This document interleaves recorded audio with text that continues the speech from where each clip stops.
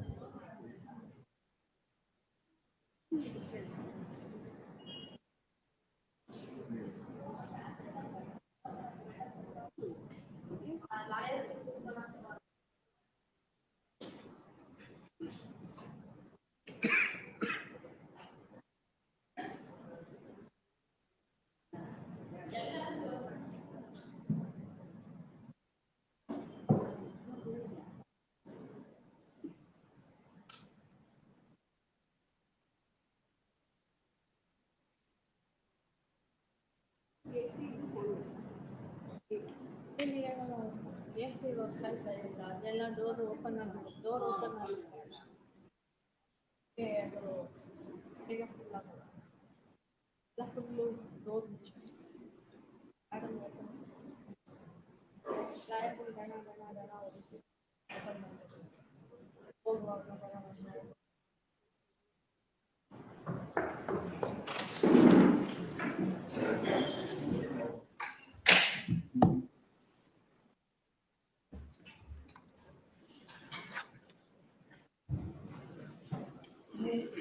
Page was that. Yes, Adjournment, serial number 42, my lord. out of the list, Well, it's serial number 25 in list. out of the list mentions, if any. One matter for withdrawal of the amount and deposit. Lord, the widow wants to pay the son's fees. Orders are required to release the amount. Madam. That's the only. Take it as per the convenience. I'm the auction purchaser, my lord. The bank has not given. Which year is the writ petition? Which year is the writ petition? 26, freshman, 26. Fresh matter. When have you filed? If office objections are complied with, it will come.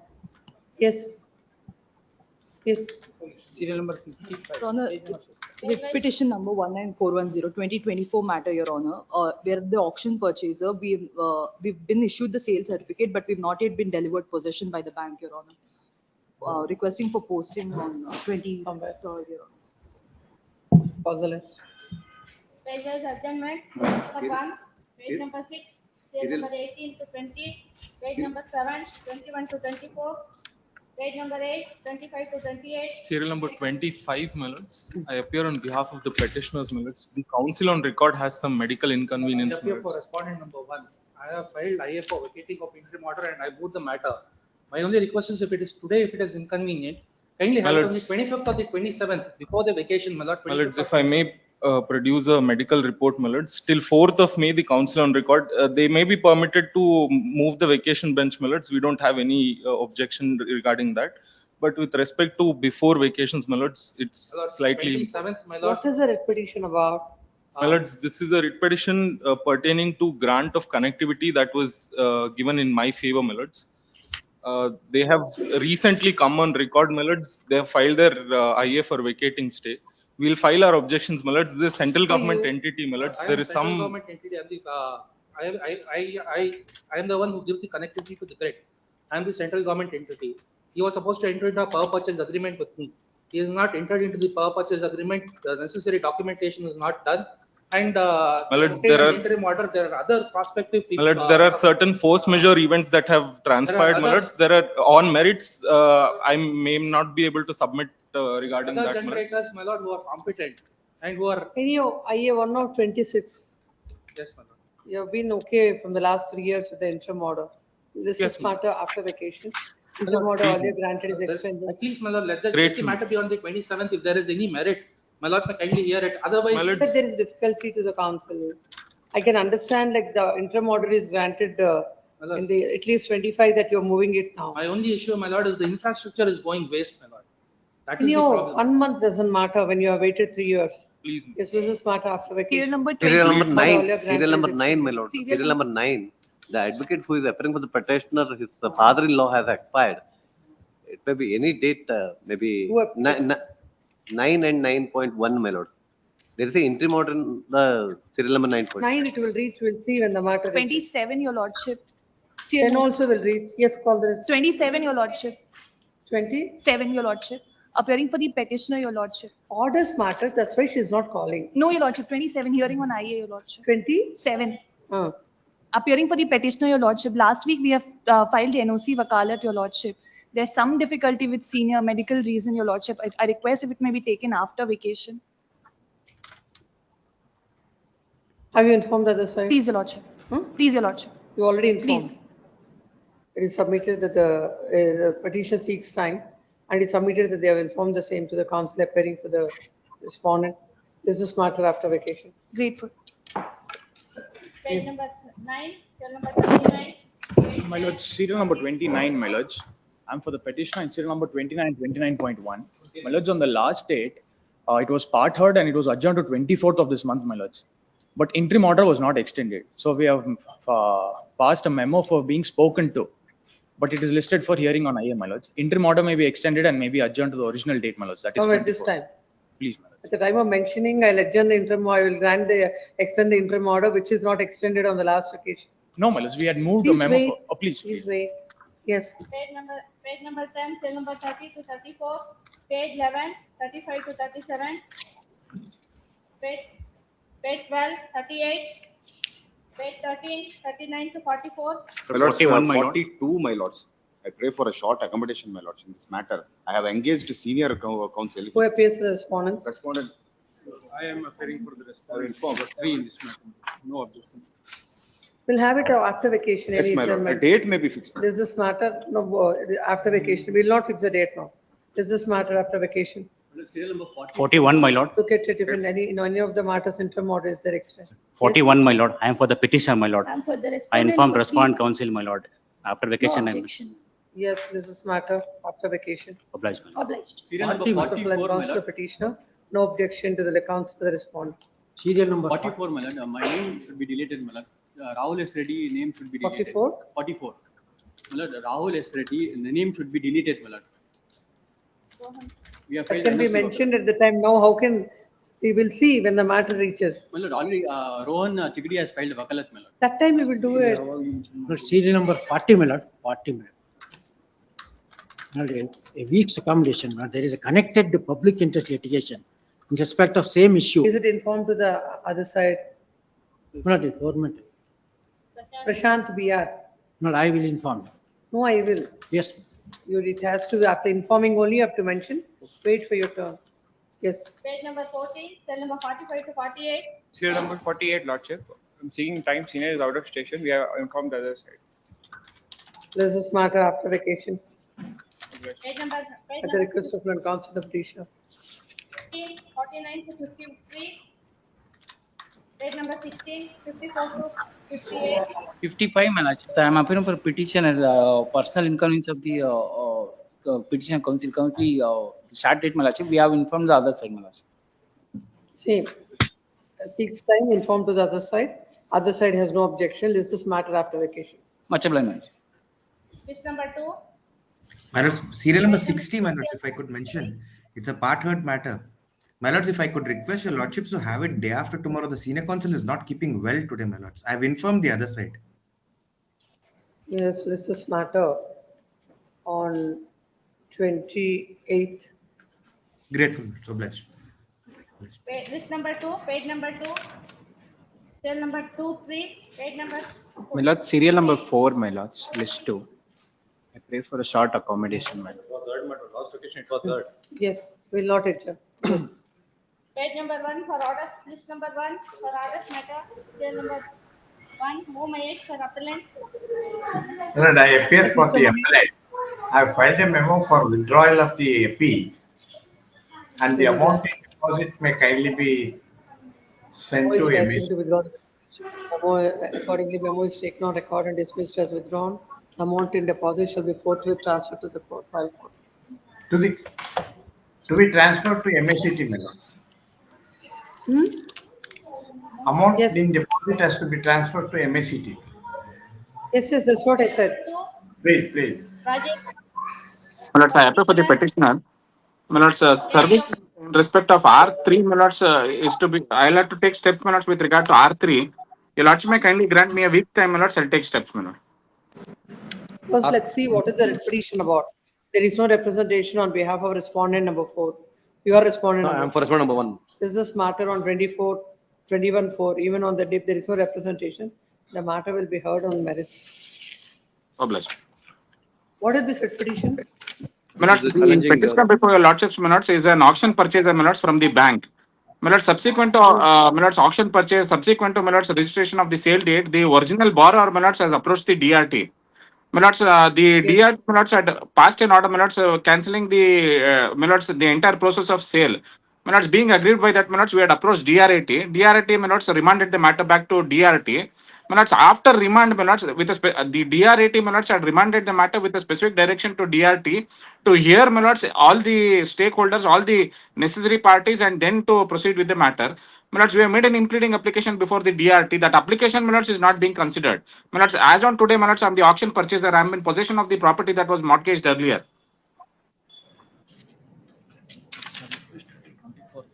What is the relation between 3, 4?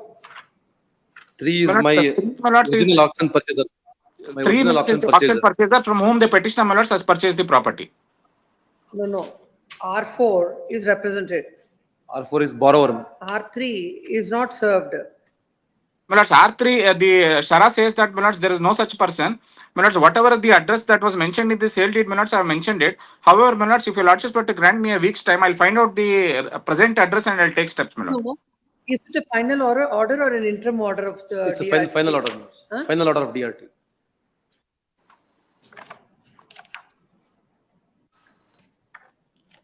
What are you doing from 2022? My lords, we did not know, my lords. Only after the DRT passed the order, my lords, when the original borrower, my lords, tried to interfere with my possession, we got to know about this, my lords. We were never a party before the DRT when the original order was. Right from 2022, why the notice is not served on the respondent? My lords, we took steps, my lord, but my lords, the notice is not served. However, my lords, a week's time I kindly be granted, my lords. I'll find out the present address and I'll take steps, my lord. Within a week's time, the petitioner shall find out the correct address of the third respondent and furnish the same.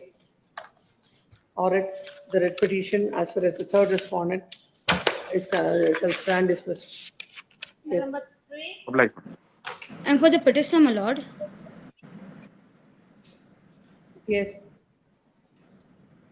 My lord, there is service pending with respect to R5 to 7, my lord.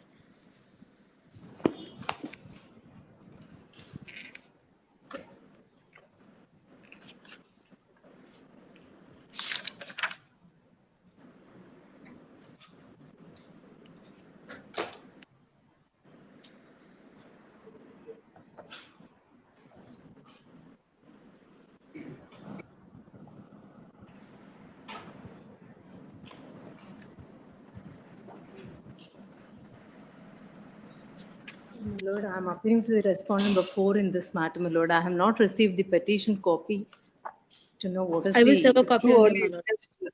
It is just 2023 writ petition. You'll receive it after 3 years. What happened to the notice? When this notice is sent to R5, R6 and R7?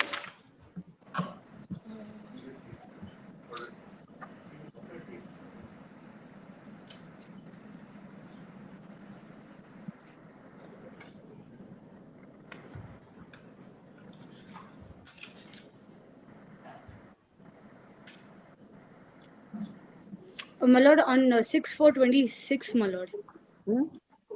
On 6/4/26, my Then lord. counsel to the petition shall have the copy of the writ petition on the counsel appearing for R1 and R3, R2 and R4, list after service of notice on R5 and 6 and 7. Obliged. Grateful, my lord. Interim order may kindly be extended, my lord. That's why the notices are not served. Interim order earlier granted is extended. Cell number 4. Grateful. YP Gokul. Vignesh Shetty. My lord, the petitioner challenged IA number 2675 of 2019 in OA 996 of 18. The OA itself is allowed. My No representation for dismissal tomorrow. Cell number 5. Appear for the petition. On submission, what has happened is the petitioner borrowed loan from the first respondent, 18 lakhs rupees, against 18 lakhs, 76 lakhs were paid. I wanted my document back. At that time, the first respondent said he has sold his company to second respondent. It's a private finance company. They can't exercise powers under Surface Act. Now the second respondent says he has sold the property to a party at Mumbai. They're paying fraud. I have to go to civil court or criminal court, my lord. Because of this 13-2 notice, my lord, the civil court and criminal court will not entertain the problem. If this court direct that the respondents cannot exercise powers under Surface Act, my lord, I can go to civil court or criminal court. They show that how they cannot. How they cannot exercise the powers. They have to take the permission under section 3, my lord, they have to Let's register. see. You have the Is there any material to show that? I such mentioned in the. Such, not you mentioning. Mela. Mere mentioning is not sufficient. There should be something to show that they have not obtained the permission. Oral, Second respondent is served. He has not come forward also. He's a private finance company. He's not a government or there are banking. so many writ petitions which are filed by the private finance companies. Yes, We ma'am. can't assume that the permission is not obtained. Mela, they can't exercise powers under Surface Act, Mela. Unless they register under Section 3 before the RBI. That's what I'm saying. According to you, they can, provided they obtain the permission. Whether they have obtained the permission or not, you have no information. Second respondent served, he has not come forward.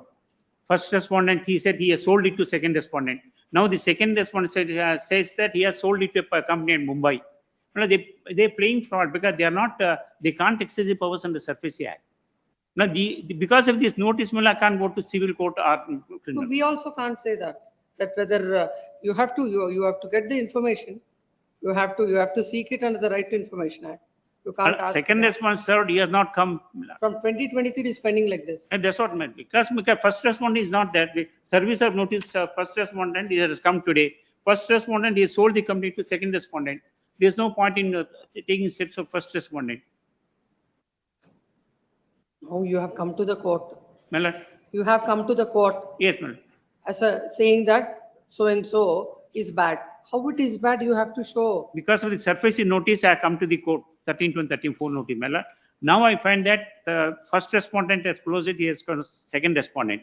I can't go to civil court or criminal court because of this. You don't go to civil court and criminal court. First of all, you have to convince this court that the initiation of surface proceedings are bad.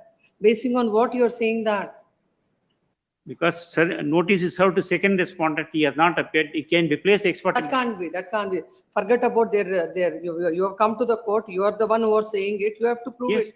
Yes, second respondent he should come, he has not come after service of history. No, that's what I'm repeatedly saying that. Whether they have come or not, it is for you. Basing on what you are saying that there is no permission obtained. By affidavit, I'm stating that they are not obtaining the permission, Mela. There are Section 3, they should. By this time, you could have, can't you get the information right from 2023? Mela, I have verified when the net manner, they are not registered. It's not verifying. There should be some document. You should seek, you should issue a notice, you should ask under the Right to Information Act. Just like that, how can you come before the court and 2023 you're stalling the second proceedings? respondent is in Chennai. Now he says he has sold the company to person at Mumbai.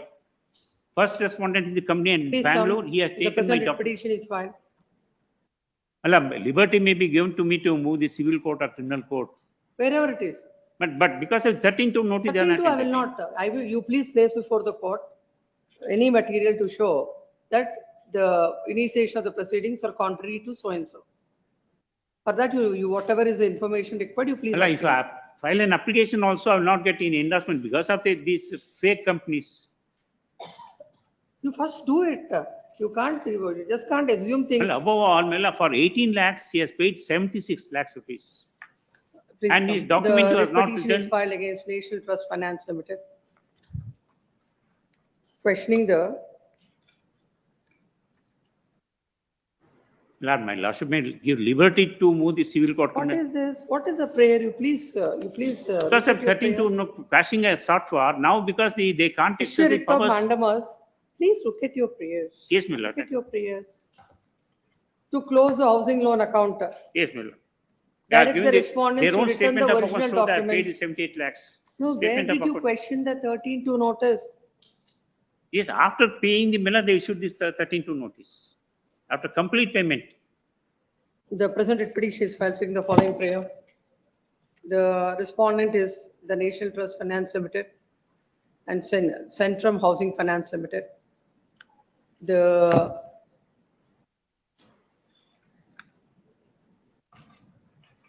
petitioner has not questioned any of the proceedings that are initiated. My prayer is to close the account, Miller. For 18 lakhs, I have produced the documents to show 76 lakhs is paid. Has there can be direction to close stated it. that there cannot be any proceedings under the Surface Act as it is a private finance company. Petitioner has not questioned any of the proceedings that are initiated under the Surface Act.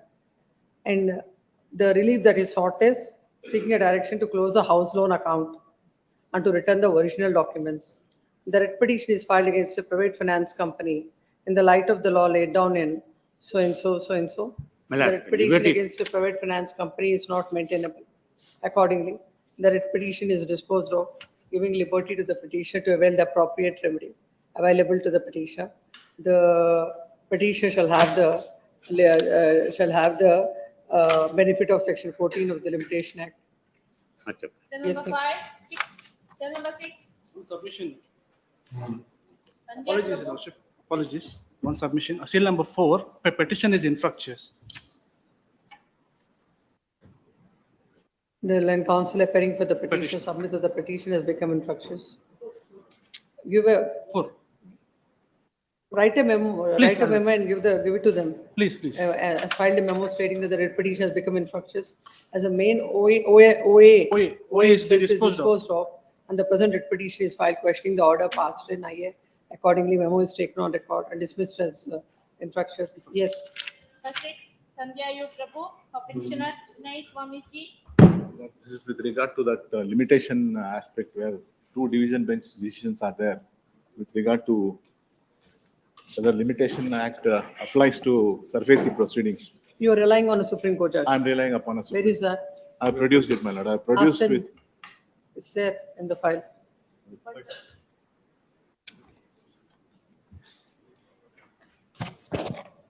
No. He has given it separately. This is the one. Yes, which is that? I just take your lordships to a few. For better clarity, my lord. The latest High Court judgment, I have produced that also. It is at page 159. Lord, in this matter, that is Shobha's matter, Lord, the High Court at page 178, ink page, my lord, 176. Your lordship can go to page 176. Yes.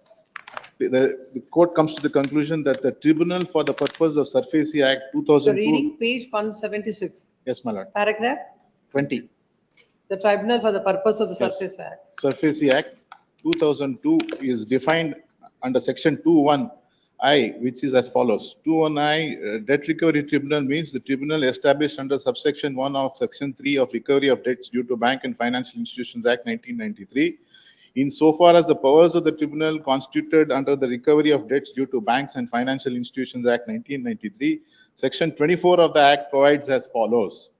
24, limitation. The provisions of Limitation Act 1963, as far as may be applied to applications made to a tribunal. On the basis of this, my lord, the court comes to the conclusion, since as far as may be Limitation Act applies, so the courts have to, Surface Act also comes with the, within the preview of Limitation Act. Yes. My lord, your lordship is very well aware of the Kailasam judgment. Yes. Lord, I have produced the Kailasam judgment also. I've seen that. Your lordship, only one paragraph I would like to take your lordships to where, that is at 150, page 150. Yes. The court says the perusal of the above provision leaves no manner of doubt that no provision is made by the Parliament for condonation of delay in approaching the TRT against orders of the kind. Whatever be the cause thereof and however justifiable it may sound, unless the power of condoning delay is legislatively granted expressly or by inference, a tribunal of a kind cannot condone delay. It hardly needs to be stated that the tribunal, unlike conventional courts, do not have inherent powers. Here also, my lord, the court says that tribunals do not have inherent powers to condone delay. Added, the tribunal is not a court, and therefore 1963 Act, Limitation Act, is not applicable subject to all just exceptions. It is the policy of Parliament that one who wants to have a redressal has to knock the door of DRT within 45 days, and therefore, thereafter, those doors should permanently stand closed. In other words, the law does not come to the aid of those sleepy or tardy. Further, no challenge is laid in the provisions section 6 on the ground that it is provided for condonation of delay. Lord, this division bench clearly says that Limitation Act will not apply, and 45 days is the maximum period of limitation. It relies upon a Supreme Court judgment. Whereas the subsequent judgment, my lord, which is division bench judgment, there what has happened is it does not rely upon Kailasman's judgment. We can't consider what is, which judgment of the division bench is correct. You were relying on a Supreme Court judgment. Even here, my lord, in the subsequent Shobha's judgment, the court does not say delay can be condoned. It says it cannot be condoned. It rejects the writ petition. But it has observed that, so it is not a binding judgment. It is just that it has said that, but as a passing remark. But it does not bind even otherwise, even assuming there is no Supreme Court No, judgment. there is some other judgment. Shobha's judgment. Not Shobha's. This is AGA, the other day he was saying he had given one judgment. This is not onto directly into the DRT matter. Somewhere else, the delivered by Justice Pardiwala. But What is that? that? I'm relying on that. That's the subsequent judgment which I'm relying. This is Shivamma by. But not exactly into the DRT matter. It's in the entire whole issue of delay that they have distinguished. Well, even the subsequent division bench judgment is not binding because there is no law laid down in that. Because the court holds that Limitation Act does not apply and subsequently also rejects the writ petition, but makes an observation. But that without considering the previous Kailasan judgment is just that I'm bringing to the knowledge of the court. We need not deal with it. We can go to the Supreme Court judgment. Well, this is the latest Supreme Court judgment which I have produced. This is with regard to property company versus Rohinton Daddy Mazda. This is with regard to a matter of a company law board. First page, first judgment. This is with regard to the a matter of a company law board where they seek for condonation of delay. The issues that are determined in this case is with regard to whether the company law board, being a quasi-judicial authority, could have the powers to condone the delay. Lord, I take your lordships to page 29 of the judgment. But that is not exactly on the Surface Act. It is not. So when there are two contra judgments of the division bench, and now the matter is referred to a full bench. But my lord, here it is referred to a full bench. But what has happened? I heard it. Somebody submitted. What has happened is, my lord, the Justice Shyam Prasad has referred it to the division. Even that day, I did bring in notice to the court, but the court said since two division bench judgments are there. But my lord, what I would like to impress upon the court is the tribunal is now in a quandary, my lord. The DRT is not able to decide in these matters because there is one judgment saying that it can be condoned. But the Chief here, Justice, my lord, this Supreme Court judgment. No, the Chief Justice will constitute the full bench very shortly. But here, my lord, what in this judgment it says is it considers all the tribunals. It considers even the DRT. And it says whether the provisions of Code of Civil Procedure is applicable. What it comes to the conclusion is that the Code of Civil Procedure is applicable only for civil disputes. No, which is the Supreme Court judgment relied on by the division bench of Justice Dikshit? Bank of Baroda. Is Bank of Baroda straight on the point? Yes, my lord. It is with regard to limitation. But then if that, let's see that. Apart from that, my lord, there is another two judgments. If your lordship, I have produced another two judgments. Where on similar lines, what the Supreme Court has held. It has held that the tribunal's condonation of delay will not apply to the tribunal. No, referring to the DRT, section 17. DRT, yes, my lord. Where is that? That is International Asset Reconstruction Company, 103. I have produced it at page 103.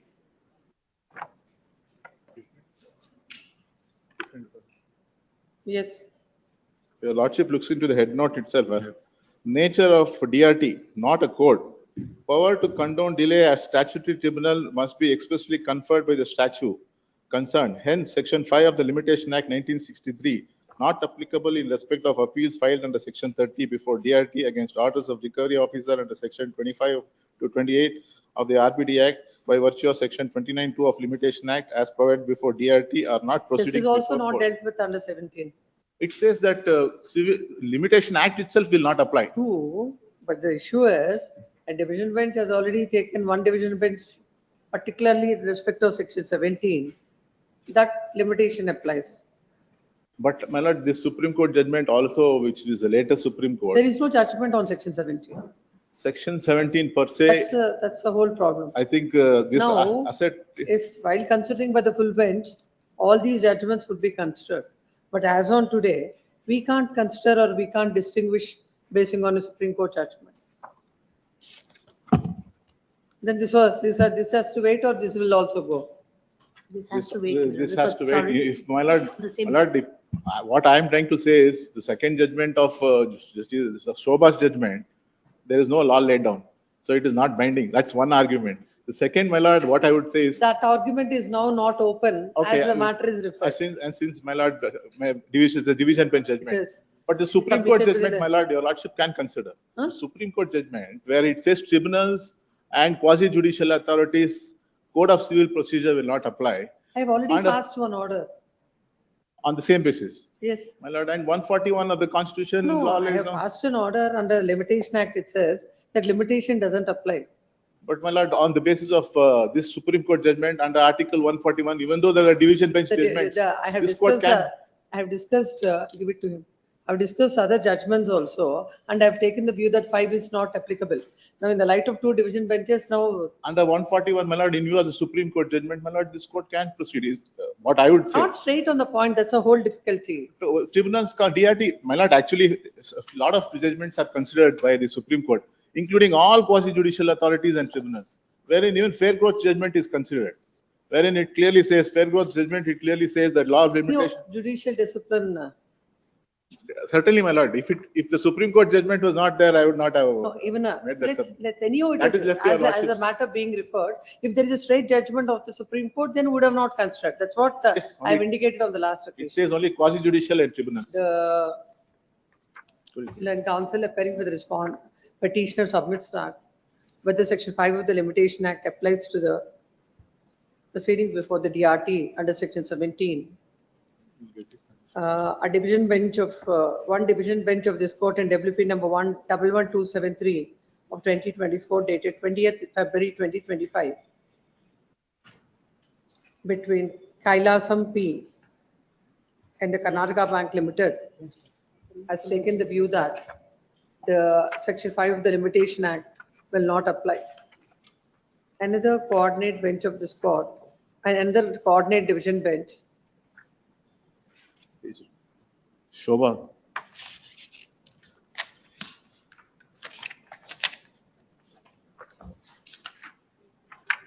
$159. 129. 150. Oh, it's not 129. 159. No, 150. Hmm? 159. 59.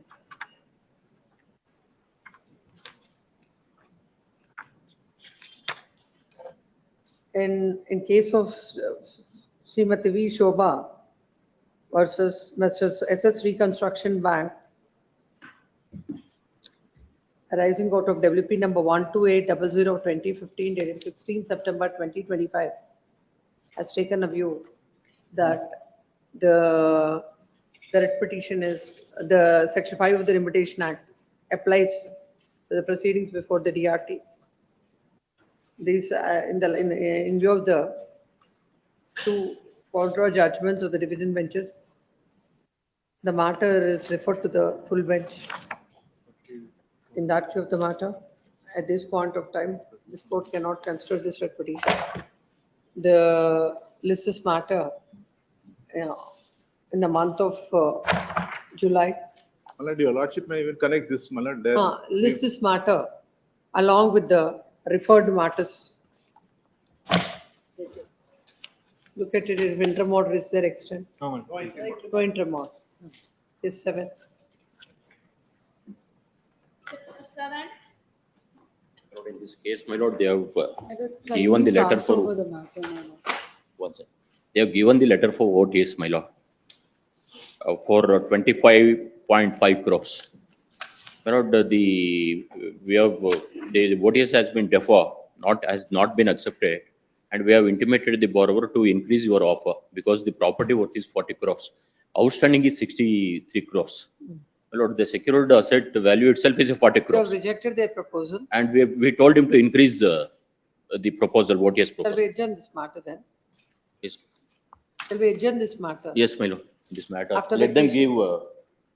And borrower told, we requested the borrower come and give. He told tomorrow he is coming to office and give the proposal. That is the instruction, my lord. And counsel appearing for the respondent bank submits that the petitioners have come up with a proposal that they are ready to pay 25 crores, 20.5 crores. 20.5 crores It is submitted that the outstanding is 60 crores, More than 60 crores. more than 60 crores. The value of the property is 43 crores. The value of the property is 43 crores.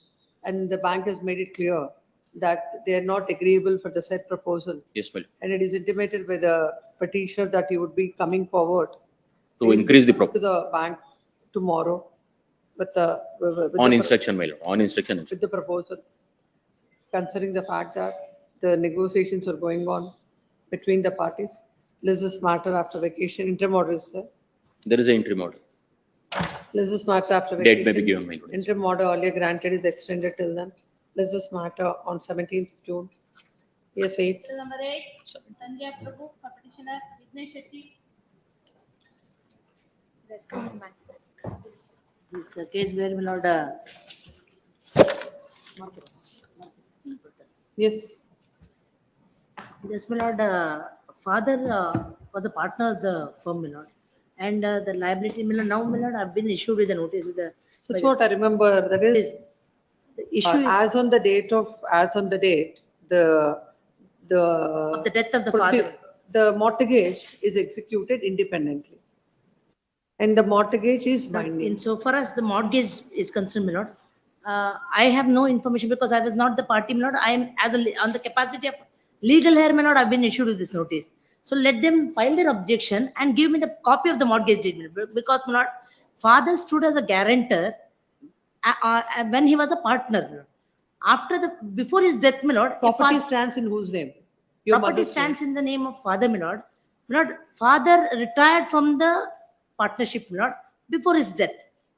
Then, my lord, the guarantee continues or not is a question, my lord. For that, my lord, if the mortgage is created, my lord, security interest is created, then they have to proceed under SARFAESI Act, my lord.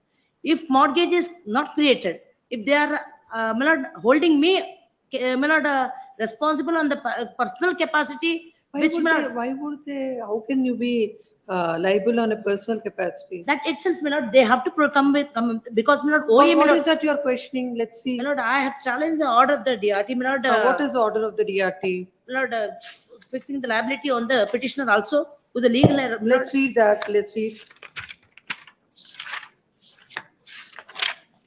My lord, the order, my lord, operative portion is at, my lord, ink page 61, my lord. Annexure H, ink page 61, my lord. OA is allowed with the cost. The applicant bank is allowed to recover from the defendants an amount of 4 crore 84 lakhs 54,493, consisting of the defend number 1, 3, 2, 6 and 8. Here, my lord, the defendant is. Let's read the case. Come to 43. No, petitioner is. Your defendant number 6. Defend number 8. Huh? Defend number 8. Lord, I was issued with a notice, Lord, and immediately, Lord, on receiving the notice, Lord, I had replied to the banker, Lord, asking why I have been added in this case, Lord. Defend number 8, Lord. Ink page 42, Lord.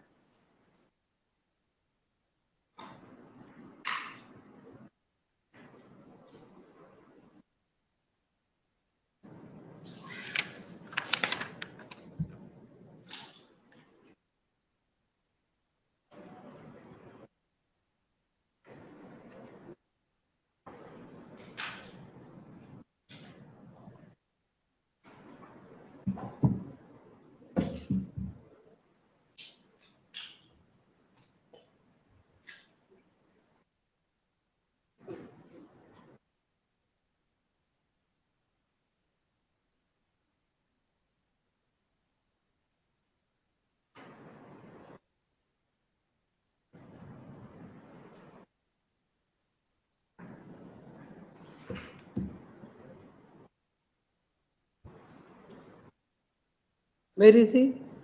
My lord, he is engaged in some other court.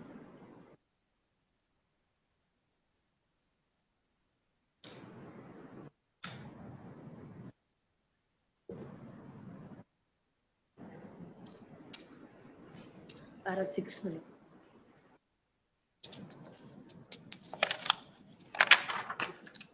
My lord, the OA is 2019, my lord. OA is 2019, my lord. 1 minute.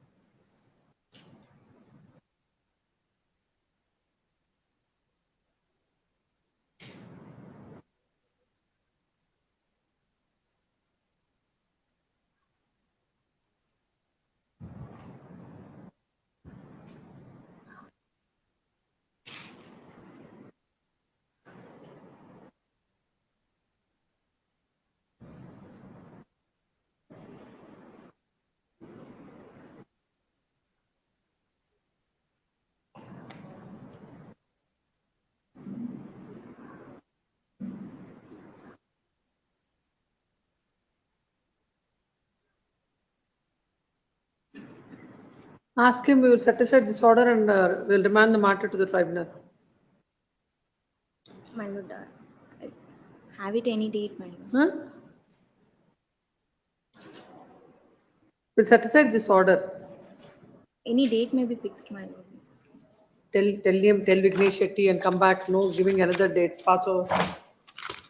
Yes. Number 9. Mr. Ravi. The father-in-law of the counsel who is appearing for the petitioner has expired. The father-in-law of the counsel who is appearing for the petitioner has expired day before yesterday. Short accommodation may be granted, Yes. my lord. And there is a interim order in 9.1. We'll have it after vacation. Please. This is matter after vacation. At the request of non-counsel, the petitioner, look at it in whichever matter the interim order is there extra. Yes, next.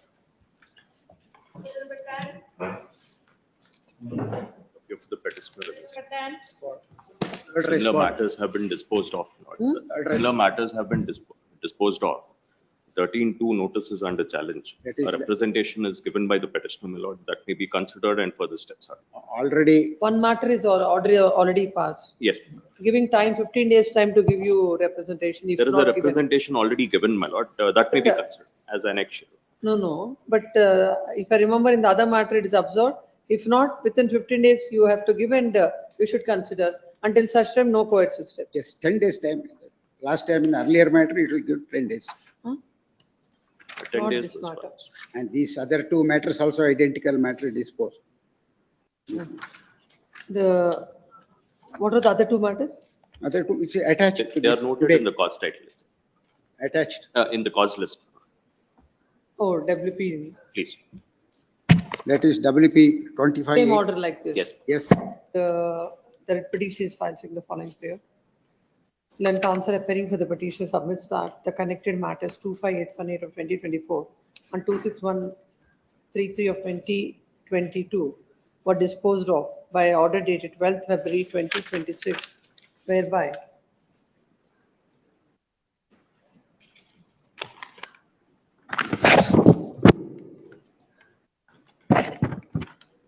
It is. but that is not what it is. One is dismissed, another is withdrawn by the petitioner in these cases. Your lordship earlier recently That's passed. what I'm wherein- saying. Yes, wherein 10 days time was granted to Yes, give the representation. present petition is filed, forget about all that. The present petition is filed in the following prayer. In this petitioner has questioned the notice issued under section 13(2) of the Surface Act. When a notice is issued under section 13(2) of the Act, the petitioner has to respond to the same. And the respondents have to consider the same. On submission, because he has challenged 13(2). That's Let what him I- reply to this 13(2) with the reason. That's what- Yes, yes. There is a reply, my lord, at And, annexure E. I understand the Yes, ma'am. facts. Yes. What did you write? Same, in accordance with the provisions of the Surface Act and respond to the same. The petitioner cannot come before the court questioning the notice under section 13(2). It is submitted by the petitioner that already he has given the reply. This petition is of the year 2024. Instead of that, why don't you give a fresh 13(2)? Because from 24 to now, some amount, some whatever. No amount is, the amount involved here is 8.5 crore as on 31/3. No, it's an unconditional stay was granted, not even deposit also ordered. No, I'm saying, if you give a fresh 13(2), showing what is the outstanding amount as on today, it would cut the issue. I no objection, but Because 13(2) it's already issued. 2024, it's 2024, now we are in 26, the amount will not be the same. Yes, it is 8.5. Now it will increase. Yes. And all that you will reply. This one answer. I know. Questioning so and so, what did you write? Reply. Considering the fact that the petition is pending from the year 2024, and by this time, the interest must have accrued on that, and the amount will also vary. In those circumstances, this could deems it appropriate to set aside the notice issued under section 13(2) and give liberty to the petitioner, to the respondent bank to issue a fresh notice, and the petitioner shall respond to the same. in accordance with the provisions of the Surface Act. Till such time, the respondent shall not take any coercive steps. Accordingly, this court is passing the following order. The writ petition is allowed by setting aside the impugned order, the notice under section 13(2), giving liberty to the bank to issue the fresh notice. The petitioner shall respond to the same in accordance with the provisions of the Surface Act till this whole exercise is completed. The respondent bank shall not interfere, it shall not take any coercive steps. Yes, 11. 11.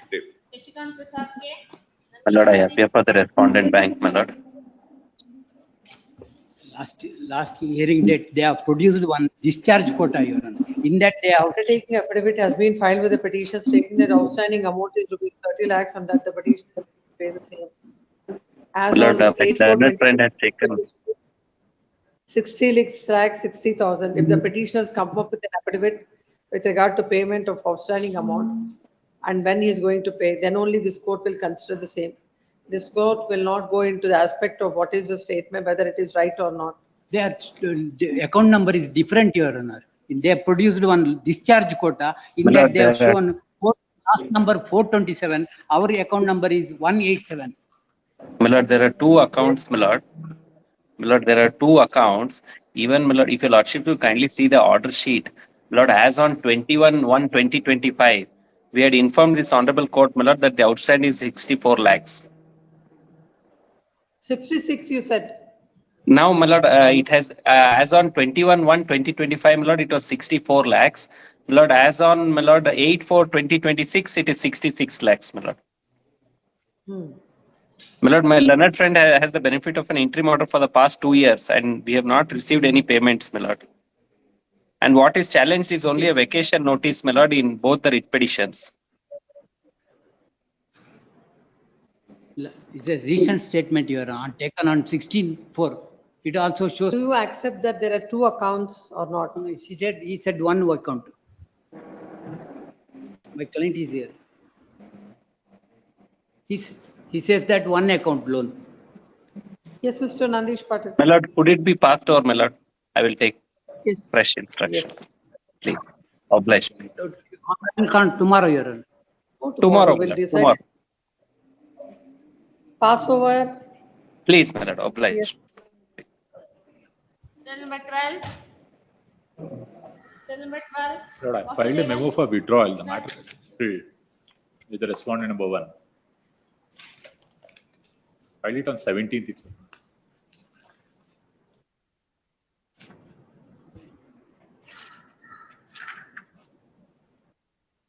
Ladies, sir. It was filed on 17th in the chamber.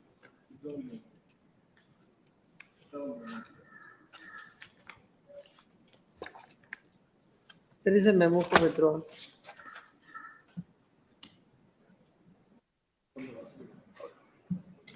I think it is not put up in the file. When is that? Do you have a copy of it? This copy I do not have it here, my lord. When is it filed? 17th I was filed. 17th of April. It's on Friday. Let her get it. If not, you can give a fresh one. Please, my lord, I'll kindly pass it over. Yes, pass over. Cell number 13. Cell number 13. Raghunath Shetty, Prabhu Rao CB. No representation on behalf of both the parties. Let's just matter for dismissal tomorrow. 14. 14. Pariyapi for petitioner.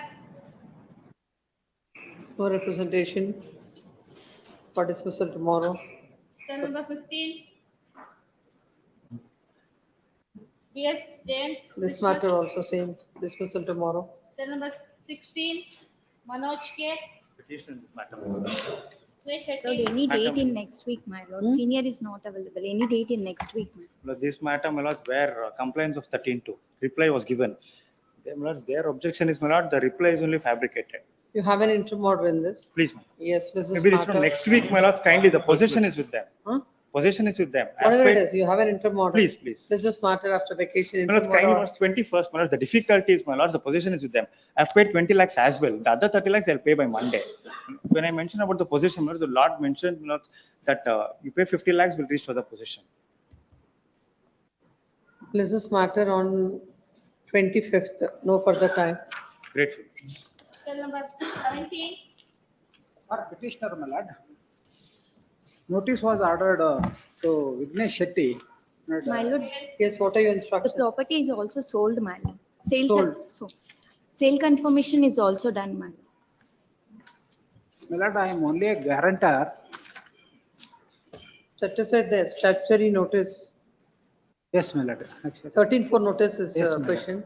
Go before the tribunal. No, because the third party rights have also accrued. The writ petition is filed seeking the following prayer.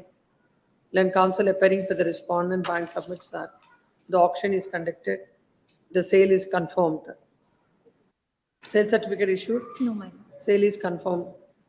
Considering the fact that the writ petition is filed, questioning section 13, the questioning the possession notice, and already the property is sold.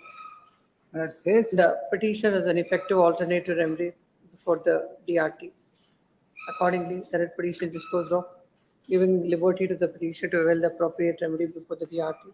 Petitioner shall have the benefit of section 14 of the Limitation Act. Cell number 18. Yes, sir. I appear for petition, my lord. While this review petition, my lord, certain facts were not brought to the notice of this honorable court, my lord, at the time of argument, my lord, my colleague, my lord. Certain, if the records were to be called for by the trial court, your lordship, it would have been clinches the issue. There is an identity of the property crisis, your lordship. The site measuring 40 into 45 is the subject matter, my lord. When was this order passed? My lord, it was 19th September 2024. There is When 21 is the days- review filed? There is 21 days delay, my lord, in filing because certified copy was produced before the trial court, your lordship. That's the reason. There is 21 days delay, my lordship. But why is it IA is filed on 1 of 26? For condoning the Yeah, for delay. condonation delay separately filed, your lordship, because there is 21 days delay, my lord. As a procedure, it has to be filed. Your lordship. No, Ah, that's what I'm not able to understand. 19th September 2024 order. Why there is only delay of 26 days, 24 days?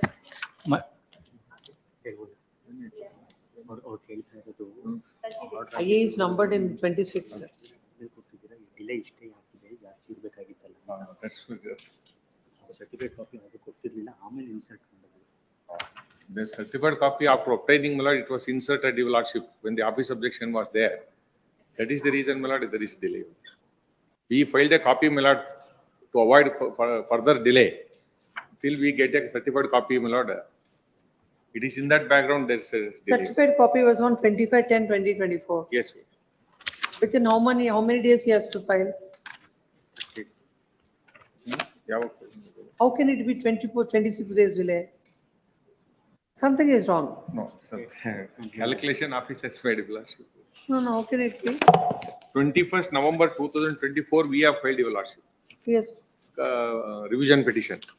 My lord, order was, my lord, is dated 19th September 2024, your lordship. Then why is it not listed till now? Well, RP. As there is some scrutiny, office objection. That is, you have not done it. You are enjoying it from the last, you're No, just my lord, keeping we have quiet been- from the last 2 years. No, my lord, we have been Why trying is to. it not listed from the last 2 years when it is filed? Scrutiny objections, you see, what is the scrutiny objection? There should be some There is- reasonable time to file a review. There is maybe in Not office. 2 years, not, it's more than 2 years. 23 24 order dated 23. When is it compliant? Order is dated 24 only, your lordship. We filed it on November 2024 only, your lordship. September, October, November, my lord. Within 2 months.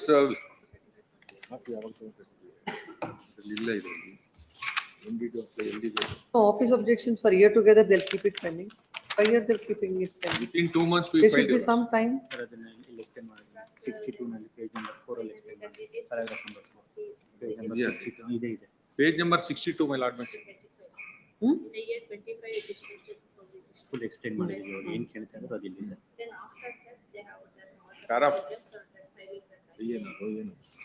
Condonation of delay ಏನಲ್ಲಿ ಏನಾಯ್ತು ಅಂತ extend ಮಾಡಿ. In para 4 of the affidavit, my 5 lord. months? No, 2 months only. Para 4, my lord, may kindly see for a moment. Then after that, it is posted before the court by the registrar. I have explained it, that, my lord. The lordship's query has been explained, your lordship. Then? Then after that, for after the petitions are there. Hmm. They have rectified now. Year 2000. At the time of filing review, the xerox copy of the copy was filed, Your Lordship. Court objected, Your There Lordship. is no delay from the registry. True, my lord. Delay is from your side. Yes, my lord. In not Kindly see complying para with any 4, of my the lord. objections. Para 4, my lord, may kindly see. Para 4 Not para 4. After para 4, what has happened? How many dates the matter came up before the court Yes, Your Lordship. in April 2025. I'm sorry, my lord, I didn't We are in notice. 2026. I didn't notice, Your Lordship. Huh? I didn't notice, Your Lordship. Your Lordship may excuse me.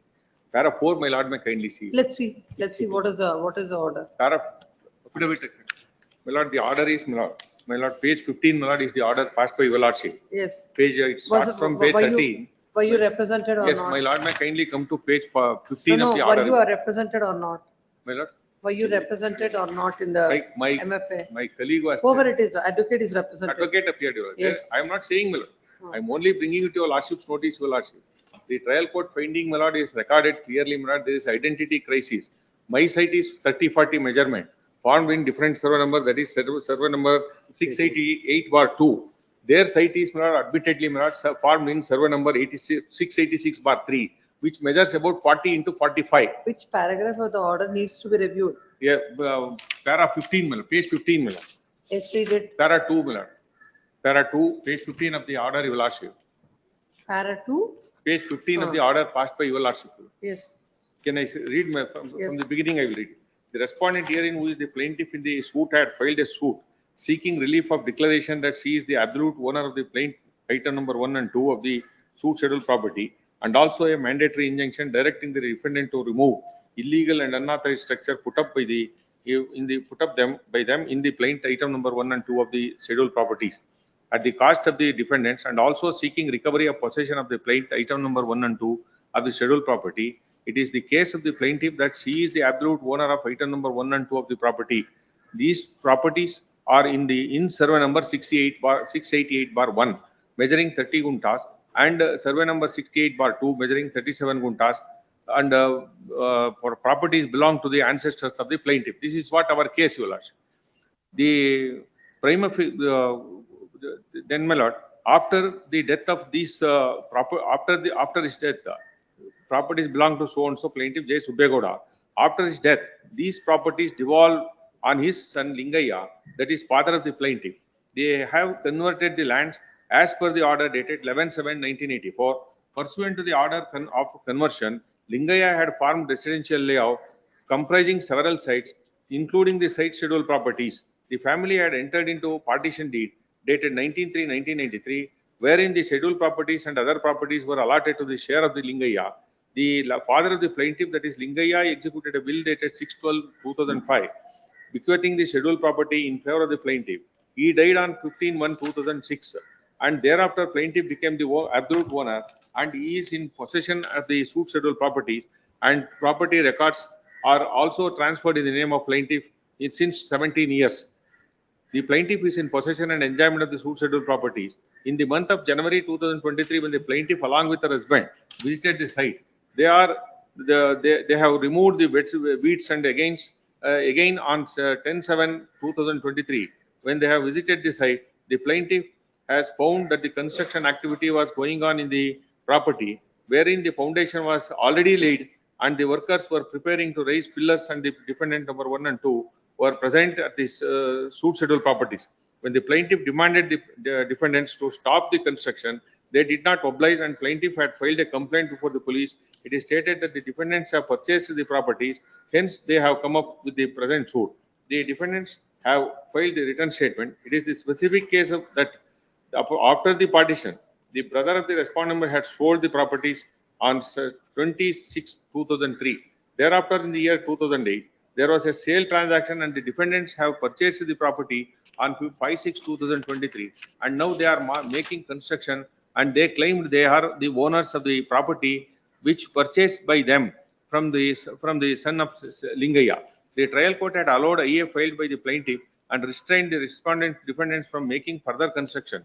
While allowing the application, the court gave the finding that the defendants have not disclosed, this is relevant, Your Lordship. Defendants have not disclosed the survey number in which the property purchased by the defendant number 1 comes, and it is not the case of the defendants that the property purchased by the defendant number 1 comes within the survey number 688/1 or 688/2, and as could be seen from the sale deed dated 26/2003 executed by the Sunil Kumar in favor of Bhagyamma with respect to the property bearing numbers Khata number 6185657. Northern side boundary is mentioned as municipal road, but in the sale deed dated 15/9/2008 executed by Bhagyamma in favor of Srimati Sita Lakshmi, northern side boundary is mentioned as property of others. How this northern side boundary changed from municipal road to private property is not explained by the defendants. This continued in the sale deed of the defendant number 1 and also in the building license and approved plan. The burden lies on the defendants, and this discrepancy they have not explained properly. The court felt that prima facie it appears that the defendants were putting up construction over the suit settled properties, probably having failed to locate the property purchased by the defendant number 1, owing to the discrepancy in the boundary in her sale deed, whether the property defendant number 1 is actually situated in 686/3 and whether she is putting up construction in the said property purchased by her is to be adjudicated after recording evidence of parties.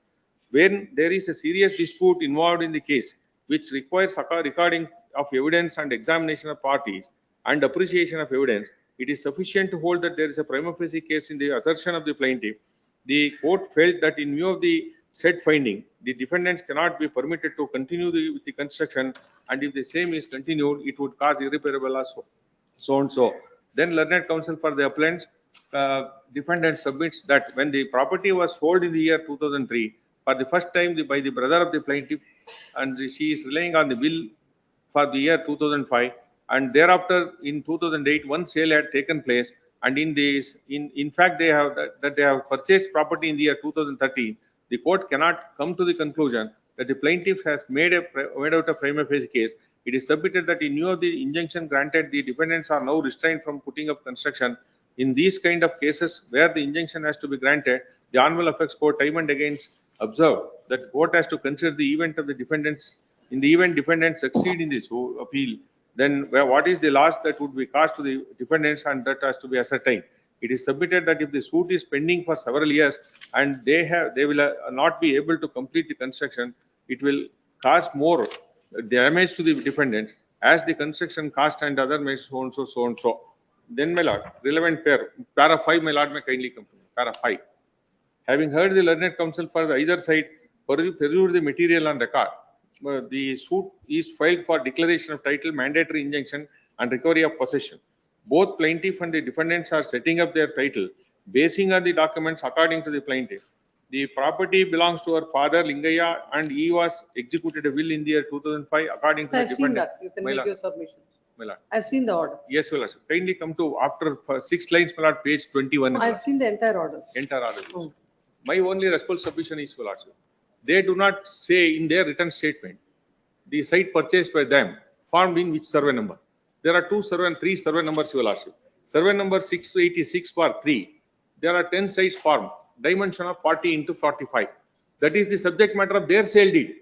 Our sale deed, they give the property which comes to me through the will, through my father, where my father has formed 31 sites in survey number 688/2 and 688/3. Though this land is situated about 300 feet. Where is the plaint and the written statement? Plaint and the written statement, my lord, it is there. They do not disclose. That's what the finding recorded by the trial court, your lordship. May I pass on this plaint, plaint and their written statement. Now I will take your lordship's attention, my lord, to the findings recorded by the trial court with reference to the written statement, your lordship. And municipal council also given a finding stating that the survey numbers are different, identity of the properties are different. That is available in the court record, your lordship.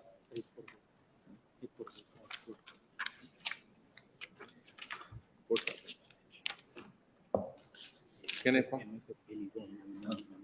MFF file is there.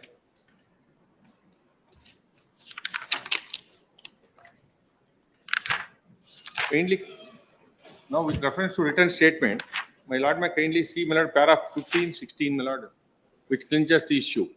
They do not disclose Para 17. 17, my lord. Before that, can I request, my lord, to look into para 15 and 16, my lord?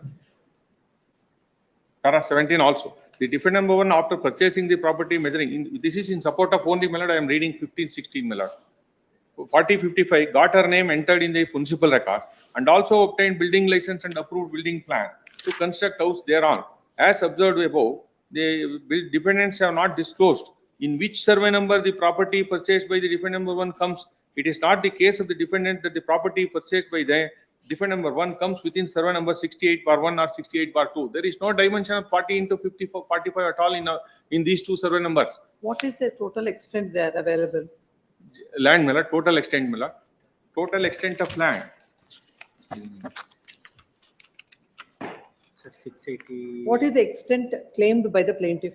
40 into 45 only. 40 into? Our plaintiff claimed, my lord, 30, 40 site, your lordship. 30, 40. Two sites, my lord. 30, 40. Item number 1 and 2. We are not. No, the defendant had purchased the property. What is the measurement of the section? 40 into 45. We are not disputing that also. We are not disputing. They purchased the property measuring 40 into 45. 300 meters. From whom? Which is 300 meters from away from the present site. Oh, purchased from whom? Purchased by him. You say that even in your pleadings also, you refer to one Lingaya. One Lingaya. Yes. And according to you, that property has fell to your share. Yes. And according to them, that Lingaya's son has sold the property in the year 2003 itself. That's correct, your lordship.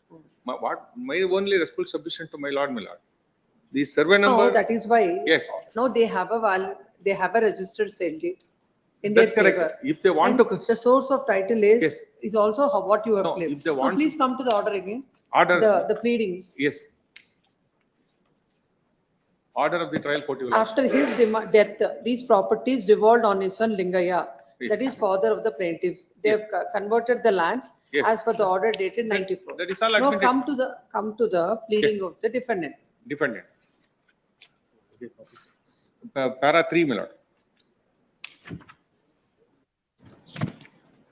Para 3 of the order, your lordship.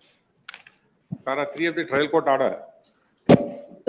Site purchased by defendant number 1 was formed in survey number 686. They have purchased by them, my lord, is a site formed in survey number 686. All common dimensions, my lord. They have purchased the property in the year 2013. Yes, my lord. From whom? From Lingaya. How many properties Lingaya not is from having? Lingaya, my lord. Not from Lingaya. Then from whom?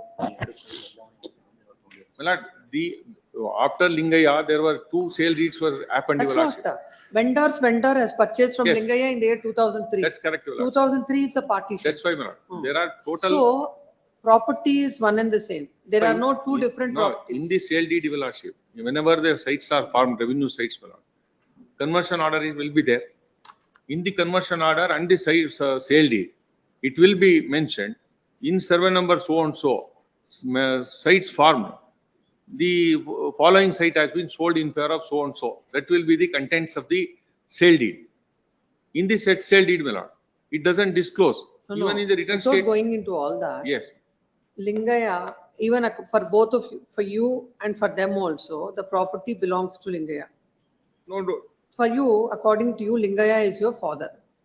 And he has executed a will and the property devolved upon you.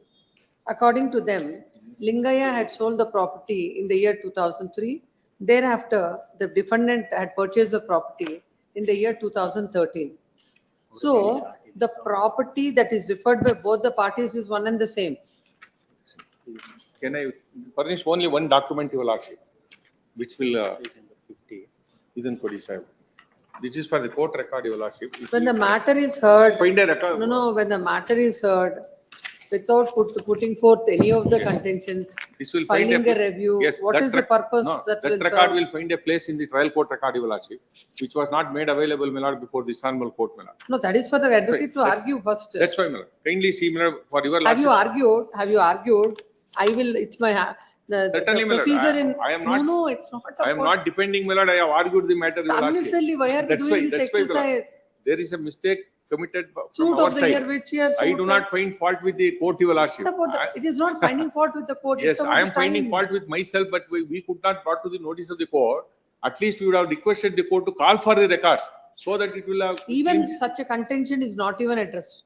That's why I'm confessing that, your lordship. I am not saying for a moment, your lordship. I am confessing No, but everything. again, it's all waste of time. I That is- understand. That is not the But review ultimately, jurisdiction of the ultimately, court. my lord, in the ends of justice, my lord, Notice to the respondent.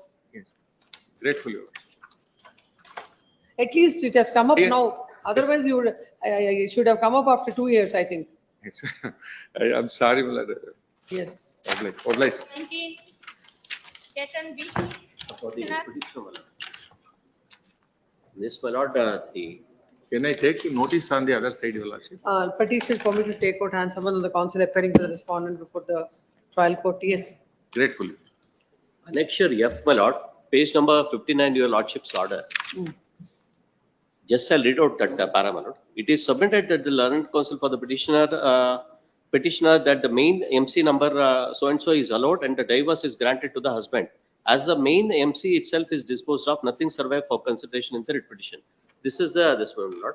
My lord, I was enjoying on 1/6/2023, there was an interim order granted by this honorable court in which I am enjoying 10,000 has to be paid as a monthly maintenance. Based on that, the trial court order was for 15,000 maintenance. I have paid whatever the complaints has to be done by this honorable court. I have paid the entire amount, 2,88,000. I have paid the 25% of the amount as per the direction of this honorable court. Now, the only consideration, my lord, they have filed an execution petition stating that I have to file 15,000. This one, the order is silent in respect When the of. main MC itself is disposed of, Please, my lord. the interim order will merge with the final order. Please, please. Now, before the appellate court, Please. where you have questioned the MC proceedings, Please. you will seek a clarification there, Please. not before this court. No, my lord, the 15,000 was ordered in the interim by the trial court. That's what, as an interim, when Please. the writ petition itself doesn't survive for consideration, Please, please. the question of interim order, interim order will not subsist. Please, interim order does not subsist, my lord. The order is silent in respect of whether I have to pay 10,000 or 15,000. That is the only. 15,000, That has to be made clear, my lord. yes. Please. The present RP is filed, seeking a clarification. The order dated 3rd September 2025, whereby this court has dismissed the writ petition as infructuous, which is filed questioning the order passed in IA, order passed in an interlocutory application seeking maintenance in MC number 236 of 2018. As the main MC itself is disposed of, this court has observed that the writ petition has become infructuous. Land counsel appearing for the husband submits that what about notice? Notice, there is 67 days delay in this one, in RP, my lord. Because we are clarifying, that is not detrimental to their interest. Even notice is not there also. It's If fine. it was for 10,000, I would have taken notice. If it is for their benefit. only. What is it? Land counsel submits that as on the date, by virtue of an interim order granted by the court, is paying 10,000. Now the respondents have initiated the recovery proceedings. In view of that, the petitioner, they are seeking the arrears at 15,000. The petitioner has a benefit of an interim order at 10,000. At 10,000, and that aspect was not clarified by the court. The writ petition is disposed of on 3rd September 25. till the MC is disposed of and the interim order is as per from the date of interim order till the MC is disposed of. I have paid The according. petitioner has to pay at 10,000 after that.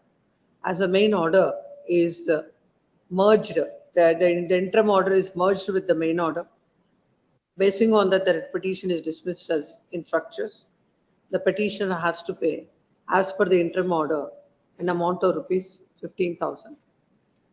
In the light of, as this court, as no order is passed against the interest of the respondent, the notice to the respondent is not necessary. Yes, accordingly. RP is- One submission, my lord. Kindly see page number 62 of their execution petition, my lord. Towards this one interim maintenance, they claim up to 31/10/2025. It's till October filing of the petition. But the order in MC, my lord, it is in the September, May itself. The MC. No, I have clarified. You Please, can please. see the clarification from the Please. court. Delay application. I the number first- 1026 is filed to cut on the delay of 67 days in filing accordingly. Okay. Unknown. Yes. Number 20, Harini MS. For the first respondent, my lord. Vijay Kumar for R1. Yes. Lord, in this case, I have filed a review of the judgment, my lord, only regarding loss of future income. Loss of future income? Future income, my lord. There are many decisions where he has continued in the job and his salary is increased. There is no question of awarding. Where from you get it? All that, like they have, he is continuing to work, there is no loss of income. The judgment itself, your lordship has stated so, my lord. Let's see. Paragraph number.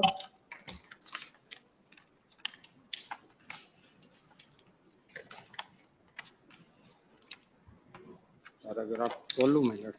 12.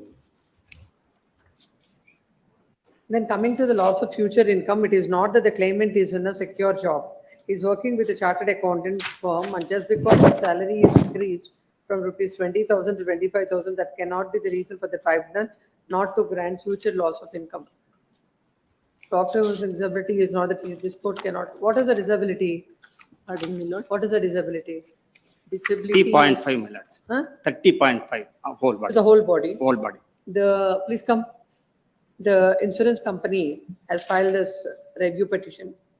It is stated that the petitioner the claimant was continuing with his job and is earning and is in fact, his salary is increased from 20,000 to 25,000. In that case, the petitioner, the claimant is not entitled for future loss of income. But this court, having observed the same, has granted the future loss of income. Hence, they are before the court seeking review of the order. That's the only ground? My lord, I have some judgments to place on record, my lord. Yes.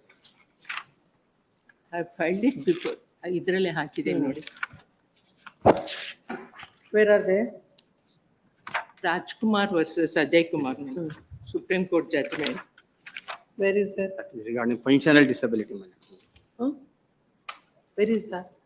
I have filed it along with the memo petition, review petition itself.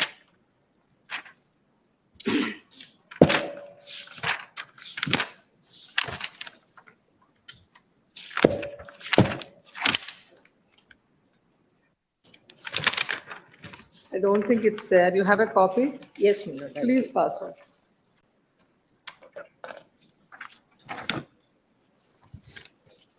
Which paragraph? Paragraph, it starts from paragraph 10, my lord. Yes.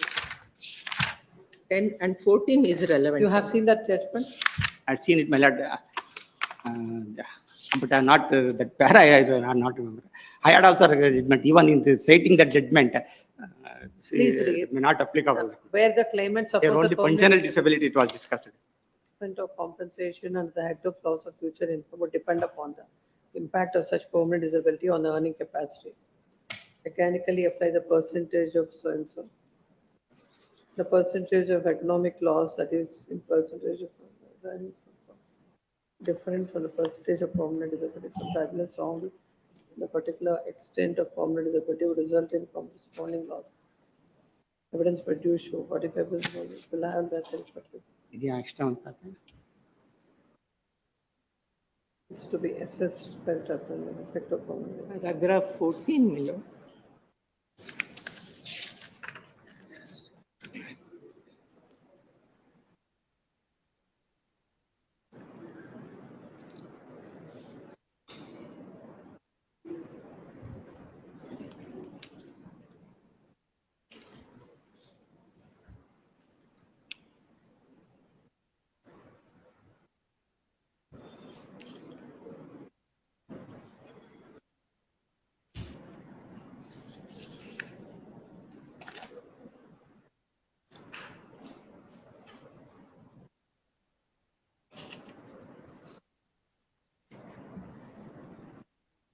So 10, 11, 12, 13, 14, 14, 15 Milord. and 16. 14 is the relevant, Milord.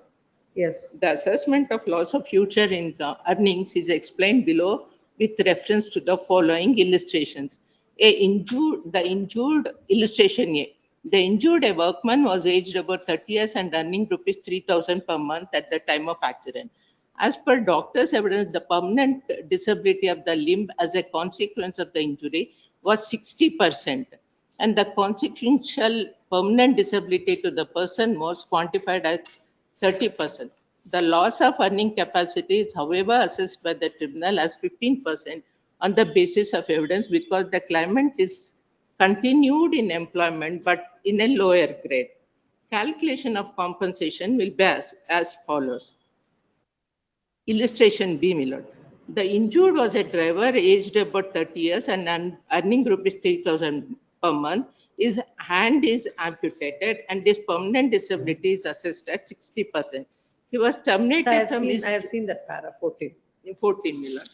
And then 15 later... also, 15, 16 also.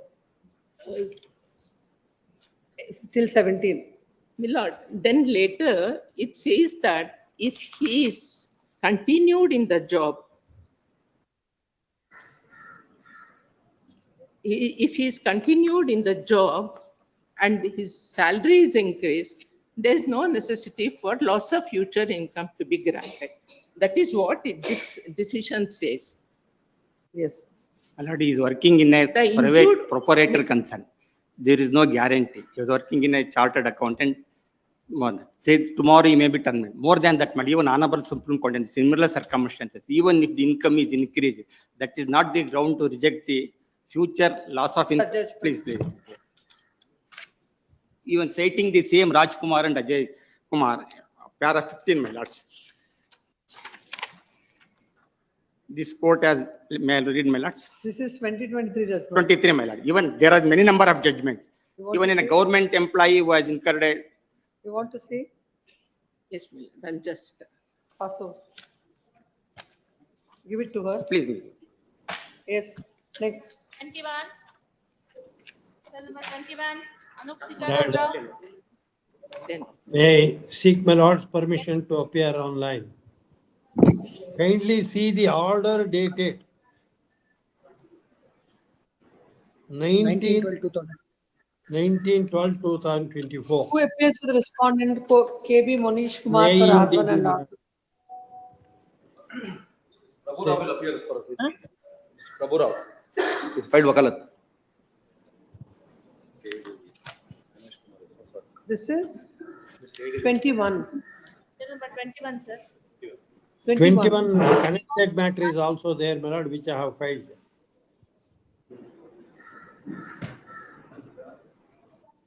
They tried to Who is justify, contesting respondent is R1 and R2. my lord, KIADB. Where is the counsel? No representation on behalf of respondent 1 and 2. List this matter on 24th. If on that day there is no representation on behalf of the Could it be counsel on for R1 and 25th, my lord? Could it be on 25th? 24th, Yes. my father said. If there is no representation, the matter will be heard after the orders will be passed after hearing the counsel for the petitioner. This is matter on 27th. Please. Cell number 22. 22. Bharadwaj KR for petitioner Vignesh Shetty. Lord, the impugned order, my lord, at annexure P, my lord. Yes. Are you ready? My lord, some unconditional interim order is extending from so long, my lord. Unconditional interim order is extending from so long, madam. My lord, more than 82 lakhs is outstanding is there. Issue writ direction to pass the impugned order dated. What is the order passed? Your lordship will look at Page number? page 109, my lord. At running page 109, Lord, there was a earlier direction by a coordinate bench of this honorable court appeal is dismissed or the same is, oh, under the Limitation Act. In fact, my lord, limitation would not apply, because if your lordship would look at the direction of this coordinate bench of this honorable court Page number at internal page 98, my lord. 98. 98, running page 98. Your lordship will see. I'll read para 5, my lord. In view of the above, the petition is Within 4 disposed of weeks from today and seek within 4 weeks. This order was dated 4th of August 2021. I filed the appeal on 23rd of August 2021, within 3 weeks of the direction of this honorable court. But ultimately, that's the time you have to go. That is the time given by the court. But it is in accordance with law. That, my lord, the tribunal says I have not even produced the honorable high court order, whereas the court, I had produced the order, and the tribunal has not even looked into the order. Let's see. I will read the tribunal order. Your lordship will Come to the reasoning part. Yes, my lord. 109, running page 109. Shall I please? Para 11. After hearing the learned counsels of both the parties and also on going through the available materials on record, it is observed that the appellants have filed the present main application challenging the notice dated 29/6/2021, that is sale notice, issued by the respondent bank.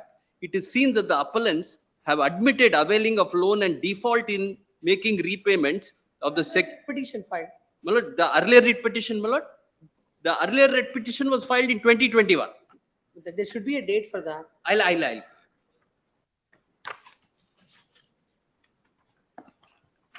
It was disposed of on 4th August. Filed on? Filed on 29th, it was in June of 2021, my lord. June of 2021. 2021. So what was what are the measures question? Sorry, my lord? What is which measure of the measure taken by the bank was questioned before the court? My lord, 29/6/2021, which is annexure K, my lord, which was the sale notice. Sale notice. So, my lord, my submission throughout is this. Minute. I am not the borrower. No. What? Yes. No. Sale notice of June 2021. Yes. 29/6/2021. I filed it in July 2021. The writ petition, the earlier writ petition, seeking quashing of the same. Exact date is not forthcoming, my lord. But 4th of August 2021 is the order of the coordinate bench. No, I'm trying to look at this. Now, the sale notice is dated 29/6/2021. 29/6/2021. You will have 45 days from there. Yes, ma'am. That will be around the 15th of August. 15th of August. 15th of August. My lord, provided the direction of the Honorable High Court coordinate bench giving me 4 weeks time would supersede that. This honorable court has said, go before the tribunal within 4 weeks. And the tribunal has not even looked into the High Court order. It says I have not produced the High Court order, whereas the order copy of the tribunal says. You come to this court after 2 years from the date of any measure that is taken by the bank. You come to this court. Yes. Assuming. Yes. So then the court says you have a remedy, go before the tribunal within 4 weeks. Yes. That doesn't mean that court has considered the aspect of limitation. It is further a tribunal to consider. It is only giving you the liberty to, if what you're supposed to ask the court to give the benefit of section 14 of the Limitation Act without asking that. My lord, first and foremost, when the order of the Honorable High Court is before the tribunal does not look into the order, and it says, I have not produced the order. Whereas the order sheet of the tribunal Let's say that reflects. you have produced the order. You have produced the order. I'm still with my contention would be. No, we'll consider it. Yes. You have produced the order. And Lord, no, my as per submission that, by would be. 15th of August. My submission would be, this is not even on merits.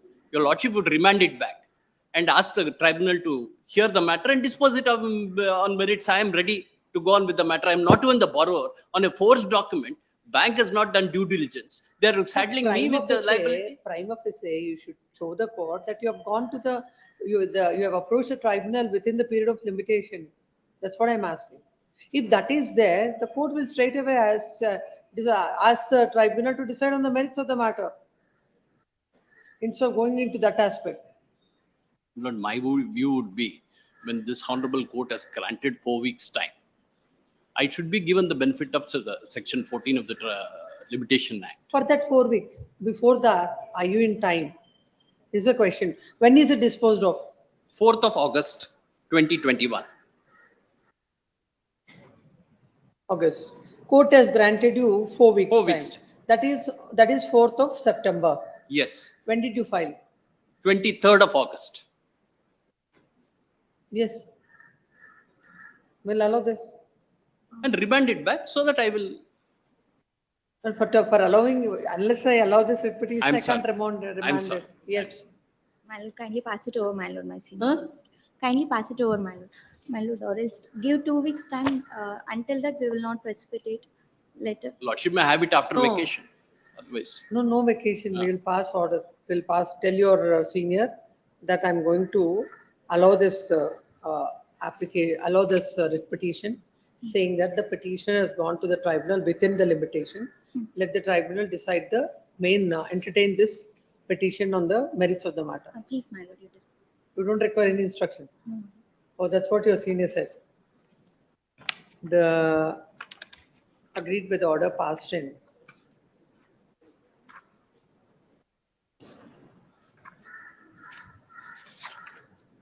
D number 1147, I passed in I number 2127 of 2020 in diary number 1147 of 2021 dated 31st January 2023.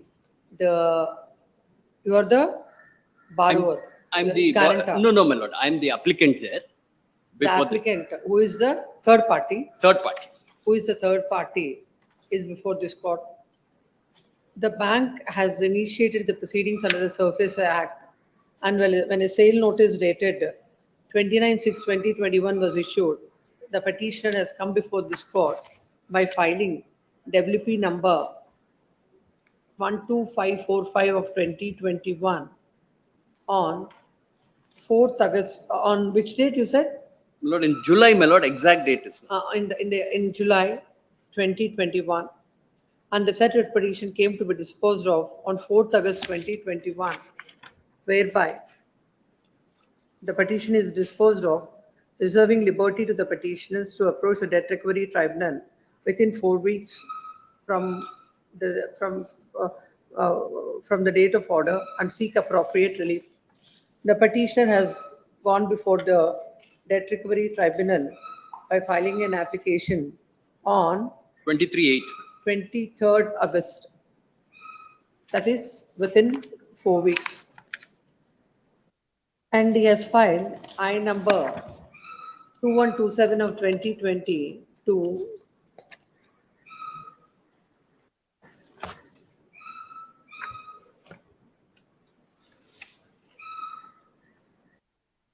what is this IA? Sorry, my lord. What is this IA number 2127?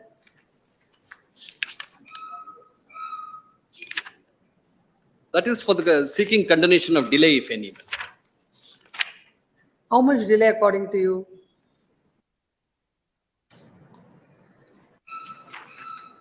Where is that IA? Where is the affidavit? Well, Lord, there's no IA. The application is under section 17. That's what he means. No, look at the cost at 99. It speaks about IA number 2127 of 2020.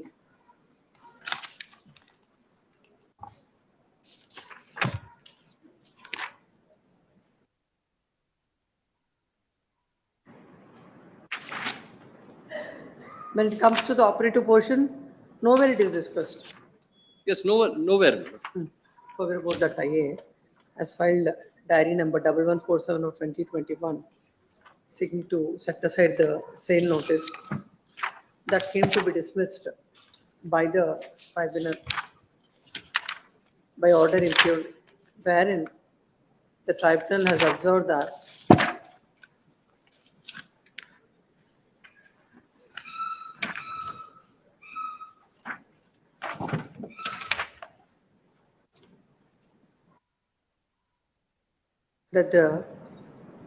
the main application is filed challenging the notice dated 29/6/2021 issued by the bank.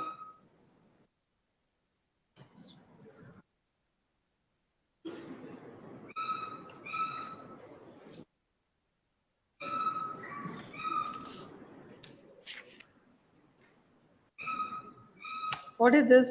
You say you are a third party. Yes, It is seen that the appellants have admitted availing of loan. no, that is factually incorrect. Please read the entire statement, my lord. In making it is seen that appellants have admitted availing of loan and default in making repayments of the secured debt by the respondent number 2. He is the borrower. That is, I have never admitted anything. I am a third party. I am the absolute owner of the properties. I produce sale deeds also.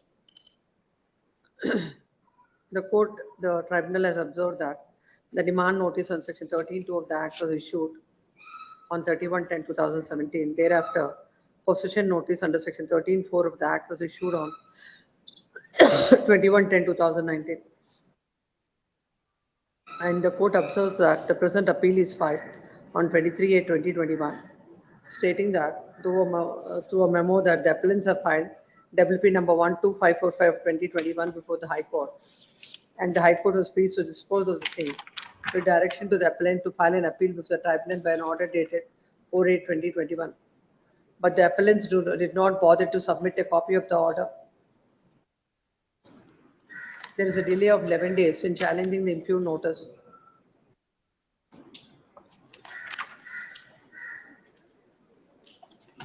It is observed that the impugned notice was affixed on 5/6/2021. The same was published in the newspaper. Then the petitioner has approached the court to quash the notice dated 29/6/2021. And the same was disposed of with a direction to file petition before the appropriate authority. The present application is filed on 23/8/2024, and there was a delay of 11 days in filing the main application. However, there is no proper application provided by the appellant as to why they had failed to file the appeal in question within the period of limitation. And the tribunal has no power to condone the delay and accordingly dismiss the petition. Land counsel appearing for the petition submits that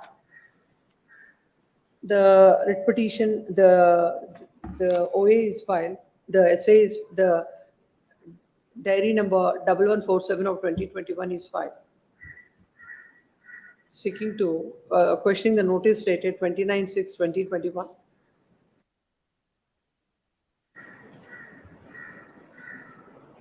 Immediately, he has filed a writ petition in the month of June. It is submitted that even if the set date is taken into consideration, the 45 days time would elapse by 14th of August 2021.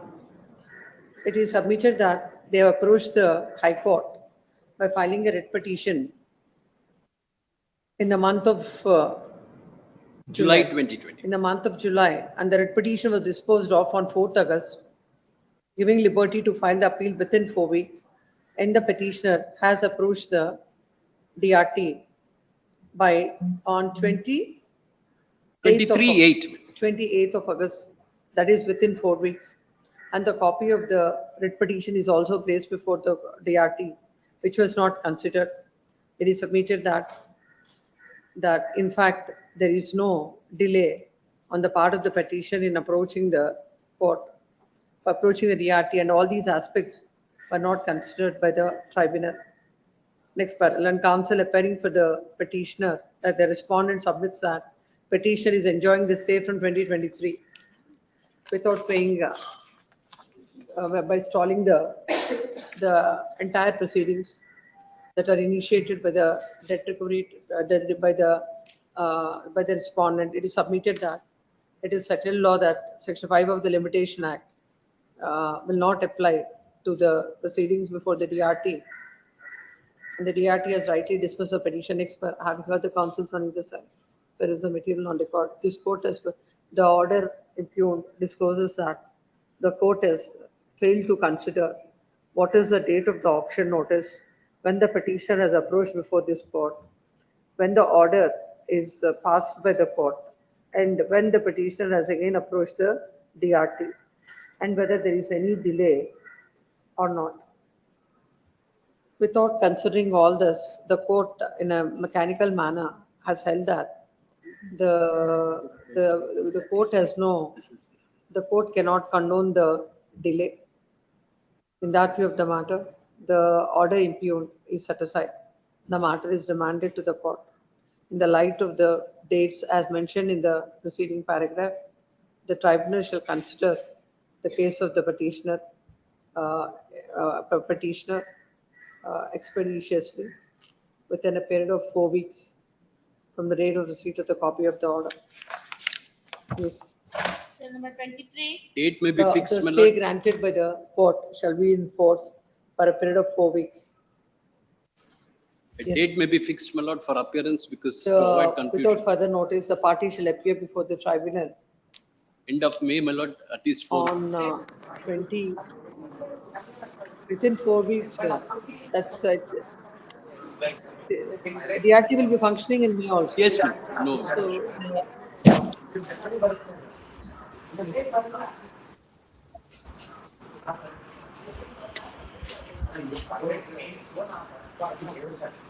Serial number 23, I appear for the serial number 23, I appear on behalf of respondent number 4. Sir, 1 minute, wait, ma'am. 21. Without further notice, the party shall appear before the tribunal on 25th of May. Please. Yes. Cell number 23. My lord, I appear for R3, my lord. R3 in this case. Person. My lord, kindly see page number Appear on behalf of 17. respondent number 4, my lord. The operator, this is regarding nomination to the Architect Act by the state board. He was present. Yes, my lord. And what happens, the pursuant of this order of this honorable court, guidelines were already framed. And he has filed a representation and endorsement also issued that he were not entitled under that clauses. Thereafter, he has challenged that particular endorsement before the other court in a bench in a separate writ petition. And on this also, this order, he has already filed one more complaint also. Seems to be his. There is no representation on behalf of party in person. This is matter after vacation. It's 24. Number 24. My lords, I appear for the petitioner, my lords. I appear for the respondent. My lords, the matter pertains to, my lords, an order passed by the Reserve Bank of India. My lords, would your lordships permit me to recite maybe 3 or 4 facts, my lords, and I'll take your lordship straight away to the order. Yes. My lords, I'm a company in India which provides, my lords, software services to the medical industry. I have, my lords, a branch office in the United States of America. The gist of the dispute, my lords, is that I have provided services from India and the US to my customers. They have given me monies, my lords, in terms of dollar payments. Under the Reserve Bank of India Master Circular and Guidelines, my lords, on the export of goods and services from India, I have to bring all dollar earnings that I do outside the country to this country within a period of 90 days. Failing which, my lords, I will have proceedings, my lords, initiated under the Foreign Exchange Management Act. The allegation against me, my lords, under the Foreign Exchange Management Act today is that out of the multiple millions of dollars that I have earned, about $40 million, my lords, approximately, my lords, in the quantum of about $45 million have not come into this country. Consequently, there is a violation. There was, my lords, proceedings under the FEMA, and because, my lords, a penalty has been imposed against me. Penalty, my lords, can be up to 3 times. In this case, my lords, penalty up to 1 time has been imposed on me. I am in appeal over that penalty order, my lords. That is before the tribunal constituted, and therefore, my lords, I cannot invoke your lordship's jurisdiction on that issue. But be that as it may, my lords, whilst I contest the FEMA dispute, I wrote to the Reserve Bank of India indicating that I have reconciled all my bills. Therefore, the quantum of money which they allege that is not paid is not correct. That out of $42 million, I have about $20 million which is reconciled, money is recovered, and $21 million is what I have recovered, but I have spent it in the United States of America to operate my branch. Therefore, that money has not come in.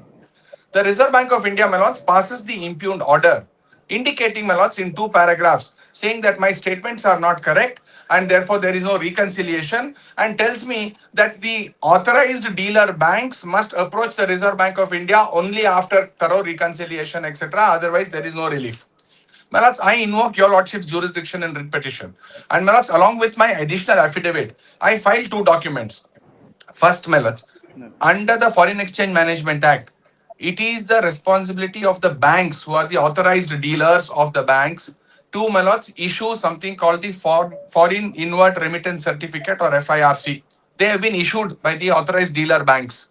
Second, the reconciliation made, my lords, based on those FIRCs and the invoices are that in the 42 million, 20 million, that is $20.7 million have indeed been reconciled and brought into the country.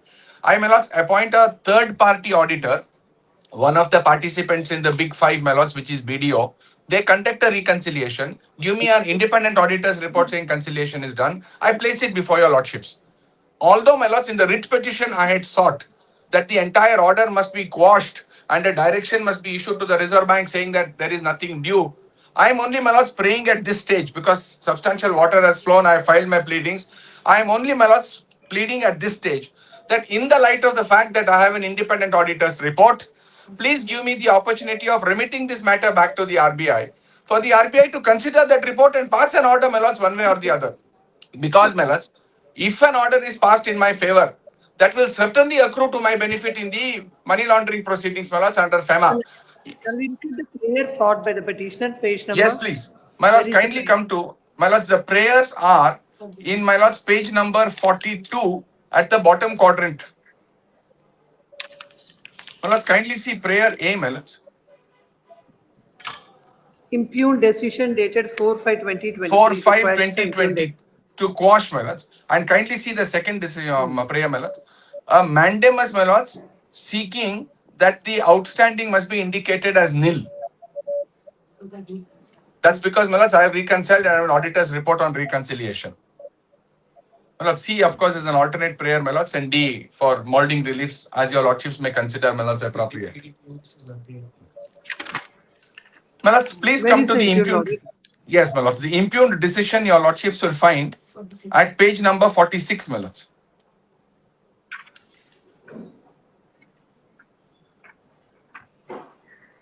Please permit me to read, my lords, Roman 1 and Roman 2 in para 2. My lords, it's a 1.5 page order. The RBI orders come, my lords, in the form of a communication.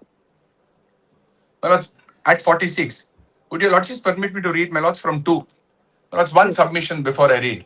This order is passed without, of course, my lords, affording me an opportunity of personal hearing, but I must, my lords, hasten to add. There is nothing in the regulation which says that I must be personally heard. But, my lords, in the light of the fact that there is reconciliation report, at the least, I must have the opportunity of placing the reconciliation report before RBI, even though RBI may not hear me personally, my lords. Opportunity of filing is what I'm praying. My lords, please see 2. In this regard, the request for regularization of export bills in EDPMS, my lords, EDPMS is Export Data Processing Monitoring System, which is operated by, my lords, an introduction by the Reserve Bank of India, operated by the banks.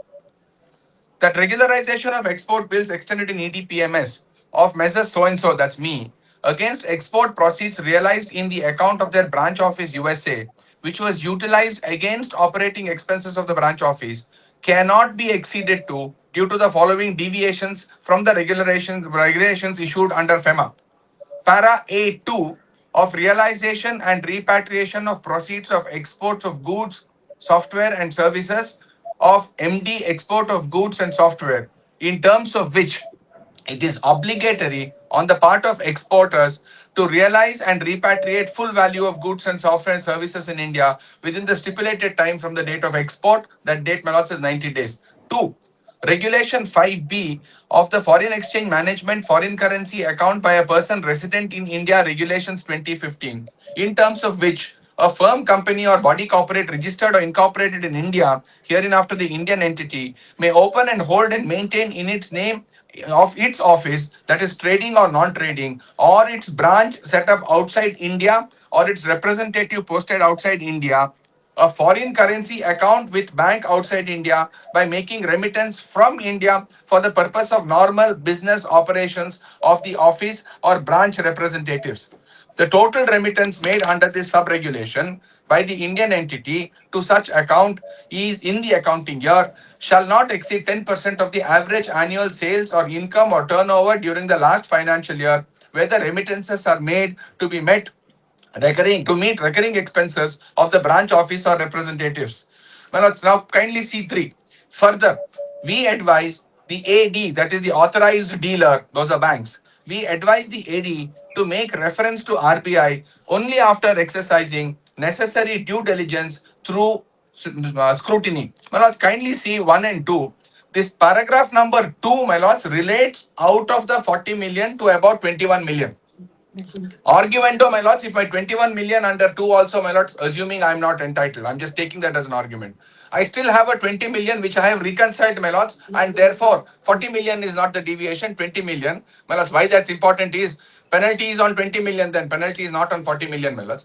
I cannot contest this, my lords, in the PMLA tribunal because the evidence of whether there is reconciliation or no reconciliation is the domain of the Reserve Bank of India, not, my lords, of the Enforcement Directorate authorities. Therefore, regularization, if any, of my accounts can be only by the Reserve Bank of India.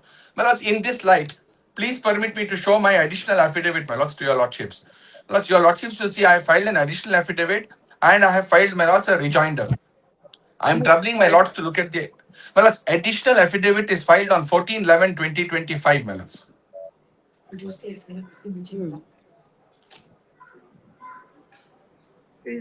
date appears to be 12th November 2025. My lords, I'm sorry, my lords. I wrote it, my lords, erroneously. I'm so sorry. Nice 14 here. My lords, if your lordships could see the additional affidavit, please permit me straight away to come to just 2 paragraphs, my lords, which I will demonstrate. Please come to page 2, my lords, of the additional. Whatever these proceedings, impugned proceedings are issued by the Reserve Bank of India. Yes, and what are the guidelines under which framework it is done? My lords, please permit me. I have produced, my lords, that there are 2 regulations, my lords. The export of services and goods regulations, and, my lords, of course, the master circular that is issued. My lords, would your lordships permit me straight away to come to? My lords, my colleague, my lords, Mr. Sumukh, who's in court, my lords, has copies of the regulations. If I can request him to place it before your lordships. My lords. Yes. My lords, please permit me to come to, my lords, page number 63, my lords, of these regulations. That compilation. Your lordships will find, my lords, in 63 the master direction. I am, my lords, placing reliance on the master direction, which is, my lords, of January 1, 2016. It begins, my lords, at page 63. My lords, please permit me to read 1 paragraph here and I'll go to the relevant portion of this, my lords. Kindly see, my lords, this is issued by the Reserve Bank, not to, my lords, people like me, but to all authorized dealer category 1 banks and authorized banks, because banks deal with foreign exchange. I cannot, my lords, privately bring it in or take it out. My lords, kindly see master direction on export of goods and services. That's 2 lines there, my lords. Export of goods and services in India is governed by clause so-and-so of section 7 of the Foreign Exchange Management Act, dated so-and-so. My lords, please jump 2 lines. These regulations are amended from time to time to incorporate changes in the regulatory framework and published through amendments. Now, please see the regulatory framework, my lords, in page number 67, paragraph number 8.2, my lords, of this master circular. My lords, this A2 is relied in the impugned decision of RBI, my lords. In the first paragraph of RBI's order, they say A.2. That's page 67. If your lordships has, my lords, I'll take the liberty of reading A.2. My lords, in 67, top quadrant of the page, my lords. A.2. Realization and repatriation of proceeds of export of goods or services or software or services. It is obligatory on the part of the exporter to realize and repatriate the full value of goods, software or services in India within a period within the stipulated period from the date of exports. My lord, this stipulated period is 90 days. That stipulation is, my lords, by virtue of another circular. My lords, I'll come to that. That's now, my lords, from 6 months they have extended to 9 months after COVID, my lords. But I'm not contesting that, my lords. Within the period it has to come. Now kindly see, my lords. In this A2, one dilation, my lords, pertains only to 20 million of the 42 million, approximately, my lords. This A2, my lords, does not relate to the entire 42 million. It is my case also pleaded before RBI saying, I have brought in 20 million. Now, please see, my lords, C2, which is at page 89, my lords.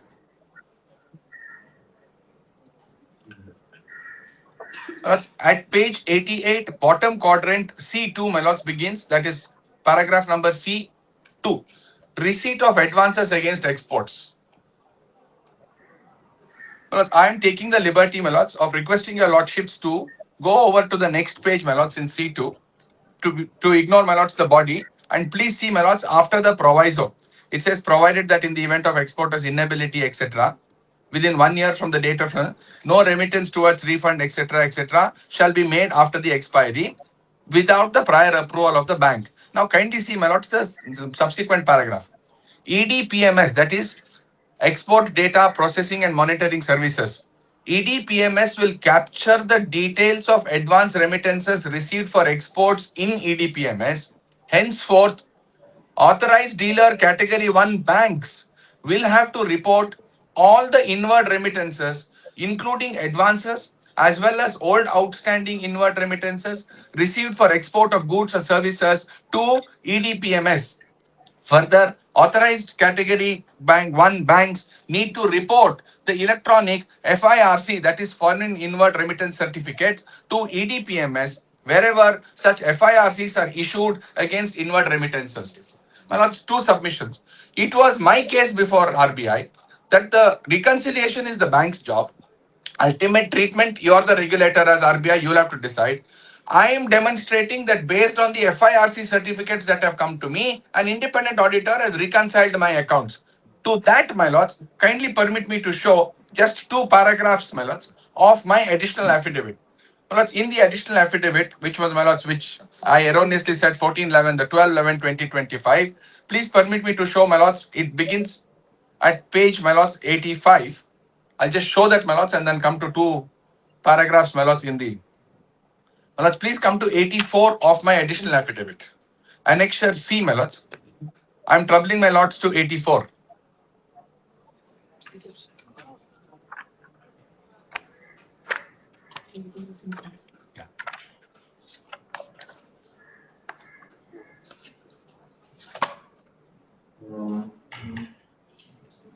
My lords, kindly see, my lords, 84.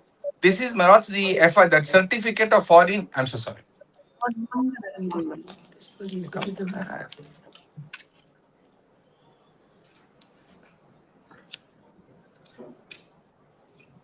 It's fine in the 11th month.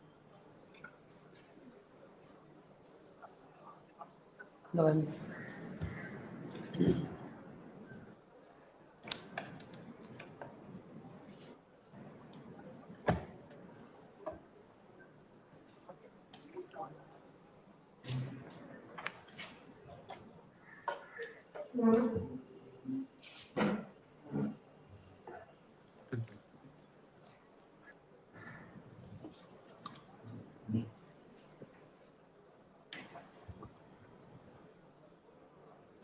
So date of your additional affidavit, sir?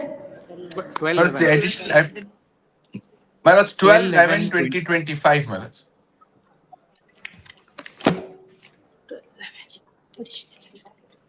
Okay. Page number 85. My lords, no please. affidavit in it.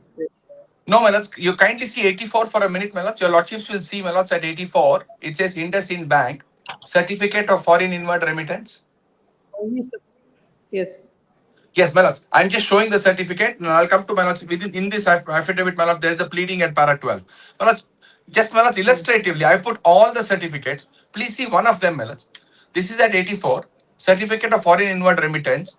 Let's kindly see FIRC on the right side. It says foreign inward remittance certificate issued, my lords, on 2/12/2014. We say we certify that we have received the following remittance and proceeds which were paid to Emits Technology, that is me. My lords, in the bottom of that there is a number, etc.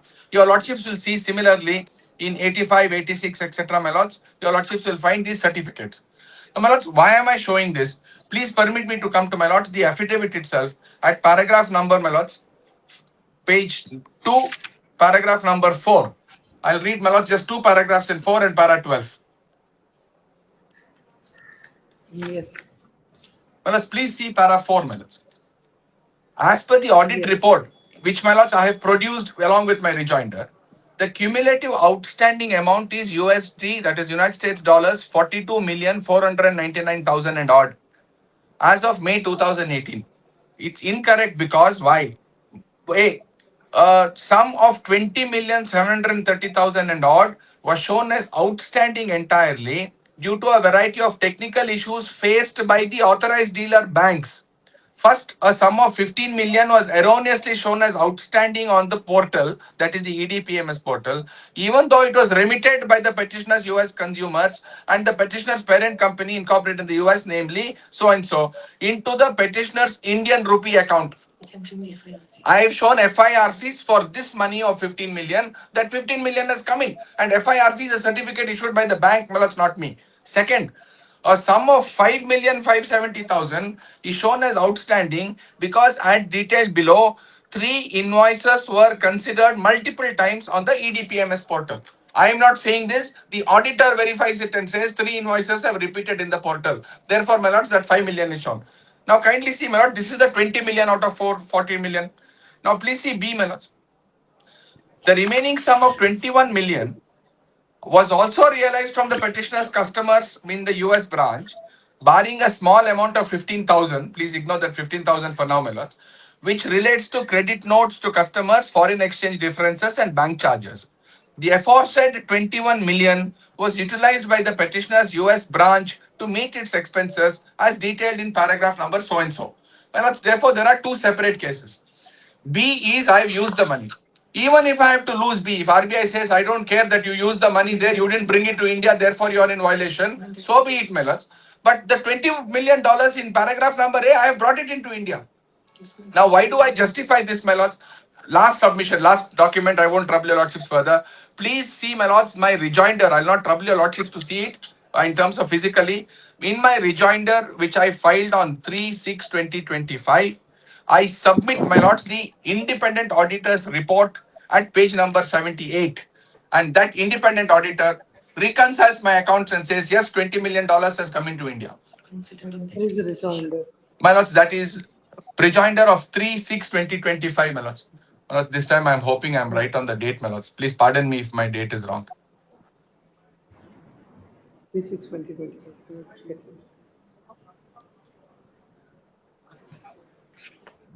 It's not there.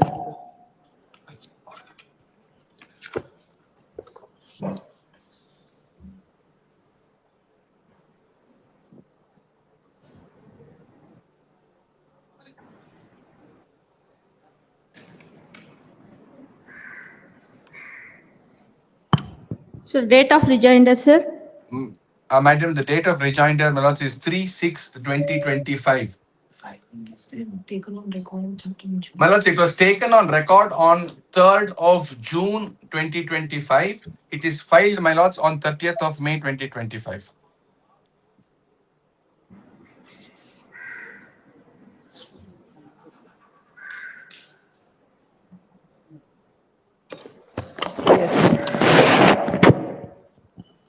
Yes. My lords, please permit me straight away. I won't trouble your lordships with, my lords, the various paragraphs in it. Please come to Annexure D, my lords, at page 78.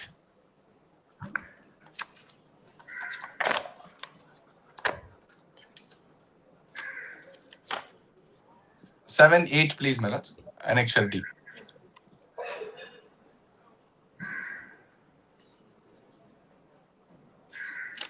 Yes.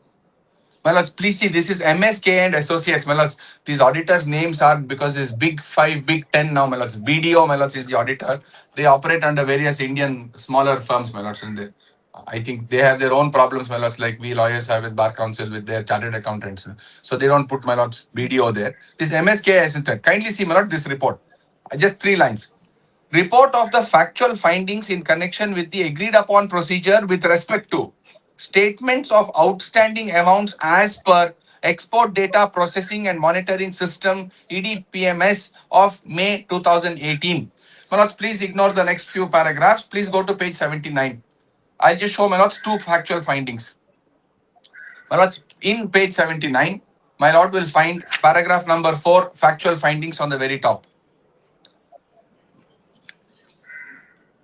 My lord, the procedure was performed solely for the purpose stated above. The procedures performed and factual findings are noted below. Kindly see, my lords, in that I will read, my lords, both serial number 1 and 2, but only the factual findings part, which is on the right-hand side of the page. My lords, please see serial number 1 on the right-hand side of the page, factual findings. Out of the total invoice amount as per the statement, that is United States dollars 42,499,000 and odd, we have traced 36,925,000 to the source document received from the company. We are informed that the reasons for the difference of 5,575,000 are the following.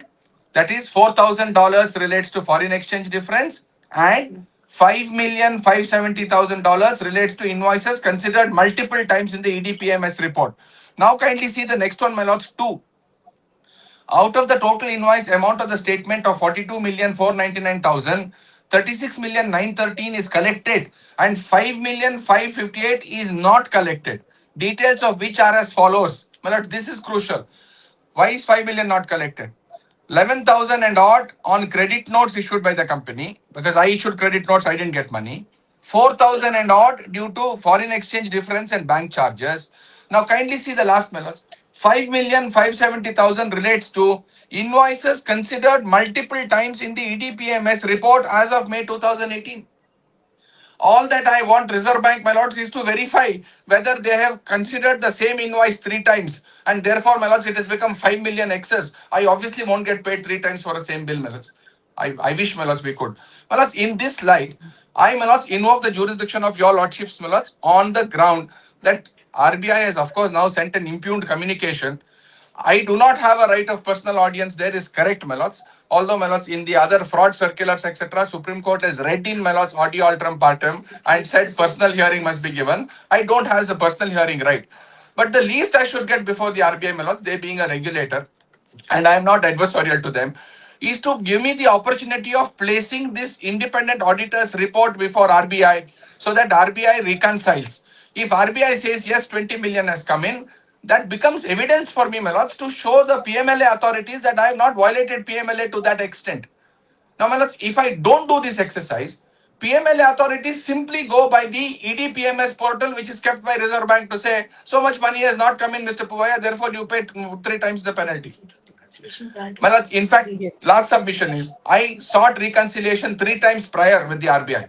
RBI told me I do not have a cause to directly go to RBI. I should go to my authorized dealer banks and through the banks approach RBI. Therefore, this time over, when the impugned decision came, I went through the authorized dealer banks and approached the RBI, for which RBI has issued, my lords, that 2-paragraph impugned decision, quoting these 2, my lords, that is paragraph A.2, and then indicating that I will not give you the benefit of money spent outside. It's in that light, I am praying, my lords, an opportunity be given to me. I am grateful, my lords. The effort of the petition, Lord, is really to get over something else. It is not really to cure any other defect. There is already an adjudication on this issue by the Enforcement Directorate, and which issue is pending in appeal before the tribunal. Now, please see that order, Lord. All of this is now in the writ petition. If your lordships kindly come to page number 130, my lord.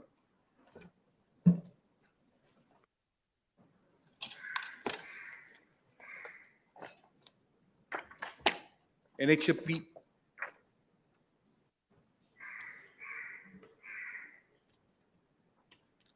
This is the occasion when they had to place all the relevant facts to the enforcement directorate to tell the directorate that actually it's not 40 million which I have.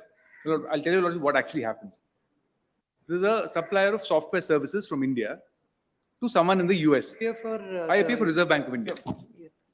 They are a supplier of software services from India to United States. They are a subsidiary of a United States company. So they supply it to the United States and money is received there. The requirement of the law is every single rupee that you receive, you must bring it back into India. You should do it within either 6 months or within 9 months. You cannot utilize it for any other purpose. What they did is, after you bring it, about 10% can be utilized, but not for expenditure. That's the requirement of the law, regulations. I won't trouble you lots with all that. What they did is, they did not bring it into India. They spent the money in the US. Question was how much? That is why the ED proceedings were initiated. Now, there is a factual finding in the ED proceedings that the entire amount of money that was spent is 40 million, on the basis of which a penalty was imposed on them for 300 crores. Please see the order at page 157. That's ED proceedings or independent proceedings or? No, under FEMA. Under FEMA. Yes. It's under FEMA, my lord, because when money does not come, there's a foreign exchange violation. The foreign exchange violation is dealt with by Under the the FEMA, it is determined that this is the amount which is not. It is determined. account. Now that is determined as a matter of fact. Now they're trying to overcome that by filing a writ petition saying you do examination independent of what has happened in the ED proceedings. Please see the finding at page 157. And this is all post facto. It can't be post facto in this particular fashion. Yes. Para 6, my lord, order. Yes. Based on the allegations leveled in the complaint against the noticee, vis-a-vis replied furnished by the noticee, and upon careful examination analysis of the merits of allegations, submission noticee, I pass following order. I hold E-Mits Technology, Saurabh Sinha, Director, guilty of having contravened the provision section 7 of Foreign Exchange Management Act, read with regulations 8, 9 and 13 of Foreign Exchange Management, Export of Goods and Services, and regulations 8, 9 and 12 of Foreign Exchange Management, Export of Goods and Services So regulations. when this order is passed, they have an opportunity of hearing. Yes, full opportunity. They go appear before them, give all the records, do all the documentation. Please see the date of the order. My lord. Date of the order is 2021, 2/7/2021. The report which they have now placed before your lordships of MSK, that auditor report, is of 2023. If my lord, and after this they go challenge it in the Delhi High Court, saying the appellate authority is not established, then tribunal is established, then they go before the tribunal, matters pending. What happened to this? This was then stayed. The Delhi High Court stayed this, my lord, and after which they've been relegated to the tribunal. Your lordship will kindly see the total penalty is 360 crores. You get it at page number? Page number 157. I was reading 157. Yes. Please see, I'll just read that, my lord. To the tune of last two lines. My lords have the last two lines. To the tune of USD 42,499,391. To the last dollar. In exercise of powers conferred on me under section 13(1), I impose a penalty of 276 crores on E-Mits and rupees 30 crores on Saurabh Sinha. For the above contravention, I hold E-Mits Technology, Saurabh Sinha, guilty of having contravened provision section 9B read with regulation 7 so and so. In exercise of it, I impose a penalty of 84 crores. And 10 crores on Saurabh Sinha. Total penalty, my lord, comes to about 400 crores now. 360 and 40 crores. Now this is challenged, my lord, before at Annexure Q. Your lordship will kindly see Annexure Q. That is the appeal provision. Yes. Then, Lord, there is a challenge because there was no functioning tribunal at that time. They went to Delhi High Court. High Court entertained it, granted an interim order, then finally said go back to the tribunal. So the matter is pending in the tribunal. That is the fact-finding authority. RBI's role is not to sit and check whether if I have to do all the checking which they are asking your lordships to direct me to do, then I have to check every invoice. This is the foreign exchange. This is the foreign currency received. That is not for us to do. But the Reserve Bank of India should have said that. No, I know. Instead of giving all this. Lord, we were only saying the AD bank's responsibilities is to do all the reconciliation. Because Lord, what happens, foreign exchange, of course, we overall regulate. But it is not like we check as to whether 1 rupee or $1 comes into India or not. That is to be done by each bank. So banks, Lord, are regulated in a particular fashion that they must go through this E-Mits one portal which is there, enter everything, and then show that this is the amount of money which has come. Now, when your lordship saw that order, which your lordship saw, what my lordship did not point out are the dates. The petition, my lord, was filed on the basis of that May order. The so-called, my lord, statutory auditor or the auditor's report comes in October, much later, and that is shown to your lordships and saying, no, say, direct the RBI to we can't reconsider, my lord. The requirement to reconsider everything is to be done by the AD Bank. AD Bank has to take into consideration everything and then determine as to whether one particular invoice and the amount received is against that invoice or not. It's not simply saying. As submitted by the London Senior Counsel. My lord. Now we'll direct the Reserve Bank to look into this. Whatever is their submission. What would happen to the ED proceedings? ED proceedings have to go on. That will be independent, which is what I'm saying. I cannot now today, even if they give me a full report of a chartered accountant, I cannot sit and verify whether the chartered accountant is right or wrong. Nor can I accept what the chartered accountant says and say, oh, it is correct. Therefore, reduce that entire liability by 20 million. This is nothing but an effort to try and see how to get out of that ED proceedings. You can't use the RBI to do that. And clearly, my lord, there is no dispute, even according to my learned friend, that out of 40 million, even according to 20 million is a violation. It may result in a reduction. Place it before the appellate authority. Tell the appellate authority, I now have this information. If the appellate authority accepts, very good. If the appellate authority rejects it, then I can't be blamed. Today, my lord, petitions filed as if the RBI has done something wrong. RBI can't do one thing with respect to this because there is a portal. On the portal, my lord, it has to be entered. And the entry is done by the AD Bank on the basis of the information that they receive. Therefore, they issue a foreign inward remittance certificate saying, I have received so much of money. It is against this particular invoice. And all that information is given by the customer and the bank. I am only a regulator. Today, what is being said is, direct the regulator to do all this. My learned friend said, not very interestingly, that under the fraud circular or the circular relating to willful defaulters, opportunity of hearing should be given. RBI doesn't give that. That is given by the bank's concern. If a bank wants to declare someone as a willful defaulter or as a fraud, they give. I don't give any hearing to anyone. I received, my lord, in this case, an email or a letter from the bank. Bank says various things and asks me. I say, this is what the situation is. Don't come to me and asking me questions of this kind. All of this is your responsibility. And without you taking care of that responsibility, you cannot come to me. That is a simple answer I've given to them. May I now request, my lord, after they filed the rejoinder, I filed one additional reply to the to the additional affidavit. I filed a affidavit. Where's That is dated. It's filed on 28th of January 2026. The two paragraphs which my learned friend read were para 4A and B. I'll just read what we have said. Allah sir. Allah madam. Reply to additional affidavit in the 4-5 pages.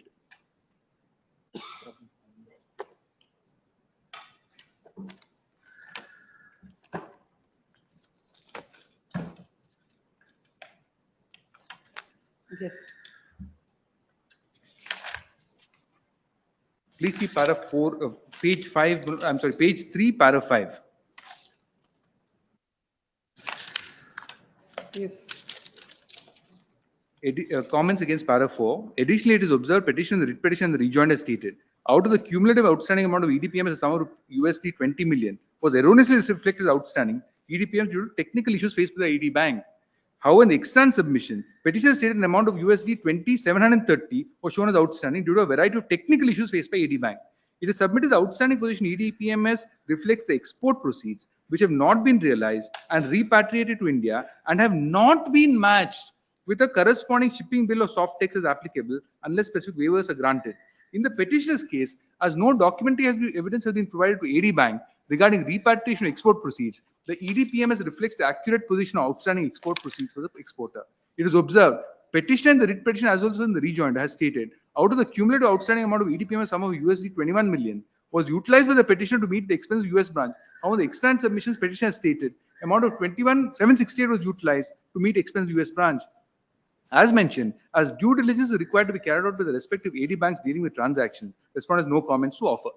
Then submissions made by petitioners paragraphs under reply amounts to admission on the part of the petitioner. That amount of US $21,976 was not repatriated but has been utilized. That is, of course, not on what they are saying.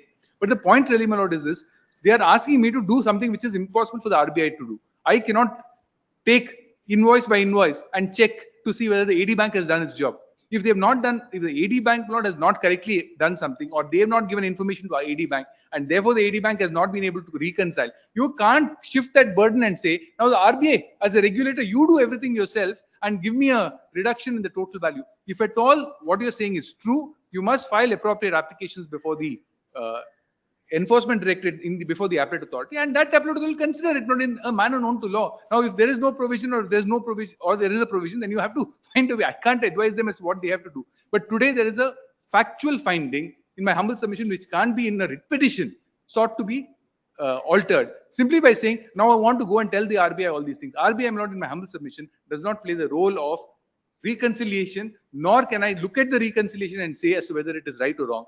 The AD bank through whom they were dealing will be the one who will have to reconcile. If they reconcile and then they say this is a lower amount, that is up to them. They can take that material and place it before it. But I can't give them evidence to go and place it before the enforcement directorate. Yes, Mr. My lord, I'm conscious, my lords, in reply, just 3 submissions in reply, my lords. First, my lords, kindly see, my esteemed friend, Mr. Chinnappa, my lords, showed the order of the PMLA authority, adjudicating authority.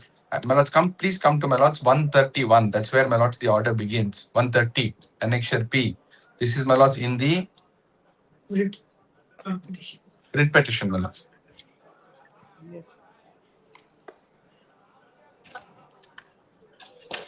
Yes. My lords, begins at 130. Please turn over, my lords, to 132. Yes. My lords, please see about 2 lines from the top, my lords. Notice C2, etc. for alleged contravention of Section 7 of FEMA, read with so and so of the Export of Goods Regulation 2000 and so and so of Export of Goods and Services Regulation 2015, to the extent of 4, that is, my lords, 4 mil, it must be 42,499,000. Those commas are put wrong, my lords. It's 42,499,391. That is 42 million, equivalent to INR so and so. My lords, first submission. This issue from enforcement directorate authorities work either under the PMLA or under the Foreign Exchange Management Act. This is proceedings under the Foreign Exchange Management Act. All that the ED will do in a foreign exchange management proceedings is to impose penalty upon me under Section 13 of FEMA. Look at the sum that is in contravention based on public domain data that is available, that is EDPMS data. EDPMS data says Sajan Puvaya has not brought 42 million. For proceedings begin, my lords, to impose penalty on me. I have to contest that in appeal. I am contesting that in appeal. I am not seeking, my lords, an interim order against those proceedings. Whatever happens in those proceedings will. But please see, my lords, the problem. In those proceedings, I tell the adjudicating authority. Please come to, my lords, page number 140, para 4.4, my lords, at 142. Page number 142, my lords. This is a double whammy. When I tell those authorities about RBI, those authorities say I will proceed. RBI says, sorry, I will not do anything. My lords, please permit me to read 4.4. Reconciliation. Yes.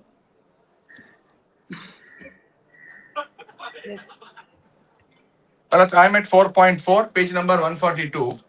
He added that the summary of the amount invoiced by the company of 121, out of which 95 has been remitted to India and US branch, and combined amount of so and so to its deficit account, that the company suo moto filed applications before RBI for setting the export settlement dues against remittances to the branch office, etc., etc.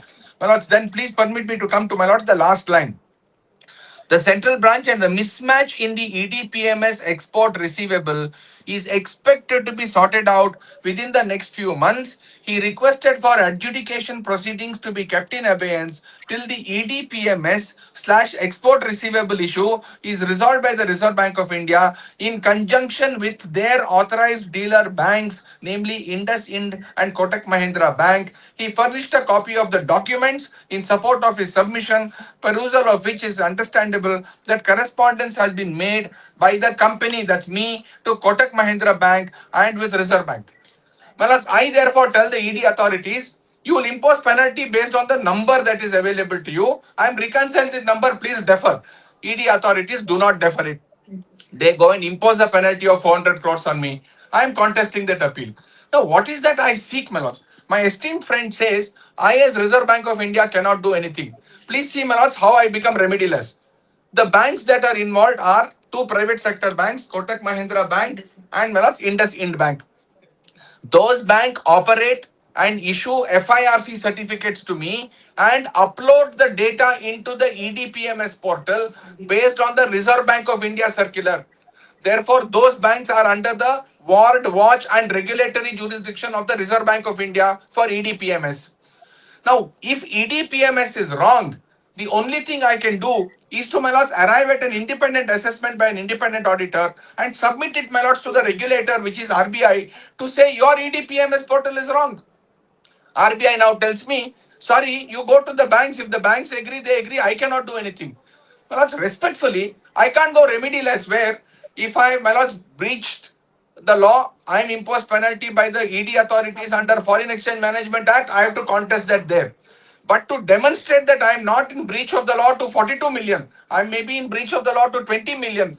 The only authority which can reconcile it, my lords, is the authorized dealer banks which work under the master circular of the Reserve Bank. Appellate tribunal cannot consider all this. My lord, sorry, my lord. I'm sorry, I didn't hear, my lord. Appellate tribunal, Yes, my lord. why it cannot consider all this? My lords, the problem with the appellate tribunal as to why it will not consider all this, my lords, is that the evidence that is available on public domain data register today is 42 million has not come into the country. The only thing I can contest before the appellate tribunal is that under the Foreign Exchange Management Act, I have not undertaken a violation, therefore don't impose penalty. My lords, I can do on the FEMA side, but I can't bring the 42 million down, my lords, before the appellate authority because the appellate authority simply says 42 million is the public number. It's the EDPMS number. Who controls EDPMS, my lords? The authorized dealer banks under a master circular of RBI. Is it so? No. That's You are entitled to place all arguments, include. of course, no, otherwise what's the purpose? If you are able to show that the total amount of money that you actually received is wrongly noted, then whether EDPMS or otherwise, if you are able to show from other, I don't know if they have other material, I really can't say, but if they have the other material, it can be, of course, be placed before the appellate authority. Authority considers it. Because the Reserve Bank of India has notified like that. We have not certified. Adjudication. We don't certify anything. As a matter of fact, all that happens is the authorized dealer bank. It's a process of reconciliation. Money has come, it has to be reconciled against a particular invoice. That reconciliation has to happen and then it has to be entered in the EDPMS. Now, if they have not provided the information, the AD bank can't do it. If the AD bank does not have the information or has made a mistake or has some problem, my lord, then that has to be corrected there. You can't come to RBI and say, you correct it. How do I correct it? I don't even know or have information. I don't control the EDPMS system. Therefore, all this material has to be placed before the, if at all they want some protection before the appellate authority, they've placed it before the appellate authority, not here. Yes. My lords, the last submission I have is this, my lords. At page, my lords, make this submission before the PMLA authority saying I am going through a process of reconciliation. And my lords, at page number 147 of this very order, my lords, which is passed, the adjudicating authority says, sorry, your reconciliation can go on with the Reserve Bank. I am not stopping my proceedings and I'm going forward. It is kindly see, my lords, 147. My lords, 146 bottom and 147. My lords, at 146 bottom 5.2, please permit me to read 5 lines. This 5.1, 5.2 is under discussions and findings of the authority.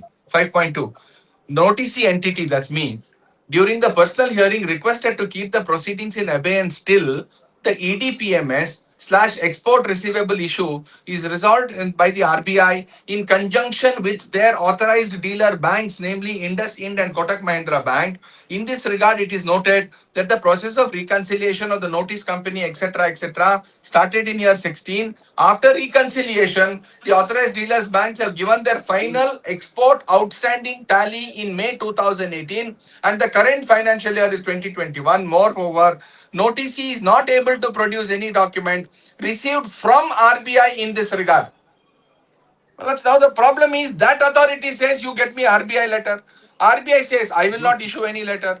Well, today I am stuck now in a scenario where an ED bank will, I can't update the EDPMS database. I have no access to it. The authorized dealer banks have access to it. They update it. And the regulatory approach is that RBI, my lords, maintains the EDPMS portal. It is based on the RBI master circular. The only correction I can do is to, my lords, go up to the regulator, not for the regulator to issue a certificate to me. My friend is right. RBI need not issue a certificate to say POIA is right.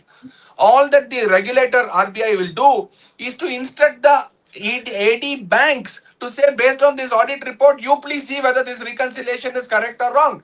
If it is wrong, I get no relief. If it is correct, I get relief on the Can't EDPMS. direct them, my lord. No, no. AD banks can do it independently. No, what is the exercise that is being done before the appellate authority or the primary authority? Appellate authority, primary authority order is there. Well, That's what- primary what is done authority. before the primary authority?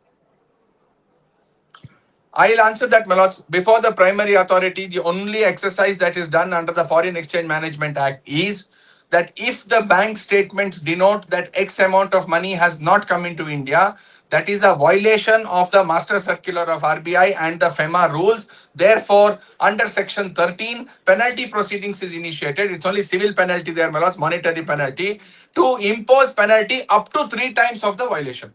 That's all that It happens is not before that. open for you. No, it is not open for you to contend that whatever the statement of the Reserve Bank is not correct, basing on these things, this is a correct statement. Will that exercise, did that exercise was done by the primary authority? My lords, I'll place that answer, my lords. Unfortunately, my lords, the only way I can plead before the primary authority that the number is not correct is by demonstrating to them a bank certificate of, my lords, the authorized dealer banks or the EDPMS authorized data to say that please see the data, it's not 42 million, it's only 20 million. The PMLA authorities cannot, my lords, direct the RBI to do anything because PMLA has no jurisdiction. Even the appellate tribunal has no jurisdiction on RBI. The only exercise that can be done for reconciliation is by the banks, which is under the supervision of RBI, for which writ is the only remedy for me. Therefore, my lords, I came up in writ petition, seeking an opportunity that my reconciled statement based on an independent auditor be placed before RBI for RBI to ask the banks to do that exercise. Whatever the RBI says is taken to be correct, then why the proceedings are required before the authorities?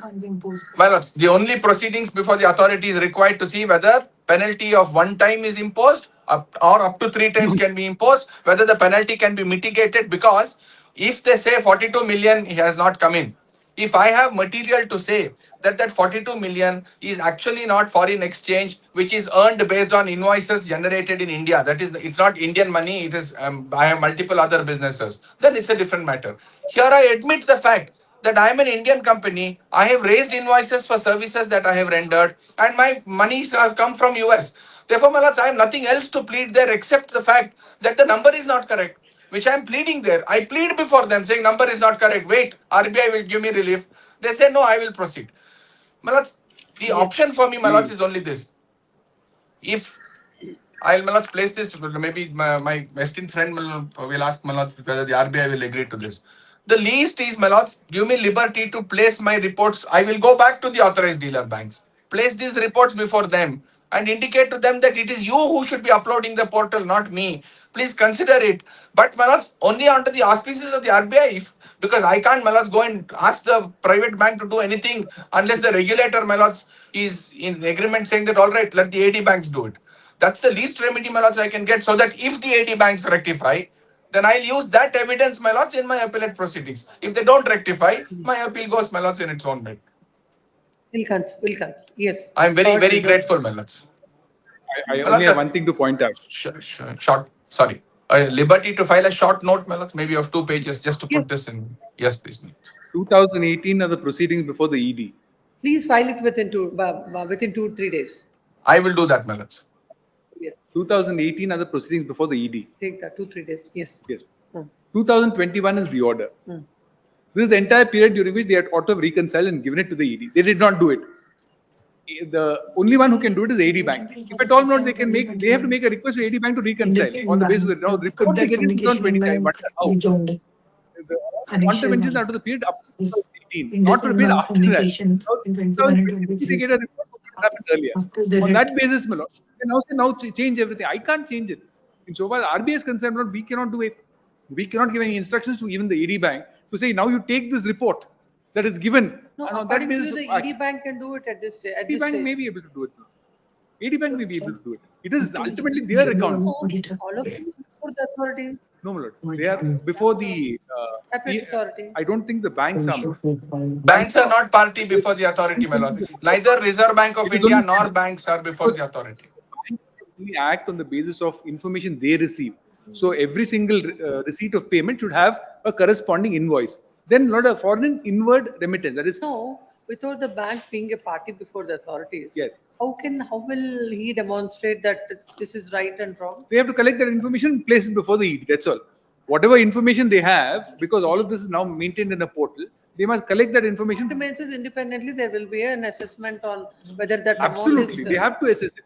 Without that, they Whole can't. purpose. That is the whole purpose of. Otherwise, why should you have an adjudicating authority? You might No, not that have is- a penalty authority which says, "I'll take this figure and impose penalty." It can't be. You know, No, my that's so understanding is correct. not- No, my friend is correct. The only thing I can do is place material before the authority. And the only thing I can do for that material is come and invoke my lord's jurisdiction saying, please give me that material. I brought the money.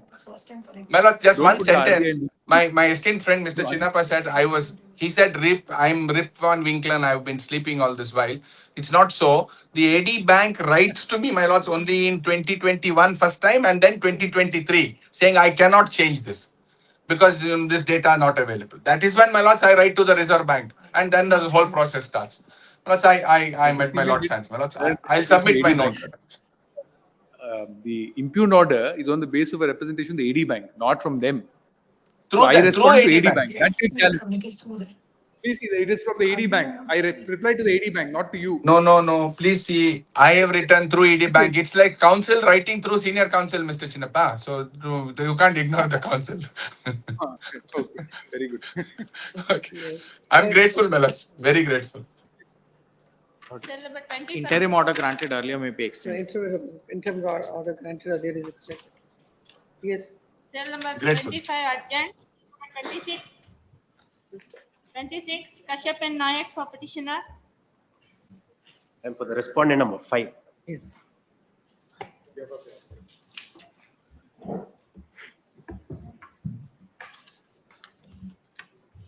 Yes.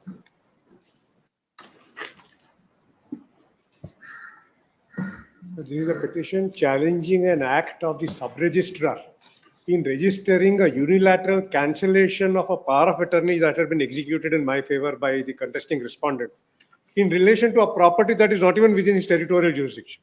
It is unilateral and it is in respect of a property that is outside his jurisdiction, directly in violation of section 28 of the Registration Act. This is the only thing. The registrar does not, he is a party. He does not object, he does not file any objections. Contesting respondent files objections on merits, saying that I have not done my job, I have violated the contract, etc.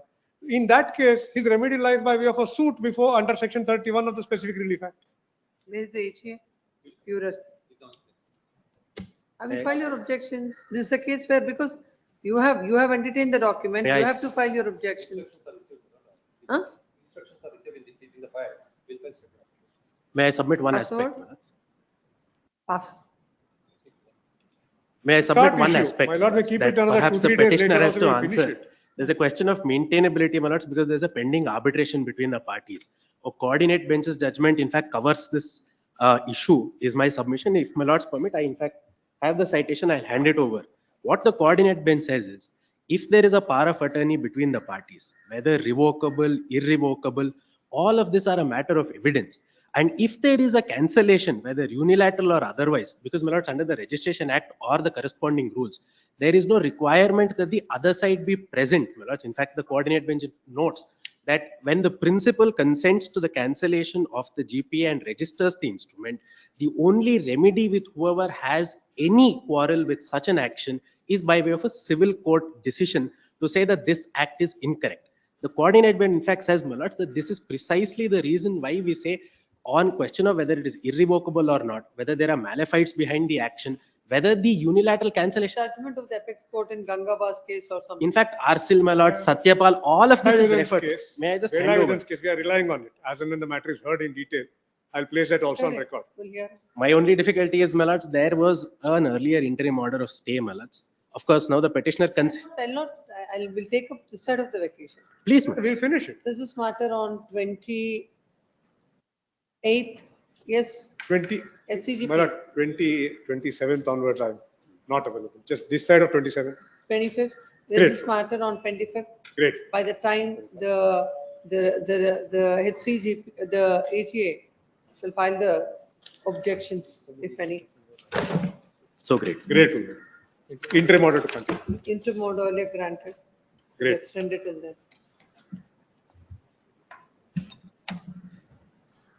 Cell number 27 urgent, 28, Srinivas V. Lord, I appeal for petitioners in this case, Lord. The petitioner herein have called in question a notice, my Lord, issued by the bank. My Lord, the petitioner is a purchaser of the property in question. Now, my Lord, the alleged loan transaction is said to have been taken place after the petitioner having purchased the property from Murthy. Issue writ of certiorari. Yes, my Lord. To pass a notice dated, issued with the respondent, that is, what is the 6/2/2025 notice? My Lord, it's a securitization notice, my Lord, issued in pursuance to the order at under section 14. Now, my Lord, your Lordship may kindly come to for page number 43, which is the notice. Now, my Lord, the allegation is that, my Lord, one Murthy and Patelappa are the borrowers as per the notice. And, my Lord, they have borrowed a sum of rupees 7 crore 9. For you. My Lord, I am the owner of the property in question and I am nowhere concerned with the loan because Murthy have sold the property, my Lord, for the first. My Lord, your Lordship may kindly come to. When did you purchase the property? My Lord, I'll take your Lordships for a while. Interim order, your Lordship may kindly come to the interim order where it is clearly extracted because all the documents When are is in the Kannada. property purchased? My Lord, since the documents are in Kannada, I am taking your Lordships to the interim order where his Lordship have extracted when the property came into my possession and how it came into my possession. Since it's in Kannada, I am taking your Lordships through that way, my Lord. May I just read page number 2 of the interim order? Lord, the respondent was sold to in question, which is residential site in favor of one GM Subramania. Respondent number 2 is the borrower. Yes, my Lord. Under the registered sale deed dated 21/2012 at Annexure C. Thereafter, GM Subramania sold in favor of G. Srinivasa under the registered sale deed dated 5/11/2018 at Annexure C1. The petitioner purchased the property from G. Srinivasa under the registered sale deed dated 30/10/2024 at Annexure A. After purchases so and so, so and so. Now, my Lord, this is the, my Lord, first time he has lost his title in the year 2012. When is the charge created on the property? Senior is not there, 2015. Mulaj, to seek instructions, Mulaj. Huh? Senior is out of town, Mulaj. Seek instructions, Mulaj. You have an interim Apologies. order. Yes, my Lord, I have an interim order. Interim 2015 is the charge created as per the Earlier order. And for the R1, Mulaj. granted is extended until further orders. This is matter after vacation. Cell number 29, Somaya Anand, petitioner. Here for the petitioner, seal number 29.2, my lord. Lords, and for the petitioner in 29.1, my lords. My lords, on the last date of hearing, the matter was partly heard, my lords, and thereafter it was adjourned to 24th of this month, my lords. However, the interim order was not extended, so we have moved. To argue the matter. My lords, we have engaged the senior counsel, my lords, maybe had on 24th. The memo was moved only for being spoken to for extending the interim order, my For lords. extension of interim order, one time you will move. I will not extend the interim order. Whenever the senior is ready, we will hear the matter. My lords, it may be held on 24th, my lords. Yes, 24th. Interim This is order, not- my lords. You Interim know, last time it is not in, it It is not was not, extended. it was not extended, my lords, on the last date. We'll hear the matter. Otherwise, you will not argue on 24th. No, My lords, my lords. we had requested We'll for the hear the extension. In fact, your lordships had ordered, my lord. order, I think in the What is order going sheet to is not happen? Till recorded. such time, don't take any steps. 3 days away, my lords. Grateful, 24, grateful, lords. Cell number 24th, 30, on the day the petitioner shall argue the matter, or else Yes, the my lord. petition will be discussed. Yes, 30. cell number 30, I was appearing for the respondent in this matter. There are two connected writ petitions. The writ petition has been filed against a private entity. What is this? Navi Finance. It's a private entity itself. I have judgments to show the private entity is not maintainable. Yes, 13 for notice has been charged. whatever it is, against a private finance company, writ petition is not maintainable. I have dismissed so many writ petitions. But they have Alternative initiated remedy the before the proceedings under, RT. my Lord, under Securitization Act, my Lord. Whatever it is. The judgment is like that, Vishwabharati's judgment. I have Vishwabharati's judgment itself. Yes. The writ petitions, both the writ petitions are filed against seeking the following prayer. The respondent is Navi FinServ Limited. In the light of the law laid down and what is that? Phoenix. So and Phoenix so. ERC private. I have the judgment. They know that. Phoenix so and so. the writ petition against a private financial institution is not maintainable. Accordingly, the writ petition is disposed of, giving liberty to the petitioner to bear the appropriate remedy before the DRT. Petitioner shall have the benefit of section 14 of the surface of the petition. This 31. So number 31, remand hearing. Then you have an interim order in this. As there is an interim order, the petitioner shall have the benefit of the interim order for a period of 4 weeks. So number 31, I appear for the petitioner, Lordship. We have filed the memo for retirement in this matter. I filed it before the registry. Notice is also not ordered in this matter right from 2022. There's no instructions from there in your Lordship. Huh? We have complied with all the office objections, everything. What There's- office objections? The matter has never come up. Who are the respondents? Lordship, Krishna Wellington Apartment Owners and Welfare Association. What is it they're questioning? Directing the respondents to take action against the previous office bearers of the association.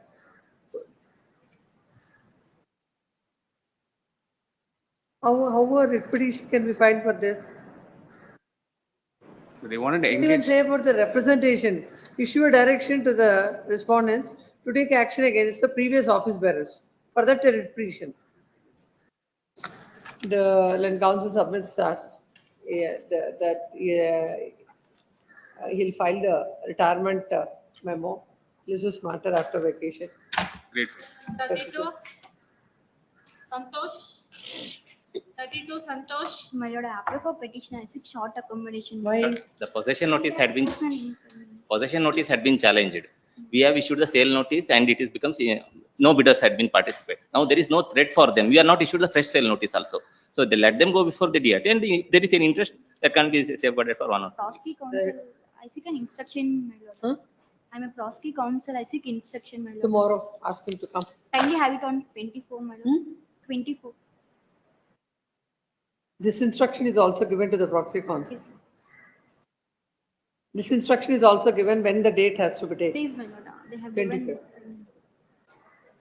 Yes, Number look at it if interim order is there extra. 33, Yes, No 33. interim order. It's the first time it is coming, Lordship. The first time it is coming, there is no interim order. My lordship, I seek a short accommodation, my lordship. My seniors. What short accommodation? At request list on 21-4, it is made clear that no further adjournments will be granted. One short adjournment. I think either the advocates are not understanding what is the court order or what is the problem, I'm not able to understand. Last time when the matter is called, this is order, the cause list also reflects it. And again, you say another short adjournment. I apologize, my lordship. One short. This is matter tomorrow. My lordship, not tomorrow, day after tomorrow. Day after tomorrow, if adjournment is sought day after tomorrow, writ petition will be straight away dismissed. 34, 34, Ramesha DS. Oh, yes, this is matter tomorrow. Or Passover, we'll see in the afternoon. Passover, yes, 35. Still number 35, Appear with the petition on this matter. Not in this case, not my account was rendered not NPA. I went before the DRT. Lordship will see page number 61. An order comes to be passed by the DRT not to make good the certain amounts to regularize my account. I make good those amounts. Page number Who 61. appears for Union Bank of India? Lord Mr. Vignesh Shetty. Which appear? Purandar appears. Please. Ms. Vignesh Shetty is here. Vignesh Shetty is directed to take notice on behalf of, what happened to you right from morning? You are not there. So many matters are called. The Mr. So-and-so is directed to take notice on behalf of the responding bank. So the papers. I on. shall do that, please. Yes, this is smarted after. Oblige. Ma'am, I have request of Friday, my lord, if I do. Friday, Friday. Oblige. still number How the 36, papers on him today? I shall do that, please. Yes, 36. Ramesha, Devi Gopal. Petition. Already your lordship had dismissed the earlier writ petition Hmm. and directed them to go before DRT. On Why 2 did they days, come again? Password matter. Password. Still number 37, Garupesh. I pay for the petitioner. Lord's demand notice was issued on 22/2025, page 39, madams. Demand notice was issued at page 39 on 22/2025. What is the prayer? First come to the prayer. My lord, sir, the prayer which I have sought is that now there is an order. Dated in essay diary number. No, my lords, I'm before the DRT. DRT has already disposed of my essay. Kindly see the order at page number 12. That is my only limited grievance. Kindly see page number 12, my lords. No. I have filed in. You are questioning the impugned order dated 7/4/2026. Kindly, my lords. Where Only is to that the page number? only to the limited extent, my lords, I'll just show that order. What that I'm now DRT has directed me to repay the entire amount, take possession of the property within 3 months. And they've directed me to pay a sum of rupees 50 lakh as to something to show bona fides, which I've already paid. I'm absolutely ready and willing to comply with the interim order. Only the limited grievance is that, my lord, this is my house property. They've already dispossessed me. I have an aged mother who suffered a heart attack after they dispossessed me in a manner that I'll not get into. All that I'm saying is that I'll comply with the interim. In the meanwhile, they may re-derive the possession of the property, my lords. DRT has told that once I pay the entire amount, after 3 months, they will re-derive the possession of the That's how property. it is. I'll file an affidavit. In the event I don't deliver the possession, if I don't pay, immediately they can dispossess me. This is my only house. I'm residing in a hotel as of So now. this court is also passing the orders. Why should we interfere with the DRT? My lords, only to the limited extent, my lords. Now this is on humanity grounds, my lords, because I have no other house. This is my only house that dispossess me. I'll file an affidavit. The day that I don't comply with the interim order, they may dispossess me immediately. I'll only leave the possession and I'll give it to them. In the meantime, all that I'm saying is that 3 months. Yes. I don't have any other account. The petition, my lord, approached the Honorable DRT, assigning the sale notice. Wherein, my lord, in fact, my lord, there, my lord, undertook before the Honorable DRT saying that I am ready to pay the entire money. And DRT granted some indulgence, showing that 3 months bank not to sell the property. And, my lord, direction, my lord, to issue, my lord, to file an affidavit within 3 months. Subject to the same, the Honorable DRT directed me not to sell the property, and position which I taken much before that. Not, my lord, in pendency of, my lord, that sale notice which is sealed before the Honorable DRT. In fact, DRT has already considered their request. And, my lord, 3 months time has been granted, my lord, not to, my lord, put the property for auction. Therefore, my lord, They'll not use the property because they'll not be even sell the property. I may be permitted to stay in the property for that 3 months, my lord. So I've already filed affidavit before DRT. I'll file one more affidavit before this honorable court. I comply with it. I'll not seek What one is the day's difficulty in extension. that? please, my lord. If the property. My lord, let them serve a copy to me, my lord. In fact, I have an instruction. In fact, I only assisted matter for DRT. Mr. Have it So-and-so tomorrow, my lord. is directed to take And let notice. him come with an affidavit. Let him serve it to me. I'll show it to my bank. So But is I'll make directed my to take submissions notice on that. on behalf of the respondent. When counsel the petitioner submits that petitioner has sought for redelivery of the property, and an affidavit is filed that he will pay the amount within 3 months. However, the TRT had permitted the petitioner to pay the amount within 3 months, but the petition was not directed to be delivered to the petitioner. It is submitted that that's the only property the petitioner is having. It is submitted that there may be a direction to the bank to redeliver the property, and if for any reason if the petitioner fails to pay the amount within 3 months, he will file an undertaking before the court that they themselves will give portion of the property to the bank. The petitioner shall come up with the petitioner shall file an affidavit by serving the same to the respondent bank, basing on the instructions that are received from the bank. Further orders will be passed. Yes. Tomorrow, my lord. Serial number. Tomorrow, my lord. Tomorrow. Grateful, my Order lord. number 38 you are. 47 Could you have filed year objections, sir? Kindly have day after tomorrow. Could you have filed objections before? I will not extend the matter. I can't extend you. Could you have filed the objection? Let it be, let it be. That serial number 12, withdrawal memo is ready, my lord. Serial Take number that 12. memo. Your lords, 47 entire amount is paid. We will see. I am sitting in the afternoon also. Serial number 48 has been adjourned without our knowledge. This is serial number? 12. Serial number 12. MMO is for seeking to withdraw the writ petition stating that respondent bank agreed to settle the matter by accepting a one-time settlement offer by the petitioner. Accordingly, the memo is taken and dismissed as withdrawn. Your Lordship, one submission, Lordship. Serial number 48, Your Lordship. May be taken up afternoon, Your Lordship. It may be disposed of, Your Lordship. Serial number 40. Entire list I will complete. Your Lordship. It has been adjourned, Your Lord, by the miscommunication, Your Lordship. It may be taken up. He is the 48. petitioner who has taken action without knowledge, Your Honor. My colleague has made some miscommunication submission, Your Lordship. It may Take that. Your submission, Please, sir. Lordship. 38. Others are also present, you are. Take that. please, Lordship. Madam, 48.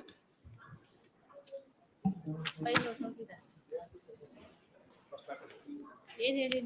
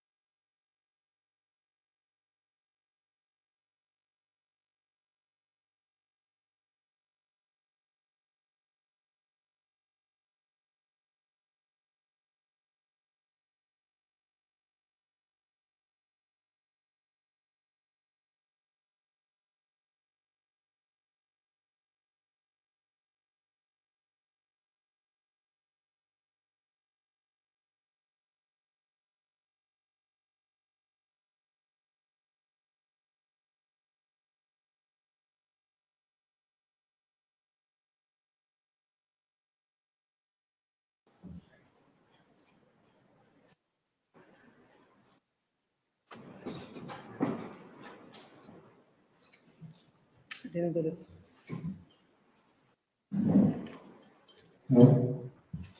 List number 1, sale number 38.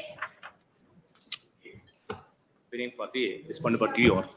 In this matter, today I filed objections office you all. Today I filed detailed objections you all. Kindly have to day after tomorrow.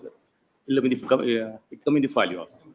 Day after tomorrow. It's for the petitioner to ask time. Myself is On asked. time. Malas, we'll have it on Thursday. Huh? We can have it day after tomorrow. We also received the copy today. This matter, it is submitted that the counsel appearing for the respondent bank has filed the objections today. At the request of non-counsel, the petitioner lists this matter on Thursday, Malas. 25th. Machu. Yes. Machu. Sale number 39. Abhishek Madla for petitioner. My lord's senior is on his leg since quarter 23. Kindly have it tomorrow. Give them.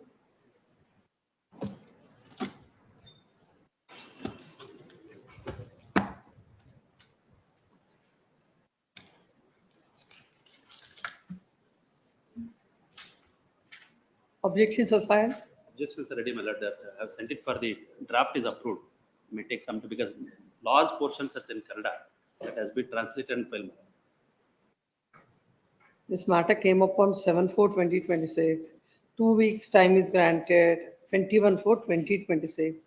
By this time, whatever should have been done should have been done. Because of the census, I have sent it for that got approved also. Because of census, some concerned officials are not available. This is matter on Saturday. By the time, the objection shall be, that is 25th.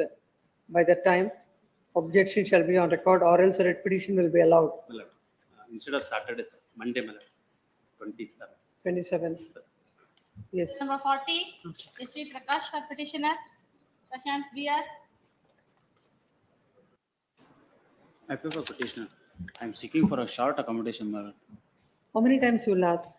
No, my lord. Today, my senior is having some inconvenience, my lord. Your lordship may have the matter on 25th. He will argue the matter, my lord. 2020 writ petition. What is the writ petition about? I have to seek instructions, my lord. I am very sorry. Matters are listed to argue.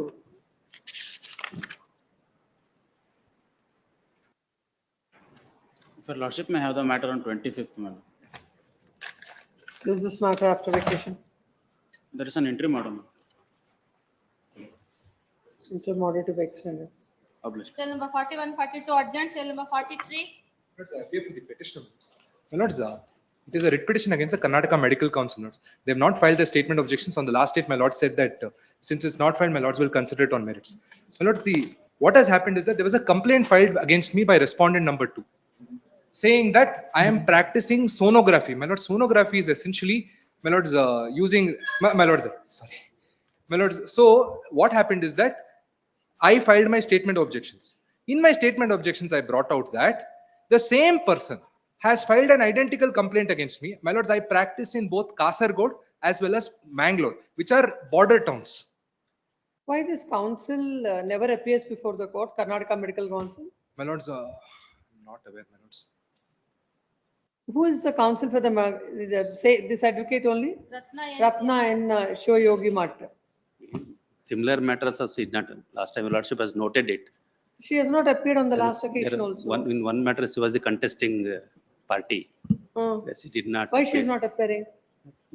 Let's check. Inform the advocate general. Yes. When the panel counsels are not appearing, it's a responsibility of the advocate general to ensure that there is some representation. Medical council comes under the ambit of Union of India, not the state. Medical Council of Karnataka. My lord, it's an autonomous body.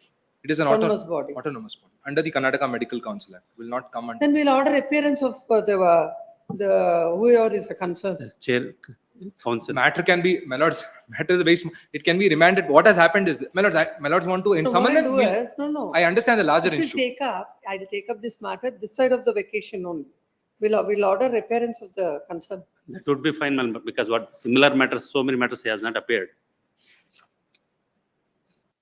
My lords, if my lords are ordering notice, then my lords, it has to go to the chairman. I'll have to take out hand summons and in my court will order appearance of the. Someone has to inform. No, that's the only thing. Someone has to inform the The Registrar Judicial shall communicate this Yes. in spite of in several, in the matters that are listed before the court. There is no representation on behalf of Karnataka Medical Council. Though the name of the advocate Ratna and Shivayogi Math is in the cause list, the name is reflected. In spite of that, there is no representation and no objections are filed so far in a writ petition of 2022. Who is the concern? Well, it will be the president, The registrar, Karnataka Medical Council, registrar, yes, shall file the objections by 28th of April, or else the registrar shall appear before this court. The registrar judicial is directed to communicate this order to the registrar, Karnataka Medical Council. Interim order may kindly be extended. Interim order earlier granted is extended. That day will pass out.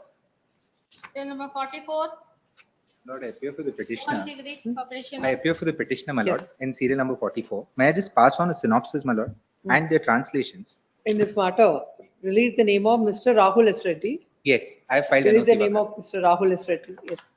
My lord, I've just translated because the annexures are in Kannada. Synopsis also I'm passing on. What is this?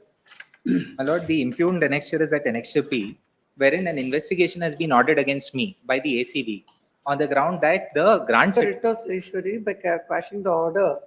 Yes. Stated passed with third respondent. Who is the third respondent? Third respondent, my lord, is one minute. Under Secretary Government of India, Revenue Department. Yes. What is that order? That's at annexure P, my lord. In the paper book that 21-3. My lord, if your lordships were to see the translated copy that I've just passed on, page number 218, my lord, 217, your lordships may take. Just passing on a copy of the translation to my friend as well. My lords, what has been found is that they are saying. Is it starting at 208? It's starting at 208. The relevant portion is at page 217. At the bottom, if your lordships were to see, as analyst. Who are you? I am one of the grantees of the land in the survey number. There's survey number 261. It comprises of, there is survey number 9. It comprises of 261 acres. I am one of the two grantees who holds 4 acres of land each. Now, pursuant to this order, what has happened, my lords, is they have returned a finding that prima facie they find that the allotments which have been made in the survey number are illegal. Therefore, they want an investigation to be conducted by the ACB. My grievance is, my lord, that there was an identical investigation which was carried on in 2013, my lords. That has been produced at annexure D. This was ordered on 2022. This was ordered in 22, on 21st of March 22.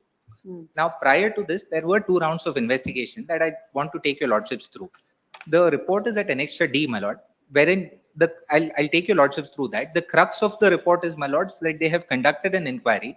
They have found that the grants, insofar as I am concerned, for that 4 acres parcel of land is proper, and they were which came to be issued in 1969. In 1978, there were another set of grants for 46 acres of land which were held to be improper. And in so far as those grants are concerned, an inquiry was ordered and action has also now been taken under the Karnataka Land Revenue Act. Second thing that your lordships may appreciate is that these lands came to be alienated in 1969 after they were granted to me. In violation of the grant conditions, I alienated those lands. Then restoration proceedings were also initiated in 1990 and the land has been restored back to me. All of that has been captured in the report of 2013. 9 years after, my lord, on identical facts, this inquiry is now sought to be ordered. The grievance that I have, my lords, is one is it is covered by the inquiry. Secondly, in my petition at para 17, I've alleged that this is vitiated by malefides because it is initiated at the instance of one of my political adversaries. And therefore, this proceeding is lacking in malefides and it deserves to be quashed. Well, let's see the earlier investigation report or inquiry report. My lords may come to page number 60 right away. The annexure D starts at, my lords, annexure D starts at page 35, the translated version. And if your lordships were to come to page 59, para 7.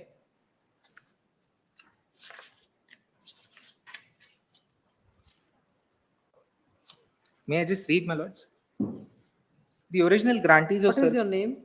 My name is, my lord, I'll just point out. Narayanappa and Muniappa, my lord. Narayanappa and Muniappa, they are two petitioners. Each of them have been granted land parcels of 4 acres each. One is block 12, the other is block 30. Narayanappa is serial number 50 and Muniappa is? May I request your lordships to tell me which? Muniappa is at serial number 46 at page number 54 and. Yes, my lord. My lords, there are several people with the same name. The persons insofar as the petition. Narayanappa, son of Dodda Bhairappa. Yes, my lord. So they are different, my lord. Insofar as I am concerned, my lord. You are Narayanappa, son of? I am Narayanappa, son of Irappa. So Irappa. Now, my lords, were to see serial number 12 and serial number 30, which your lordships will find at 12 and 30. I will just 30 or 13? 30.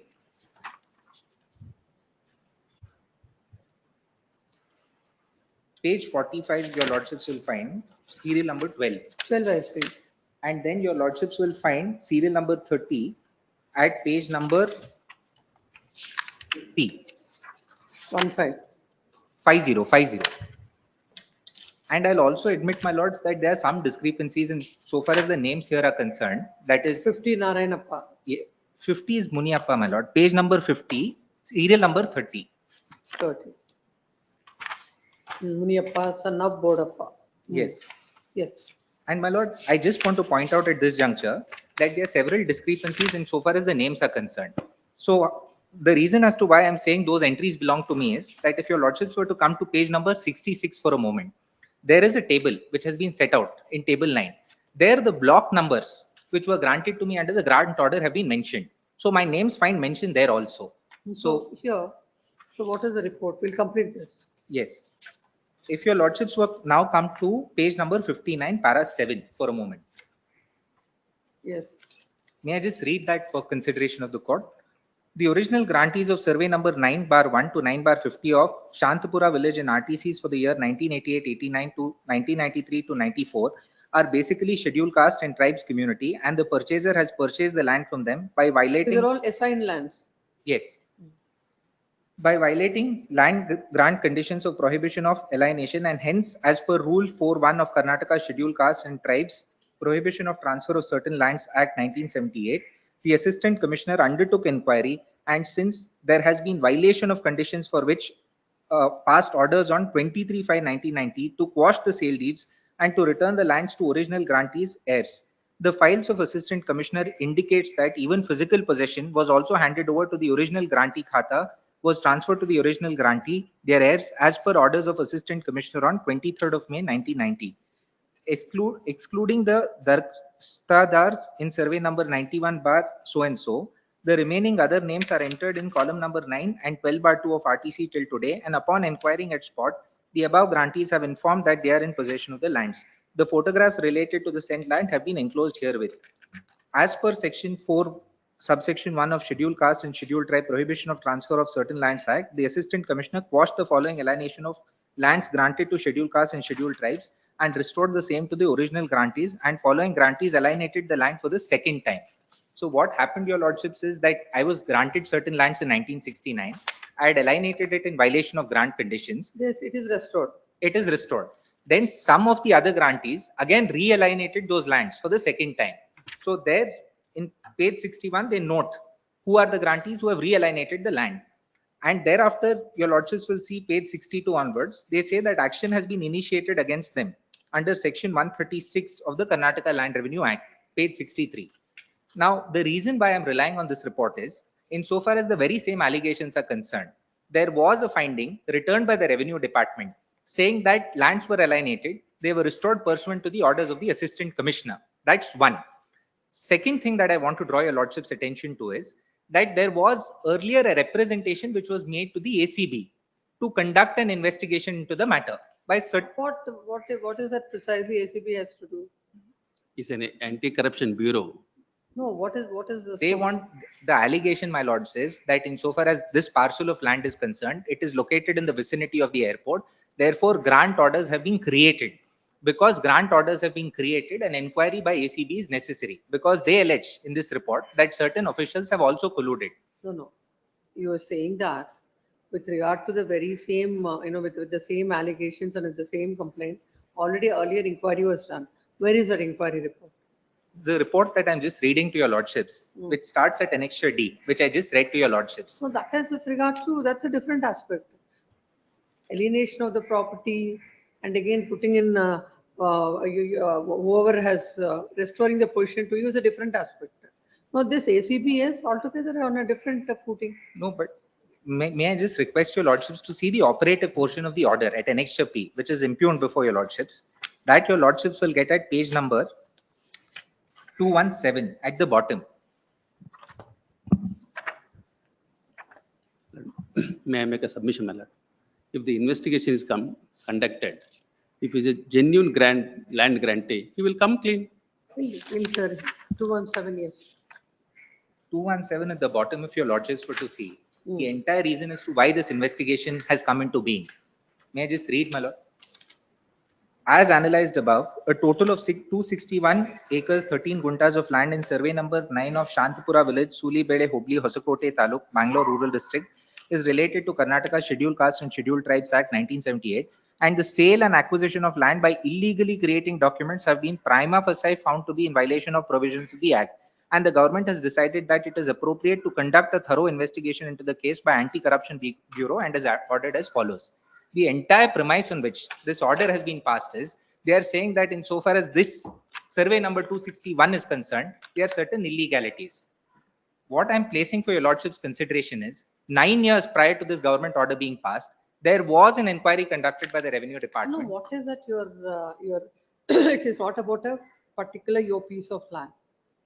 That is in respect of the entire land. You are an original allotee. Government has allotted. When the property was sold, it is restored. And what is the prejudice that is going to cost you? No, but my lord, the prejudice, I have averred in my petition as to why this inquiry came into being. May I? It is not against you alone. That I can understand. If it is against you. What is the entire extent of land? The entire extent of land is about 261 acres, my lord. Yours is just 4 acres. 8 acres, 4 acres each. You can't be agreed with this. No, all that I'm trying to say to your lordships is that insofar as I and the other grantees are concerned, in 2013, a comprehensive inquiry was conducted. Why am I? If they're doing it again only in respect of you, you can raise you can come before the court. No, it is in respect of the entire extent of land, where according to them, certain land has been illegally created and acquired. That is some other which you have nothing to do, because according to you, you have been granted the land and you have sold it, it is restored. Nothing is going to happen. No, for protecting somebody else, you are the face of it. That's what it appears. No, we are not the face. My lords may pass an order saying that only the petitioners are protected if I'm able to prove the lordships. Where is that? No, I fully understand. No. What is the protection you require? What is that they're doing it? They will not do anything. They will not interfere with your possession. They will say, ACB will conduct an inquiry and place a report. If you are aggrieved by it, you can always question it. Why should we stall it? My only submission to your lordship's question is that I have been subject to an inquiry, a thorough inquiry 9 years ago. The larger aspect, it is not about you. No, for but having a small piece of 8 acres of land, yes. It is in respect of 268. I fully understand. May I just point out one thing and then I leave it to your ladyships. Now, on an earlier occasion also, several rank strangers, 2 submissions I'll make and then I'll rest my case. On an earlier occasion also, several rank strangers had approached the ACB. That representation your lordships will find at annexure. You are not a purchaser, you are a grantee. I am a grantee. Purchasers should be afraid of all this. You are not. You shouldn't. I fully understand. Now the inquiry is against the purchasers, not against the grantees. I fully understand, my lord. Penal consequences also flow insofar as the purchasers are concerned. Not you. Not me. But then the issue, my lord, says that if your lordships were to see para 17 of my petition, the main reason as to why I'm aggrieved by this is that it is vitiated by malefides. For 9 years, nothing is said. A question is raised in the assembly and all of these things start. So my second ground that I request your lordships to consider is the plea of malefides. What I feel is it is not so simple as it looks and as you're putting it forward. No, to show my bona fides, my lords, I'm saying, No, it's not such a simple issue. There is something which is no, which can't be stated here. my lord, my instructions are that I only represent these two petitioners. And your lordships may see para 17 for a moment. I don't want to sensationalize by reading all those, but the allegations in para 17 of my petition may be seen for a moment. Your lordships will get that at page 14. Political rivalry. Yes. And to substantiate this, my lord, there is also, So your followers must have purchased it. my lord, I only represent the You want to petitioners. protect them. That's what your para 17 is. My lord, the reason why I just pointed this para 17, my lords, is to show that it is not something which has happened in ordinary course, that there are larger powers who are at play, who have orchestrated this whole thing. And the reason why I'm saying that, not your lordships may just look at one annexure and then I'll rest my case. The second rivalry who claims to be so and so is not in a power now. I understand, my lords, but may I just request your lordships to look at one last thing, and then I'll rest my case. If your lordships were to take, The translated copies. yes, 204, annexure N.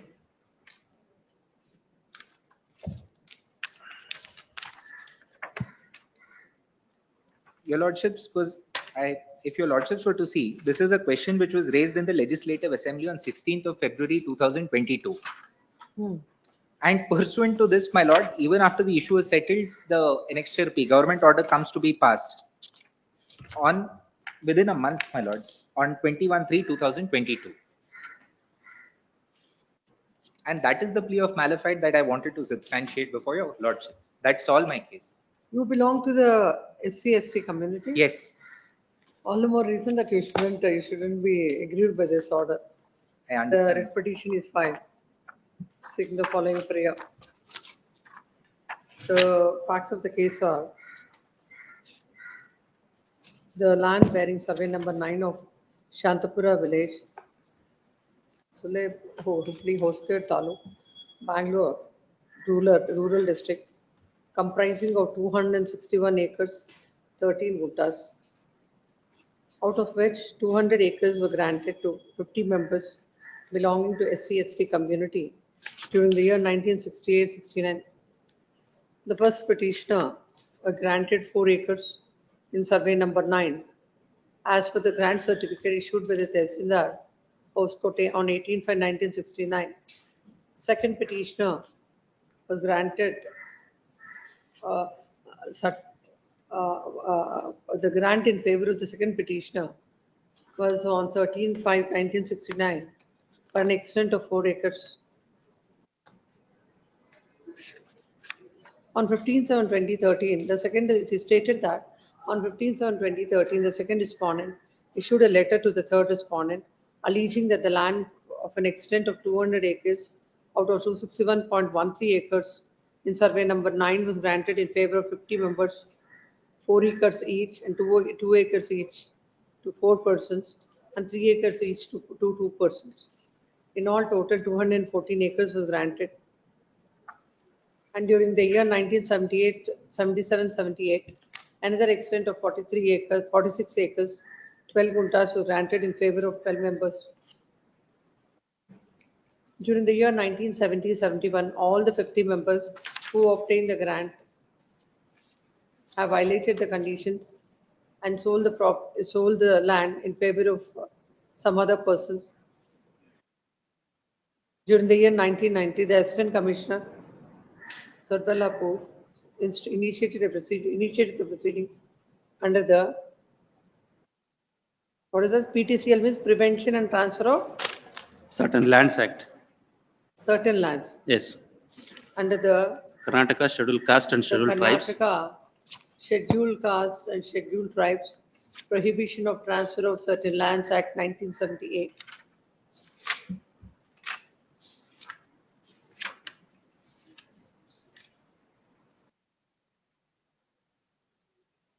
It is stated that the MLA of Hoskote wrote a letter dated 6/6/2013 to the Honorable Minister, Revenue Department, requesting to take action against 50 persons who sold the lands by creating bogus documents in favor of certain persons and directed the Deputy Commissioner to visit the spot and conduct an inquiry and to take action against them. An inquiry was conducted and the report was forwarded.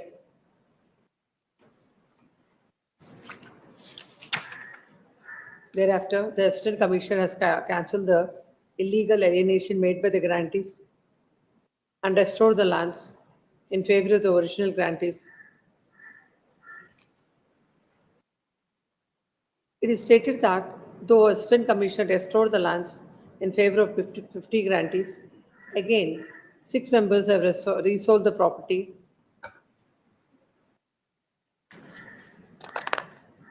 Hence, it is directed that to initiate proceeding against 6 persons under the Act.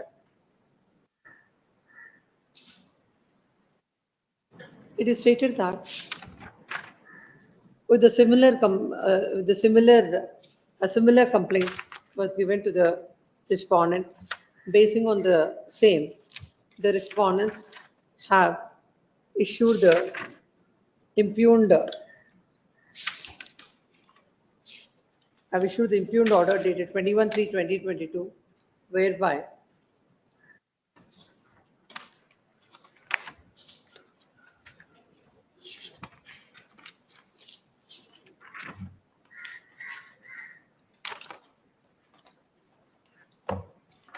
and 8, my lord. Operative code.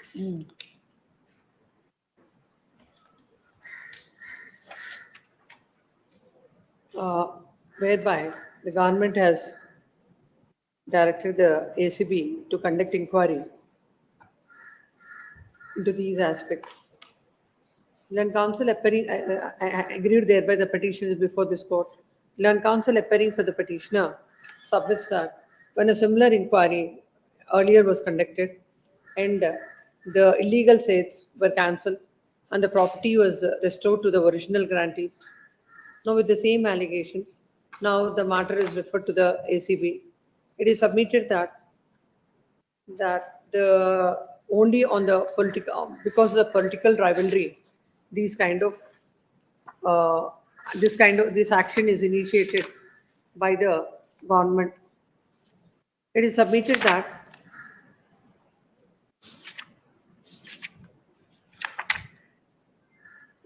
as far as the petition is concerned, earlier inquiry has attained finality and there cannot be any further inquiry against the petitioner.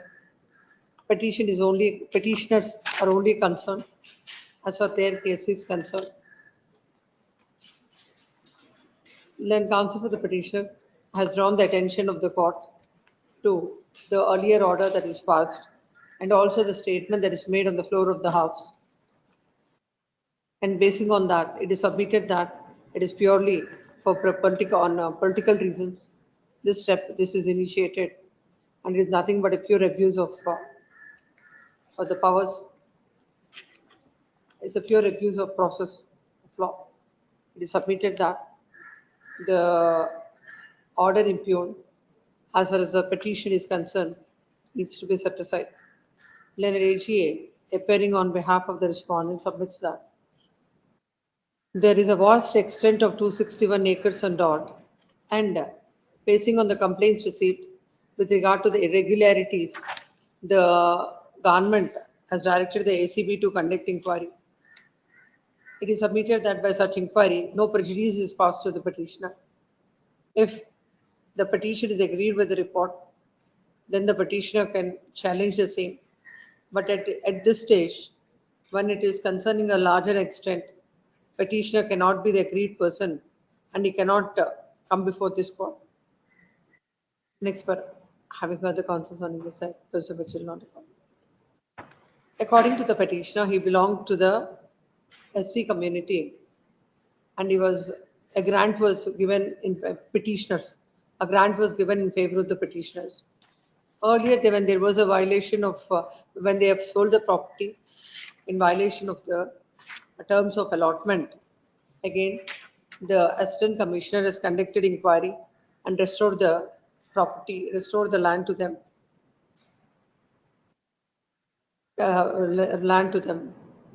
The whole ambit of the inquiry is when the land belongs to the, is allotted to the SC/ST people, and when there is a bar of transfer of the property, the properties are time and again sold. And with regard to the encroachments, the ACB inquiry is ordered. At any stretch of imagination, it cannot be said that the petitioner is affected by such an inquiry. Whatever that has been stated with the petitioner, pointing out that that is the prejudice caused to the petitioner, this court is not able to appreciate the said submission of the petitioner. In that view of the matter, this court do not find any reasons to interfere with the impugned order dated so and so. Accordingly, this court is passing the following order. The writ petition is dismissed. For 45, Grateful, ma'am. 45, any Sriram Reddy for petitioner? Here for respondent, 5 minutes. Who appears for no representation on behalf of the petitioner for dismissal tomorrow? Is 46? For 46, Appear for the respondent number 8. Petitioner. My lords, before my friend makes a submission, my lords, I may be kindly permitted to make one submission, my lords. My lords, I may be kindly permitted to pass on a memo. Have you given her a copy? I'll give.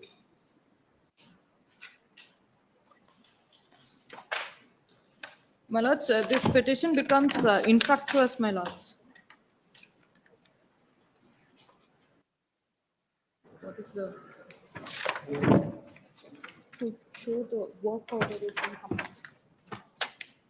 What is this?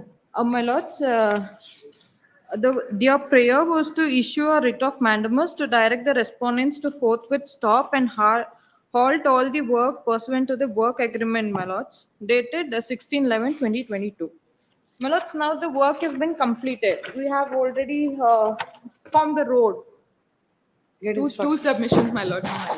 There was a status quo interim order operating from 1/3/2023. My submission is that who has completed this work and under what authority when there is a stay from this honorable court? What is the order? What is that you wanted? My lord, they have. Prayer, come to the prayer. This is a project to carry out flood Direct protection. respondent, stop and halt all the work pursuant to the work agreement dated 16/11/2020. Yes, my Stay is lord. granted. Stay is granted on 1/3/23. How did they carry out the work? Who has done the work, my lord? Let them answer it. It is not infructuous. It is a very serious thing. My lords, as per my instructions, my lords, No. there was no stay. That is, lords may see the order sheet, my lord. 1/3/23, there is a stay. There was a status quo order dated Status quo. 1/3/2023. They were supposed to stop. It's a self goal. My lords, Really, but the work is completed on the 16/11/2022. Work order is Oh, work- 16/11/22, my lord, not completed. They had started on 7/2/23. 26/2 we filed. 1/3/23 we got a stay. Since then, stay has been operating is our instruction. My lords, may kindly pass over, my lords. You My lord. forwarded as if that is what is the direction they are seeking. This is matter tomorrow. My lords require translations, my lord, in this. My lords require the translated copies, my lord. It's all in Kannada. I'll place it tomorrow if that's the. What is that? All the representations we have made. Not. It's all right. Yes. Obliged. 7, BP Ravishankar, 47. The entire amount has been paid, your lords, now. Entire amount is paid. Yes. Amount is paid means loan account is closed. Yes, ma'am. Land counsel appearing for the petition, submit the petition is paid the entire loan amount and the loan is closed. Land counsel for the respondent on instruction submits that the loan account is closed. Closed. That with the matter, both the petitions are. They should return back the original documents. which have been- Hence, as the respondents shall return back the original documents within a period of 4 weeks. 4 weeks. Within a period of 4 weeks from the date of receipt of the copy of the order, Accordingly, the writ petition, both the writ petitions are disposed of. Correspondent number 4 is, Your Honor, due to the miscommunication, Due to miscommunication, my lord, we have it has been engaged made submission, senior Your Honor. counsel in this case. She has been engaged at Judicial Academy. Kindly have it by tomorrow. Lordship, Due to the miscommunication, she went, Lordship, one submission, Your Lordship. It is I'm identical challenging issue. the proceedings, Your Lordship. It has arise from the order, Your Lordship. Anyhow, now, because of your mistake, their counsel is not there. What is to be done now? Correspondent number 2. Please, Kindly have it by tomorrow. Already identical issue has been decided by the coordinate bench of this honorable This court. matter tomorrow. Please, Lordship. Then if it is already decided, Then why you what want is to the see issue? counsel? Rule 4 and 5 of Karnataka work property rules, which has to Yes. be. Yes, tomorrow. Please, Lordship, much obliged. List the matter tomorrow. I take that order sheet out. Yes, next. Please. Cell number 49. 49. I'm for the petitioner in this case.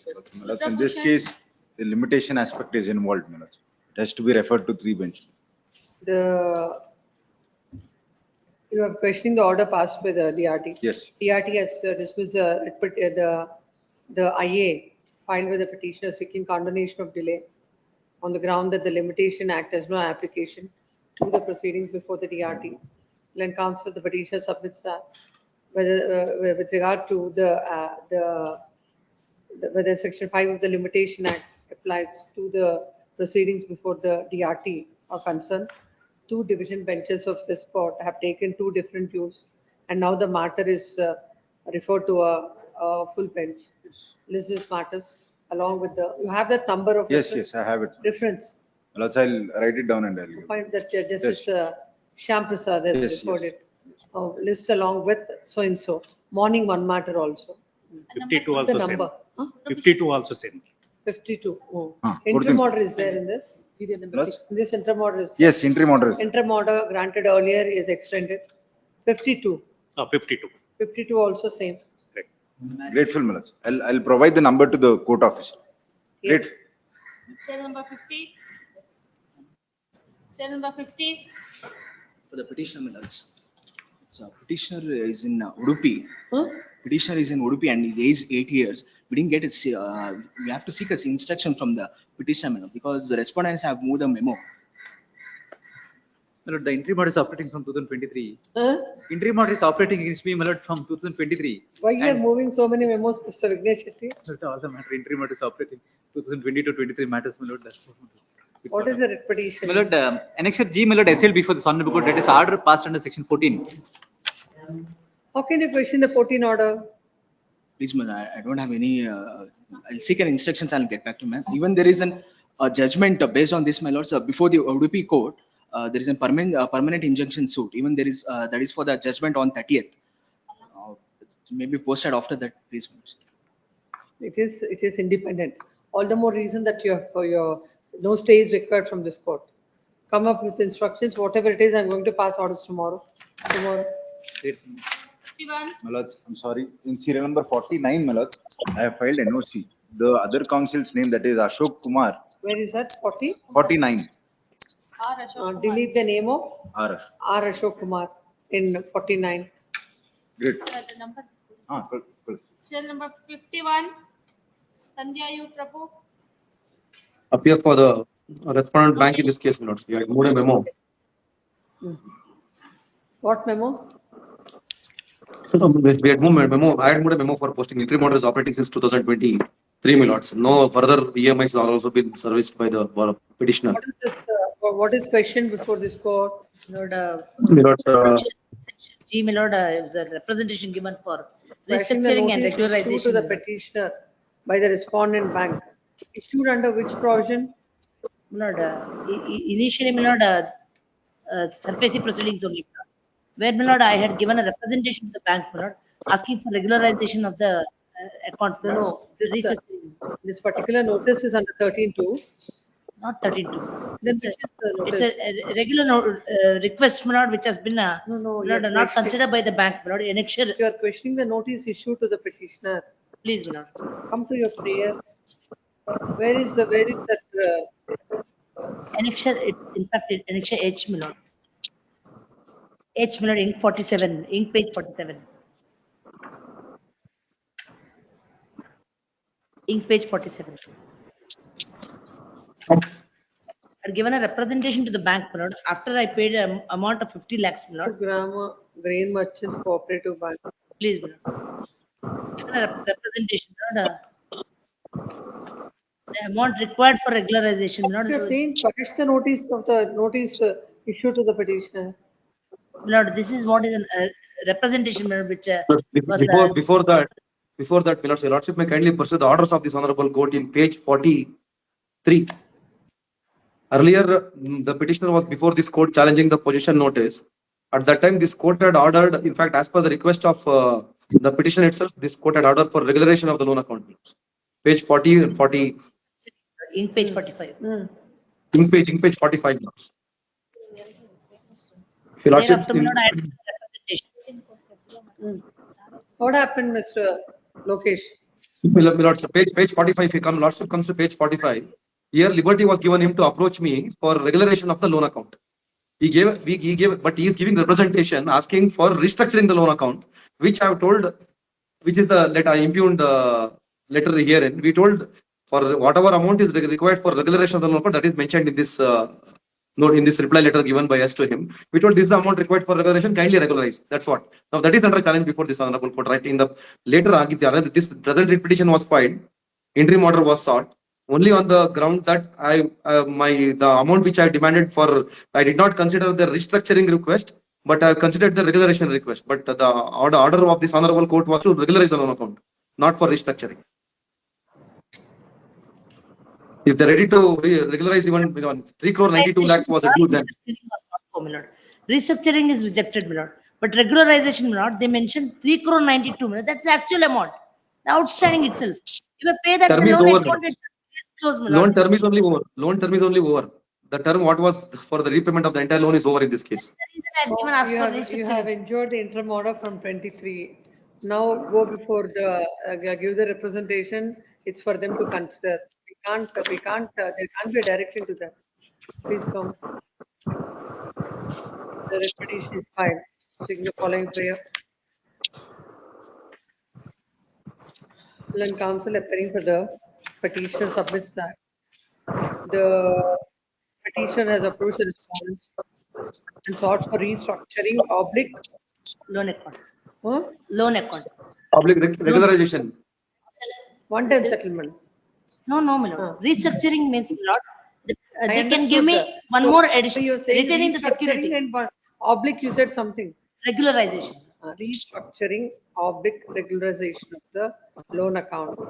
By impugned proceedings, the respondents have rejected the petitioner's request for Regularization. regularization. No. Petitioner We are not rejected, my lords. We have agreed for regularization. We have mentioned this is the money required for regularization. Kindly pay. The respondents have directed the petitioner to pay an amount of 3.92 crores. Page 48 it is. Page 48 it is there. 3 crores 92 lakhs, my lord. 48. In page 48, Page number 3 crore 48. 92 lakhs 40,000. 3 crores 92 lakhs 40,814 to regularize the account. Land Council for the petitioner submits that when that is outstanding amount, when they have sought for restructuring of the amount, the respondents cannot demand the very same amount. They would have considered the petitioner's case. This matter came up for preliminary hearing before a coordinate bench of this court on 21/12/2023. And there was a direction not to take coercive steps against the property of the petitioner, subject to the petitioner depositing rupees 50 lakhs by the next date of hearing. Have you paid that? That has been deposited, my lords. That has been Yes, deposited, yes. And it is the case, it is submitted with the Land Council for the petitioner that the pursuant to the order dated 21/12/2023, the petitioner has paid the amount. Land Council appearing to the respondent bank submits that there cannot be a direction on the terms as sought for by the petitioner. to regularize, restructure the account. It is submitted that the same would be done as per the business policies of the bank. Next paragraph. Having heard the counsel some either side, there is a material non-record. The Honorable Apex Court, what is the judgment? My lord, sir, there is no judgment with respect of any regular, there is no such case law. There is a judgment with regard to the, about this aspect also. No, one-time settlement, there is a, it's a not policy. one-time. One-time settlement. There cannot be a direction to the bank to restructure.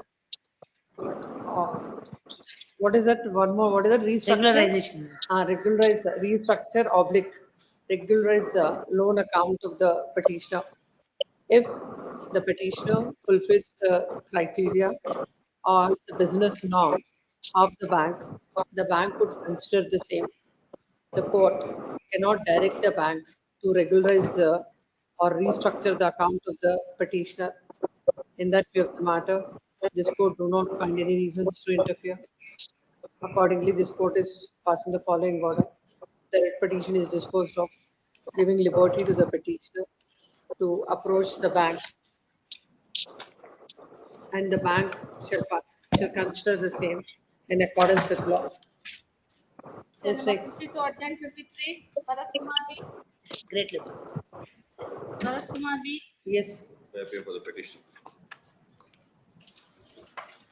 But this is a matter wherein me being successful bidder is challenging the cancellation of the, well, it's challenging the sale certificate which is issued by the respondent bank and seeking for refund on two grounds, please, my lords. Come to the prayer first. Please. Directing the respondent number one to refund Please. That is the entire amount of, towards the sale price. please. With an Why they should return? My lords, respondent number two is the person who has availed loan from the respondent number one. Subsequently, my lords, NPA of the account was declared, and thereafter public notice dated 5/7/2016. 5/7/2016. 2016 came to be issued by the respondent number bank for sale auction of the scheduled property. After that, please, my lords, a matter bearing SA number 316 of 2016, which was subsequently renumbered as TSA number 47 of 2017, came to be filed by R2 on 21/7/2016. 21/7/2016. The bank came to know about the preference of preferring of this petition on 25/7/2016. It is admitted by them in their objection.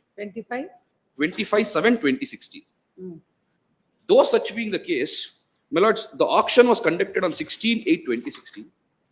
Thereafterwards, my lords, payment as was made by me, and sale certificate was issued on 29/8/2016 to me. Now, my lords, may kindly see, subsequent to which, As on the date of auction, please, the litigation is pending. Litigation was pending and not indicated. Not indicated. Subsequently, page number 50 may kindly be seen, please, my lords. The matter which was preferred by the respondent number two came to be allowed. What is the date? On, my lords, 21/8/2017, page 47, operative portion, page 50. 2017. What was the order? Page 50, please, my lords, may kindly see. Setting aside the sale. Setting aside the sale and directed the respondent number one bank to, my lords, refund the amount to me. This, my lords, the respondent number one bank unsuccessfully filed a review application, which was unsuccessful. Subsequently, unsuccessfully challenged it before the DRAT, unsuccessful. Subsequently, my lords, came before this honorable court, took an order of remand when these petitions were pending, and goes before the honorable DRAT. And, my lords, at that juncture, in the year 2024,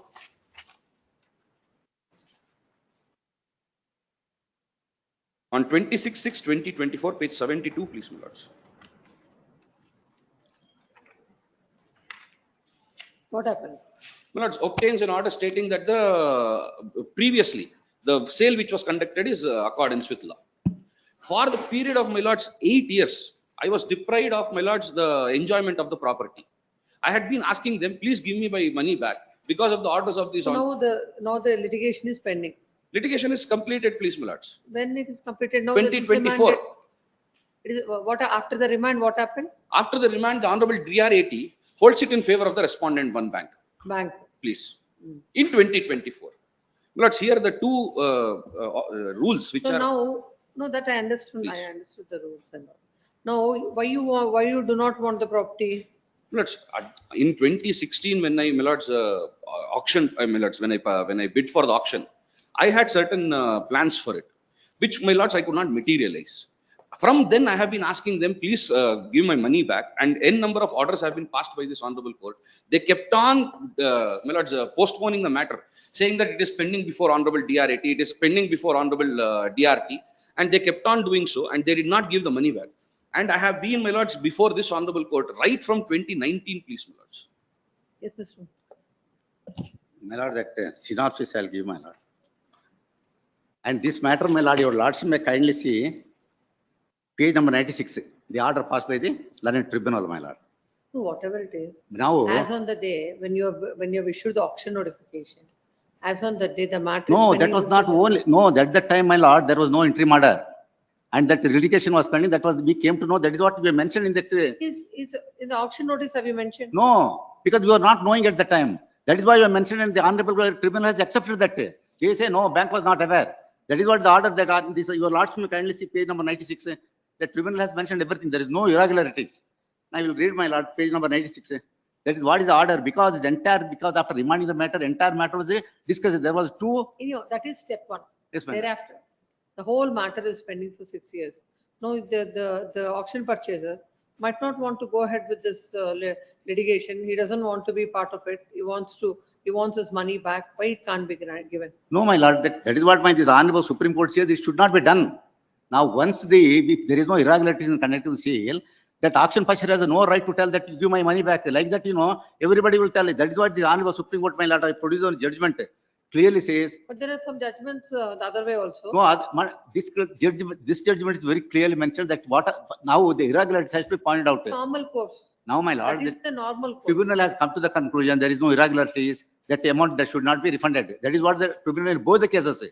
Both, there was two voices. Those judgments in a normal course, having participated in the auction without any reason, he cannot say, give back my money. But not when the auction was conducted in 2016. And portion was given. No, till 2024.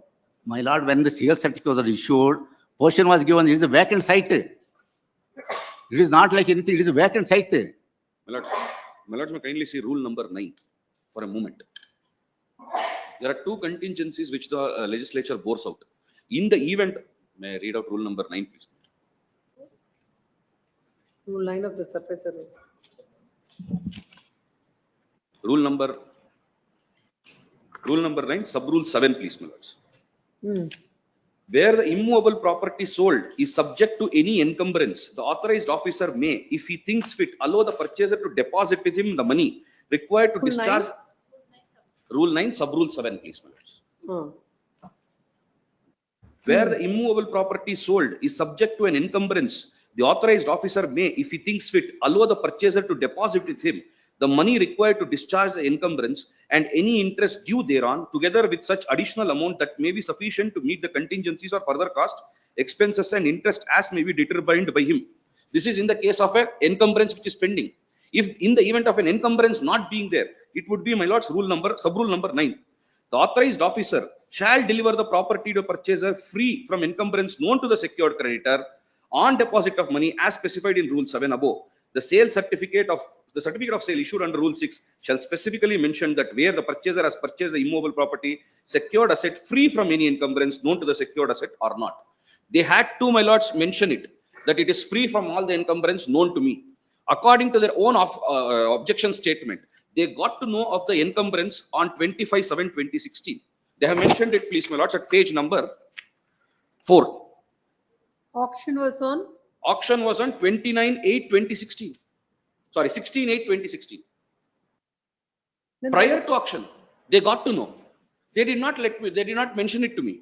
And at the time of registration of the sale certificate also, they should have mentioned that this is free from all the encumbrance. They don't mention it in the sale certificate.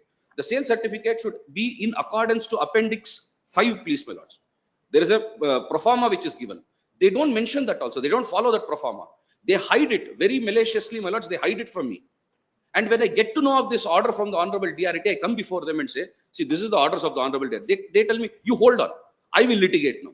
And they make me wait for 8 years. This is the grievance which I have, please, my So lords. your submission is the petition was not delivered. Please, no, my lords. They did not deliver it to me at that time. When my submission is this. When I went there to get the kata, which is, my lords, to be mutated in my name from that person, it is only at that time I got to know that the Honorable DRT has passed this order. Till date, the kata is not mutated. When did you come to know about this for the first time? My lords, post, my lords, the auction, I got to know, my lords, 26/6/2019, first legal notice I have given. Prior to that, my lords, about 3-4 months prior to that, when I went for the mutation of kata. Mutation of kata is most important because I will have to do so in the governmental authority. It will only, then it will reflect my name. I am not able to do that there. And it is only at that time when I got it. And the first time I issue a legal notice is on 26/6/2019. And from that day, they have kept on, my lords, dilly-dallying the matter, saying that we are going to litigate it.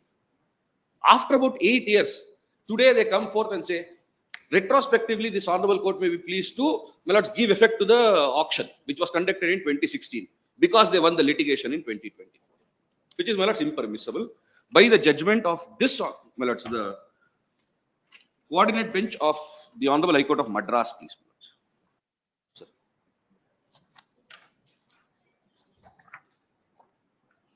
The facts, my lords, may have at para 2, please, my lords.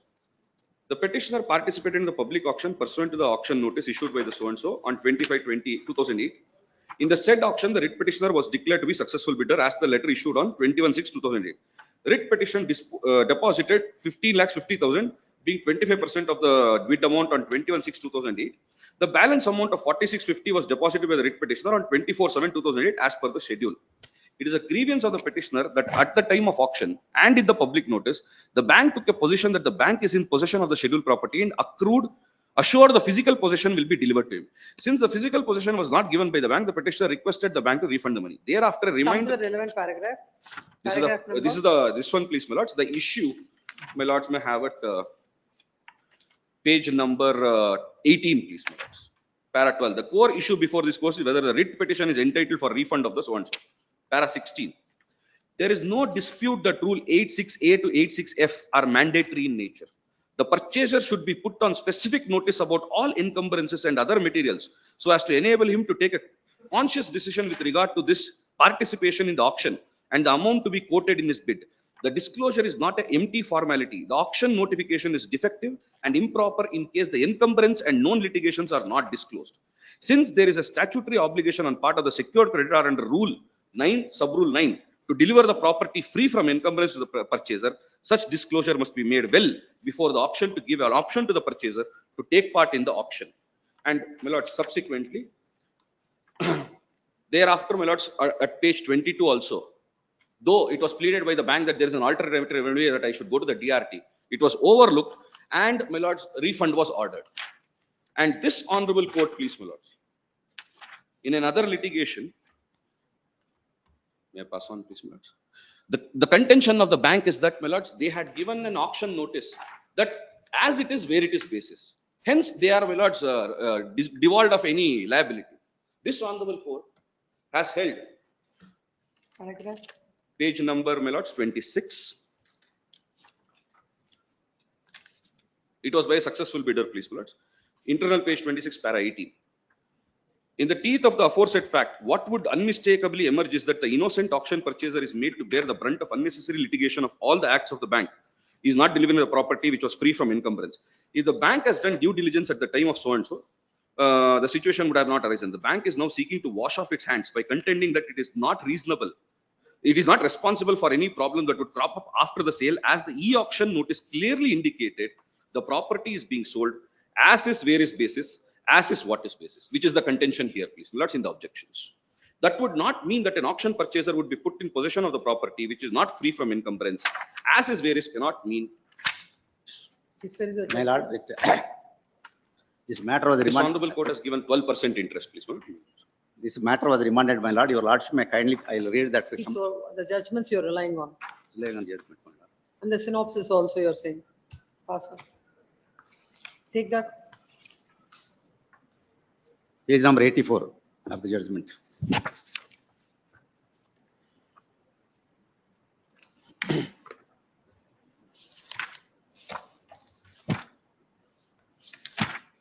Salir LLP. Para Vatna 84. Motors case. Page number? Para 84, page number 58. Para 84. 58. Page number 58, para 84.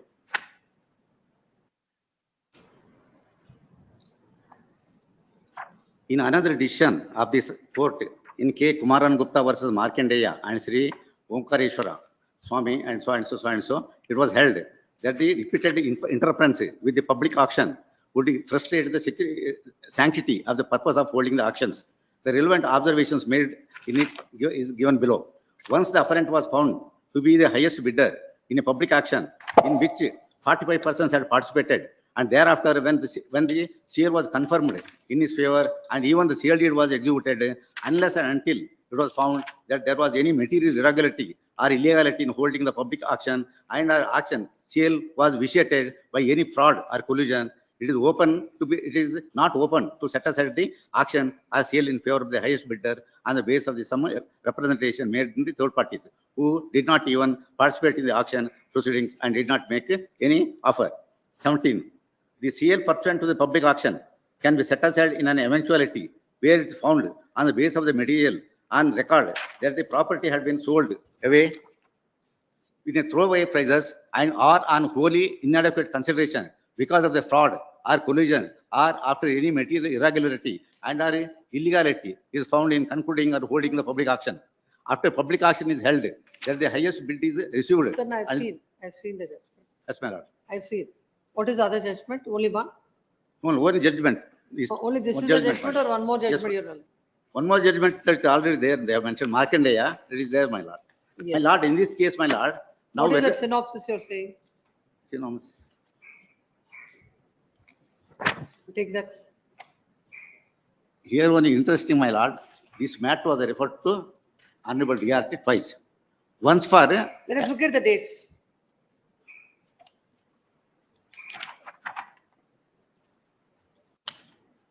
that respondent one, he was granted loan. 16/8/2016 was the auction. Secured property was sold on auction on 16/8/2016. The sale certificate was issued on 28/2016 and the same was registered. 4/11/17, the loan account was closed and the balance amount of rupees 5,09,000 was transferred to the borrower. No. According to you, when you had the notice of this litigation? Notice I mentioned. 25/7/2016 at page 4 it is stated, my lords, of the objection. So that's before the auction. Please. That is before the auction. Not, no, my lord. Auction We was came to know, my lord. conducted on 16/8/2016. Yes, my lord. Huh. Page 4, They are- please. Page? Page 4 of their objections, please. Hmm. The first line itself. Hmm. The respondent bank came to know about the filing of the essay on 25/7/2016. Is there only synopsis that is Oh, there? the objections has been filed. Objection, I filed, my lord. Objection is there. When is it filed? Huh. 24 Here. October 24. Paragraph number? My lords, para 9, page 4, second line, please. First line itself. The respondent. The para 9 states this, my lords. May I read from the starting? The respondent number 2 The filed respondent essay bank in came to TS know the filing of the above essay on 25/7/2016, and as there was no interim order, the bank sold the property on 16/8/2016. The respondent bank came to know about the filing of the above essay on 25/7/2016. You have conducted the sale on 16/8/2016, almost 15 days thereafter. So you are aware of the pending litigation. You cannot say that you are not aware. Your own statement. No, that was correct. But no interim order was passed. Whatever it is, we are talking about the pending litigation. Whether he is supposed to know or not. Is it the duty of the bank or not to inform? That is what the consistent decisions are. That's your duty. No. No, the litigation, no, it's for him. If the litigation is pending, knowing that the litigation is there, he will participate, he will be the, whatever is he'll proceed with that. But it's your duty to inform him. Why you're not informing him? Anybody for that matter, for any purchaser. That petitioner was also knowing he was As is, no, regular. it is like as is, where is, where is litigation is there, that also you should say. My lord, now what the tribunal says in this regard, my lord, just I want to read, my lord. Tribunal says 84. Like, that's why tribunal given those findings, that's why it is allowed in your favor. There, that is dismissed, the borrower's essay is dismissed and gave a finding in your favor. No, again an application filed for refund of the money. Huh? Again, they filed application for refunding the money. There also they passed a detailed order. They said it is not possible to refund the money. And they have also quoted this judgment also. Yes, I'll consider. Page number 96. I'll consider that. Heard, reserved. Obliged, please. Cell number 54. Let's interim order may be extended. Interim order only granted is extended. Yes. Cell number 54. Understand English for petitioner. 54 million, it is, they have paid the amount, I am for respondent, third respondent.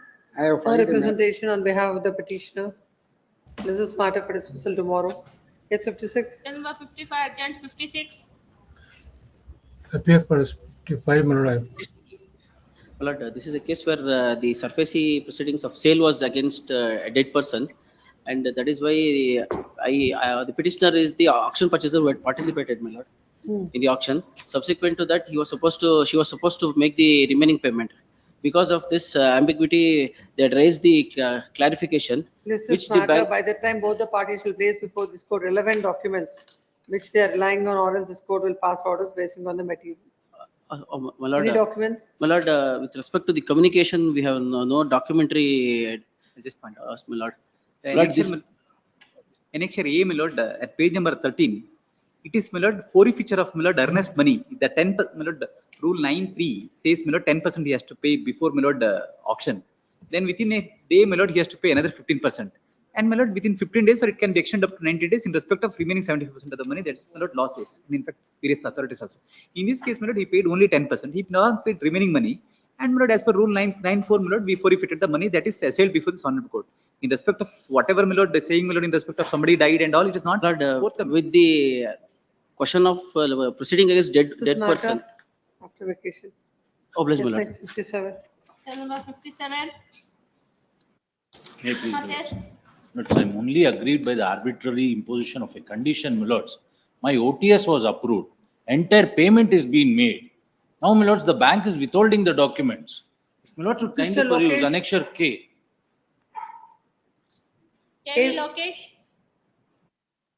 Is there online? Yeah, online He is is there. there. Sir, KV Lokesh, sir. Madam, Lords. Appeal for the May respondent please bank in this case. Page 83 for a moment, my lords. Page 83, annexure K. This is the condition, my lords. This is purely an arbitrary imposition of such a condition. Page 83, annexure K. Yes. They have accepted the OTS, received the entire payment. 2 lakhs, my lords, delay in payment of interest is being received. And, my lords, if my lords would kindly see the condition at 2, my lords, revised sanction terms. Yes, Mr. Release of his securities is subject to withdrawal of an appeal by a third Lords, party. some third parties are raising objections. They're writing letters to bank. Lords, if there is order of this court, Lords, it will be very convenient for us to release the document so that there will not be any other. Why should the court pass an order? Third party, sir, there is some third party litigation is pending. How is he concerned? He has In fact, no, he has motivated absolutely the not. property. He has paid the money. Why do you require court's order? Shall we grant him litigation charges? Litigation expenses. So I will seek instructions, but I'll instruct my client to list the This is property matter for tomorrow. this. Lords. Tell your client that I'm going to impose costs for this Obliged. Let it be for tomorrow. tomorrow. Cell number 58. Cell number 58. For the respondent, Your Lordship. The On the petitioner, last my lord. occasion, I was directed to produce the particulars regarding the inflated quantity. I have done the same and also produced documents, additional documents to that effect. I've also served a copy to them. I have a rejoinder to that effect, my lords. The petitioner has filed the rejoinder. This is matter on Saturday, on 25th Saturday. Yes, next. Cell number 59, final hearing, cell number 59. A.V. Gangadharappa for petitioner. This is matter for dismissal, no representation to the petitioner. Yes. Cell number parted matters, cell number 60, 60 urgent, 61. 61 I appear for the petitioner. Two My lords, interim order was passed on 2/4/2026. Why the memo is moved? My lord, instead of 30 days, it is But, 20 days. Only that is No, okay. in this matter, every day you are mentioning, you are giving the FR number. How will it come? My lords, on the top in the bold, I had mentioned 30070. That's what they brought it, on that only FR number is there. I'll examine once again. My lords. That's why it is not listed. Lord, this one, Yes. based on their, Order. based on their, my lord, undertaking before this honorable court, this honorable court passed an order. 2/4/2026. Within Where is 20 that order? 2/4/2026, my lord. Or 22, 22/4. That order is not uploaded till now. It is uploaded, my lords. I have to. So where is the copy of it?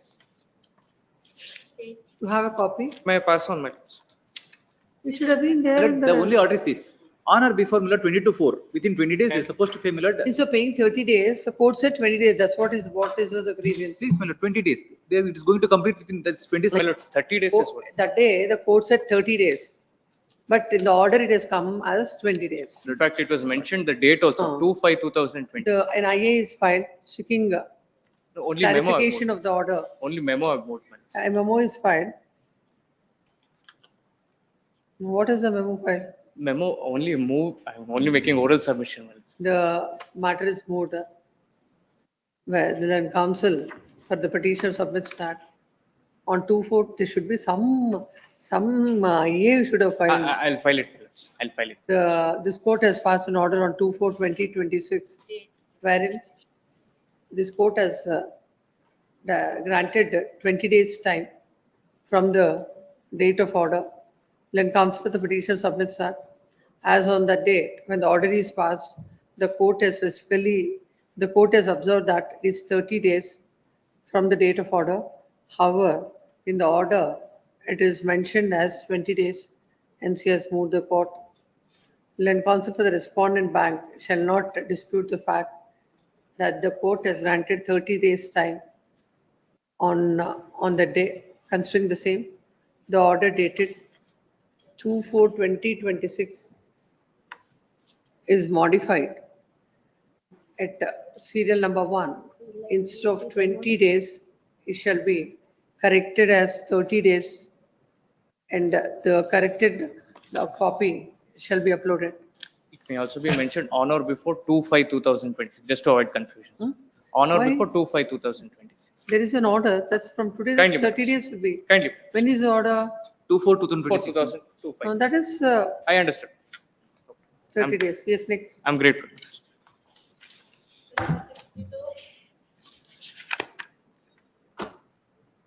Yes. Cell With number the file. 62 for dismissal.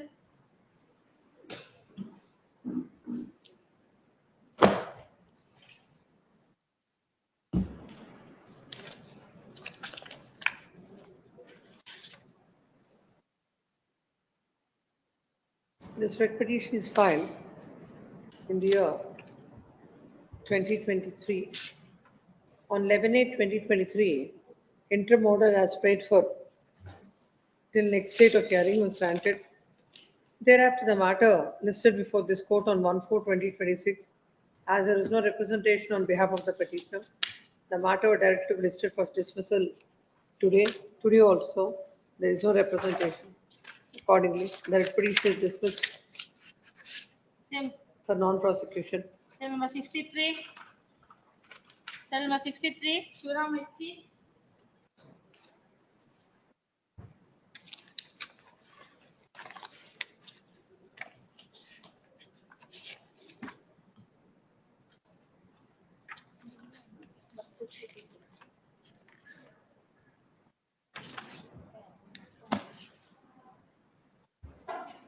The matter of 2024, 2023.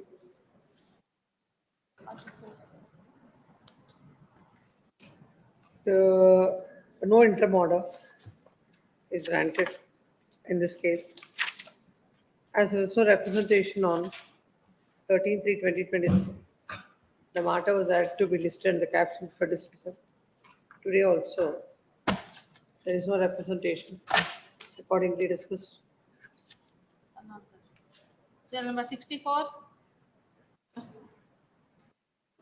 64.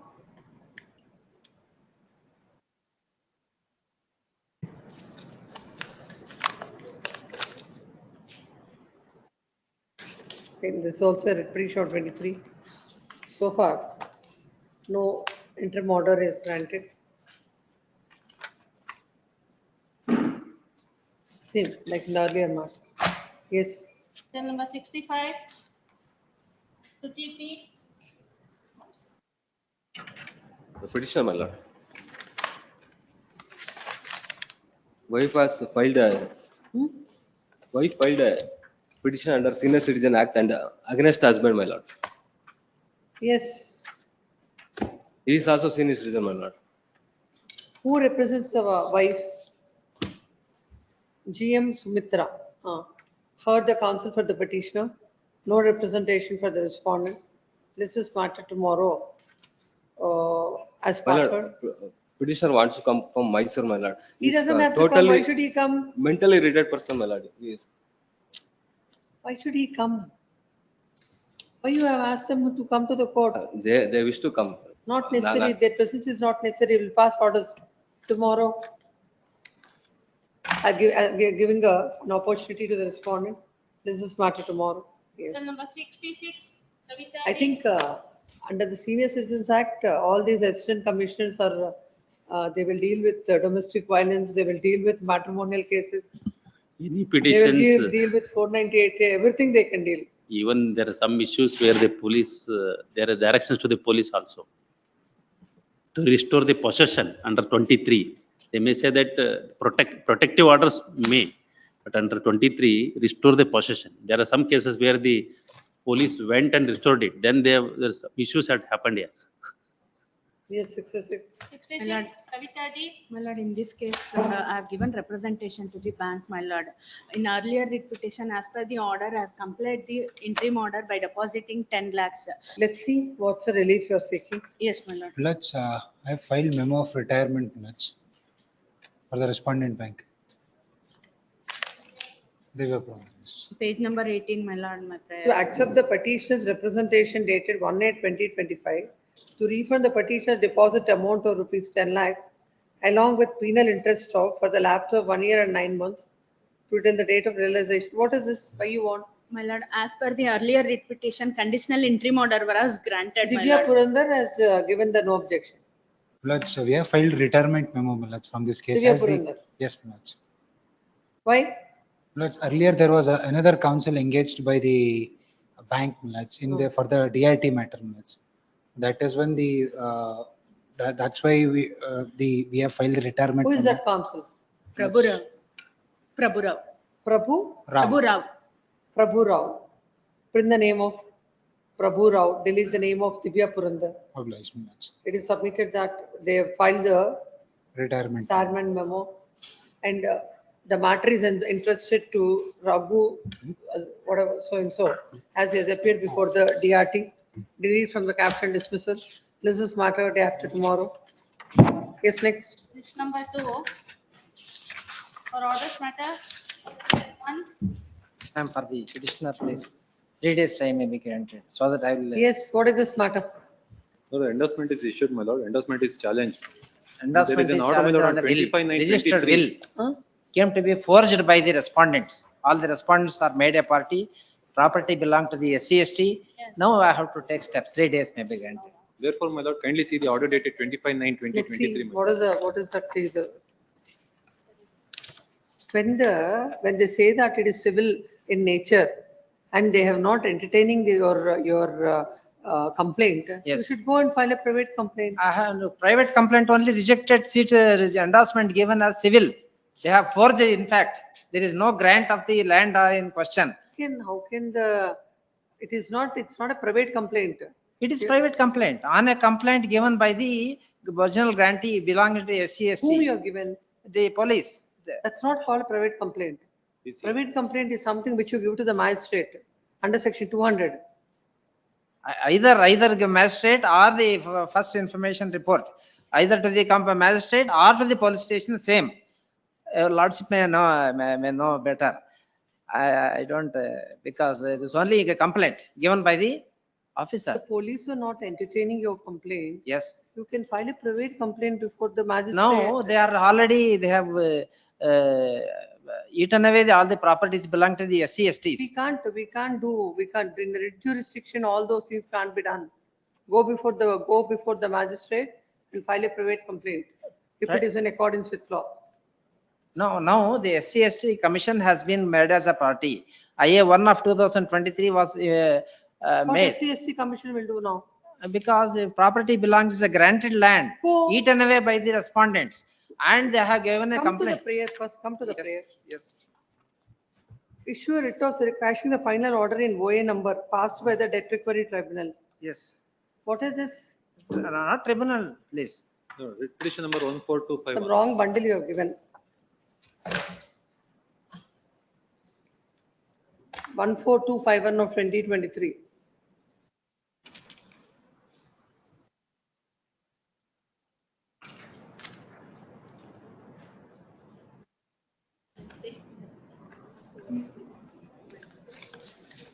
Yes, come to the prayer. Come to the Page 12, my lord. It is prayed that the honorable court may please to issue a writ of certiorari, writ of order, direction or appropriate nature, quashing annexure R, S and T issued by the respondent jurisdiction police. Police gave a evasive endorsement to settle the matter amicably. 25(3). There can't be a certiorari, it is called. Any court can't appropriate issue. rate, any appropriate rate may be given. Please 3 come. days may be, time may be granted, so that I will take steps on the commission. IA 1 of 2023 came Well, to be what is passed. the commission has no role. If you have any separate action against the commission, you make the commission a party and ask for that. As far as the Yes. endorsement given by the police or concerned, they are always at liberty to give it. If you are aggrieved by it, question it. Not by Because filing the the wrong petition. in civil, it is not a civil in nature. They have forced the grants certificate given by the. Then go before police. the magistrate, not Yes, before this. I court. liberty may be given Yes. immediately. The writ petition is filed. Sing the following prayer. Is a case of the petitioner that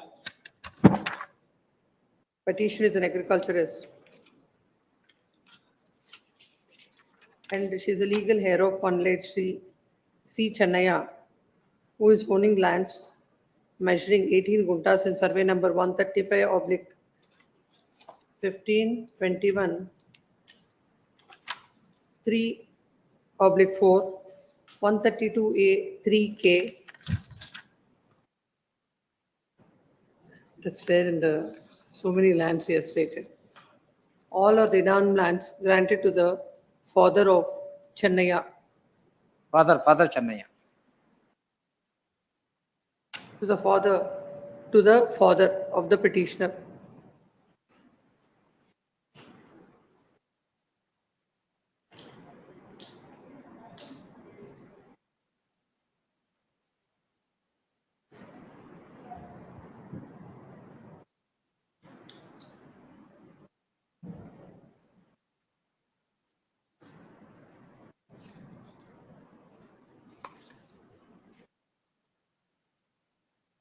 The revenue entries are shown in the names of the respondent number 4 as sold by the petitioner's father under registered sale deeds on 14/6/2000, an extent of 4 guntas of land in survey number 132/3 M out of 23 guntas of land. And the land is sold without the permission of the government. The remaining lands are left unsold.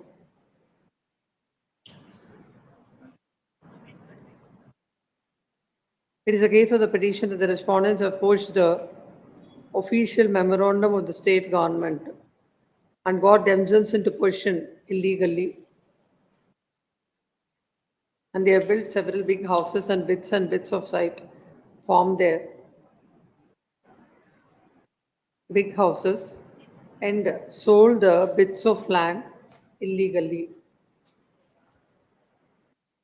The petitioner is an agriculturalist and now she's rendered landless due to an illegal act of the respondents 4 to 13. In this regard, the petitioner has given a complaint to the respondents, and the respondents, by way of the impugned endorsement, has stated that the dispute is civil in nature. The petition is agreed with such endorsement. Land counsel appearing for the petitioner submits that the petitioner has in fact has implemented the SCS, has also implemented the SCST commission. It is submitted that there is an atrocity on the petitioner, where the land of the petitioner is illegally taken by the respondents, and the respondent police cannot give such an endorsement that the dispute is civil in nature. Next para. Land counsel and HCGP submits that considering the dispute as it's civil in nature, they've given the endorsement. If the petition is agreed, ought to have challenged the same. Next para. When the petitioner has given a complaint to the respondents, according to him, there are certain sale deeds, and those sale deeds are forged by the respondents. And as they've committed the forgery, it's a criminal offense and the crime has to be registered. The respondent police have given an endorsement is civil in nature. The petitioner has an effective alternative remedy of filing a private complaint before the magistrate. When the police have not entertained the complaint given by the petitioner cannot seek the relief before this court when there is an effective alternative remedy available. Accordingly, the writ petition is disposed of, giving liberty to the petitioner to avail the appropriate remedy in accordance with law. Accordingly disposed of. Yes. Cell number 2. Cell number 2. Solo petitioner has been dead. Solo petitioner has been died. It's pressed time to file a completing application. He died in 2021. This writ petition was restored to file. What happened was they filed the writ petition. Dispensing notice to me, an order was obtained. Order is virtually, instead of filing, approaching executing court, an order is obtained in hands of this honorable court saying that their representation to be considered under Lalita Kumari's case and action to be taken. He seeks for police protection in this petition. After which, they file a contempt petition. All this is behind my back. In the contempt petition, it goes to the stage where the police officer tells the court. You are impleaded? No, I have filed an application for impleading. My writ petition is allowed. No, petition is no more. Petition is no. Therefore, it would abate because 2021 he died. They didn't file application. The relief that he is seeking in this. Relief is considered as representation to provide police protection in lieu of the decree that he has obtained. He has to go under Order 21, Rule 32. He has to. No, but as per the circular. Please. What is that? 2018 circular. As per that, if there is a decree and is there in their favor, it has to be considered. But here, what has happened is my vendor has a decree against him. He has a decree against me and my vendor. Now, in those circumstances, it's a different aspect. Yes, in fact, the police had filed an affidavit. And two people will have a decree against what has happened the very is, same property. But he has no title. He has obtained a decree of adverse possession against the state government. State government does not contest the matter properly. Thereafter, state government comes in appeal. Appeal is dismissed because there is no proper representation before the trial court, etc. SLP also is dismissed. That is the scope of his title. Now, what he also says in this representation, which is filed before the police or the authorities, he also says, I have trespassed in the property, I have cut all the trees, etc. So what we'll do is, we'll dismiss this writ petition. No, madam. Kindly press. Just listen to the court. We'll dismiss this writ petition as abated. If the LRs have any cause of action, what are you seeking is a representation and to be considered by the police. Let them give a fresh representation if they are agreed. Want to seek instructions. Tomorrow? Tomorrow. Yes, next. Please. Oblige. Huh? Not required, no. Not required. Yes. Walco copy. With my lords kind leave, may I produce some authorities in support of our favor and the gist of submissives in this case. What is the writ petition about? My lords, we are seeking further investigation to ascertain the actual cause of death of the petitioner's only child who died when he went on picnic to waterfalls in Chamarajnagar district. Here. 2013. My lords. 2013. Serial petition is also filed on in the year 2013 after obtaining the PM report. It is not known if they have filed the report. That Last report. time also you said so. Have you given him the information? Yes, my lord. My lords, Yeah, they have given us the They only information. produced the copy in the report. This is second round of writ petition, my lords. We have filed the earlier writ petition in 2015. The matter was being continuously adjourned on their behalf, my lords. In Here 2019, after vacation, this matter. This is matter after vacation. Yes, next. Till number 4. Sign must go. Registry of venture. Hearing for the petitioner in this, my lords. The petitioners are the parents of the deceased. This is a matter where they're seeking to hand over investigation. Please, my lords. Yet to receive the charge sheet, my lords. The NIA, in one of the cases, NIA has been appointed and they have investigated the matter. Charge sheet is running to about 1,500 pages, my lords. Subsequently, I believe last year they have again filed a supplementary charge sheet and arrayed a few other people as accused. Just to show the difference between the investigation done by in the first and third case and the difference in the second case. Request for some accommodation, my lords. This is matter after vacation. Till number 5. Great. Till number 5. Tajuddin Ahmed. My lords, appearing for petitioner, praise time for this, my lordship. Matter is under dismissal. You have to argue. My lordship, senior Supreme Court ಹೋಗಿದ್ದಾರೆ ನೆನ್ನೆ ಹಾಗಾಗಿ Investigation is completed. Statement of objections are filed. my lord. Same tomorrow. No further My adjournments lords, tomorrow. one week time at least. my lords. 1 week time. It's already whatever relief you are No, seeking. we know it's that, but already yesterday worked he out. left to Supreme Court for one case, my lord. That is Next week, next month, list on Monday. Great. Yes. Till number 6. Great. Sayyid Dr. Moinuddin. This is the. With that, Kindly what see the- happened to this? Kindly see the order dated, my lord, 18/11/2023. 1811. 2023. They have given undertaking before the BBMP, my lord, they will not run the UCA. 1811-2023. 8/11, my lord. 8/11/2023. That they have given There an is an affidavit. order dated 611. 8/11 orders. Don't find 811 order. 811. Lord, Respondent submits that the trade license is issued to the petitioner on an affidavit of undertaking that he would not use the premises as hookah bar. Yes, ma'am. So it's time to take instructions on this issue. In view of that, my lord, the petition itself is not made up. Kindly see the prayer, my lord. May be directed to ensure respondent number not to cause the disturbance to the business of the petitioner, where they are running the UCA business. They have given undertaking before the BBMP. Now they are seeking direction from this honorable court, my lord, not to interfere with their business.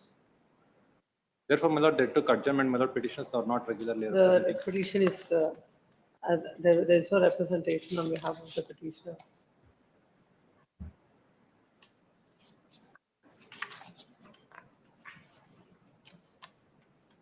On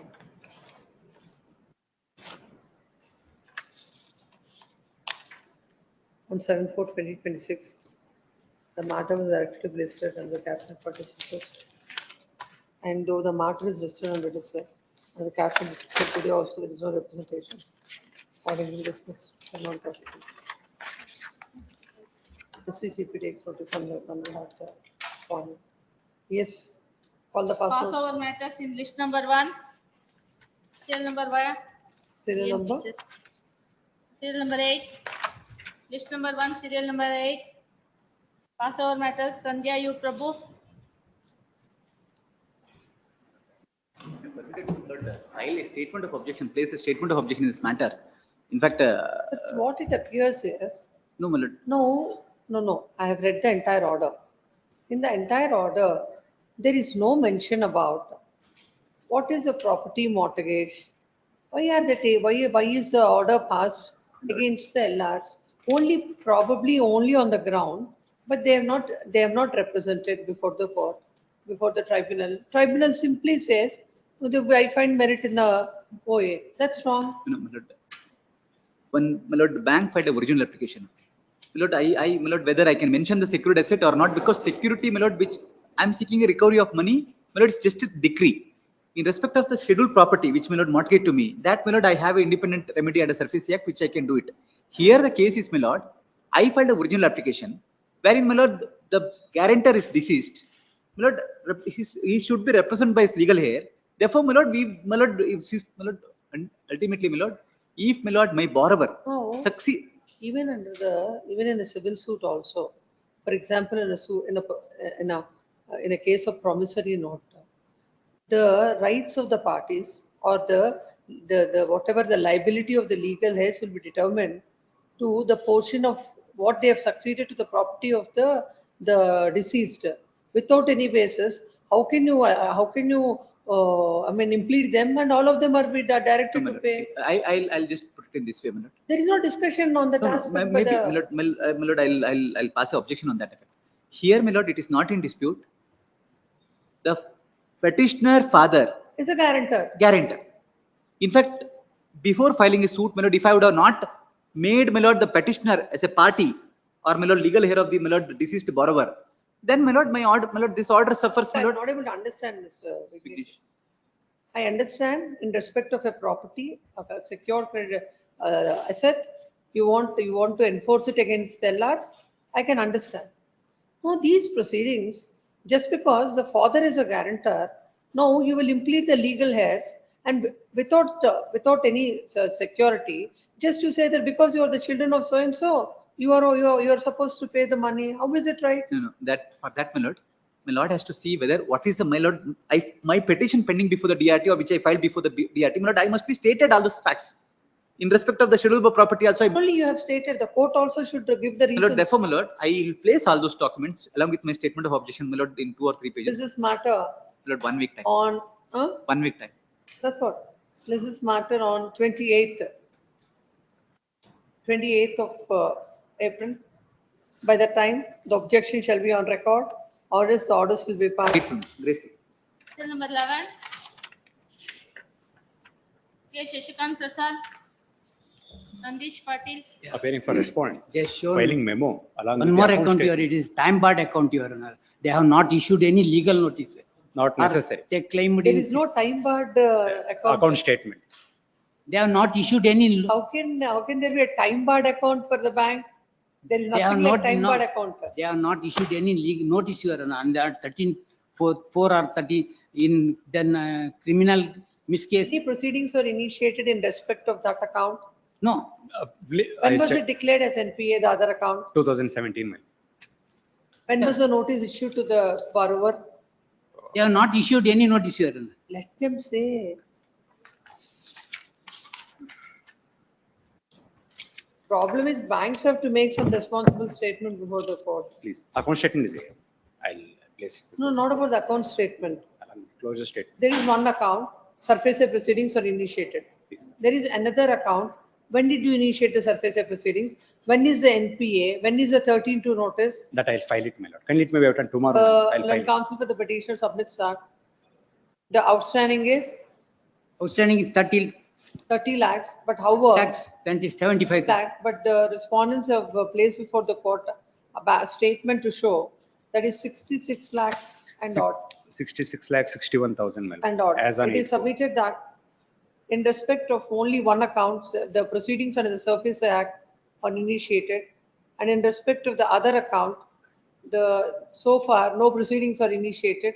Petitioner has not received any notice from the bank. In that case, it cannot be said that that account has become NPA and they are entitled to initiate the proceedings. The respondent bank shall file the memo before this court indicating when the proceedings are initiated, again, in respect of the said account, surface proceedings, if initiated, the documents that are, the notices that are sent to the petitioner, to the borrower, as well the acknowledgement to show that the same is received by the borrower shall be placed before the court when Tomorrow, madam. this matter tomorrow, give him, we'll take up day after tomorrow. Please. Yes, any other Paso? Yes, serial number 20. Serial number 20. More than that, my lords, what is the error on apparent on the face of the judgment? I went through that judgment. It's only on the facts of the case it is. Actually, Lord, I have also. Hardship it is also like- possible, very reasoned. Even the judgment that you are relying on also now, the same judgment on the facts of the case, I can interpret it. That's how it is. Consistently, like, there is several judgments. Millard, in our case, in the appeal that is filed by the He is not, company for that is a enhancement. private shop. Even That is a- otherwise also, there is one more judgment, my lords. In that also, he is a government employee. Their imputation there. It's ordered on Supreme Court very clearly. And even see in a ME Act, Motor Accident Act, whatever the permanent disability, that should be considered invariably. So what will happen is a person has 30% disability to the leg. No, that will definitely have an impact on the future income. Millard, I just, in the evidence, Millard, in the doctor's evidence, he has said that 30%, but in the doctor's evidence, in the cross-examination, he clearly says that there is remarkable improvement in his condition. And further, he also says that the fractures are So united. after that only, he said that the disability is 30%. Millard, one minute. That he is not a treated doctor, but he has only assessed the disability. In the cross-examination also, he says that stability and movement which he has stated is he says it's only marginal. And further, he says that the fractures are united. And there is. Moreover, this is a case for appeal, not a review. Millard, on that day, I couldn't make these submissions because I appeared through VC and the court was not able to hear me. That's the problem that was there, Millard. Or else I would have. We'll hear it after vacation. Millard, there There is Lordship, a very in detail they discussed that issue also, my lord. Para 5 period, it is there, everything is there. See, it is not at all. Saturday. Serial number 20, 34. 24. 34. What is 34? Mesha DS. No representation. This is matter for dismissal. Day after Tomorrow. Serial number 30, 35, 36. My lord. Mesha A. Petition. Correspondent, right? Yes, this also tomorrow. My lord, urgency is there, madam. Is in quota number 2. That's why tomorrow. Can it be had day after tomorrow, my lords? Anyhow, everything is completed in this case. Day after tomorrow.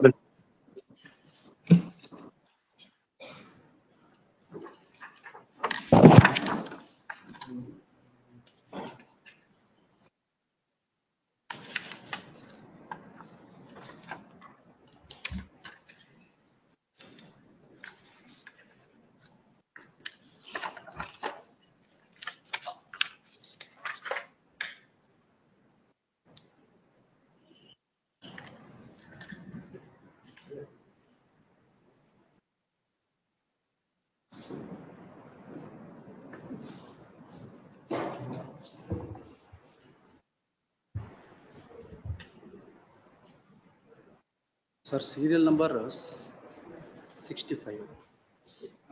Dismissal account is 65.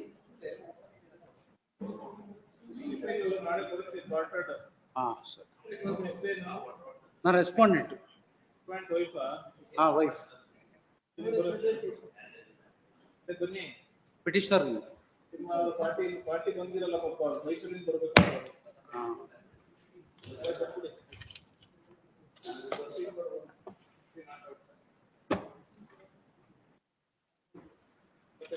ನಾಳೆ ಬರುತ್ತೆ ನೋಡಿ.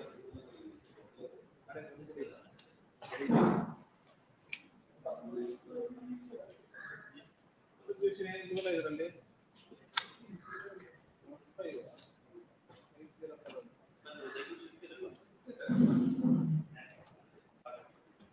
Dismissal ನಾಳೆಗೆ ಬರೆದು petitioner ಬನ್ನಿ ಬರ್ದಿದೆ.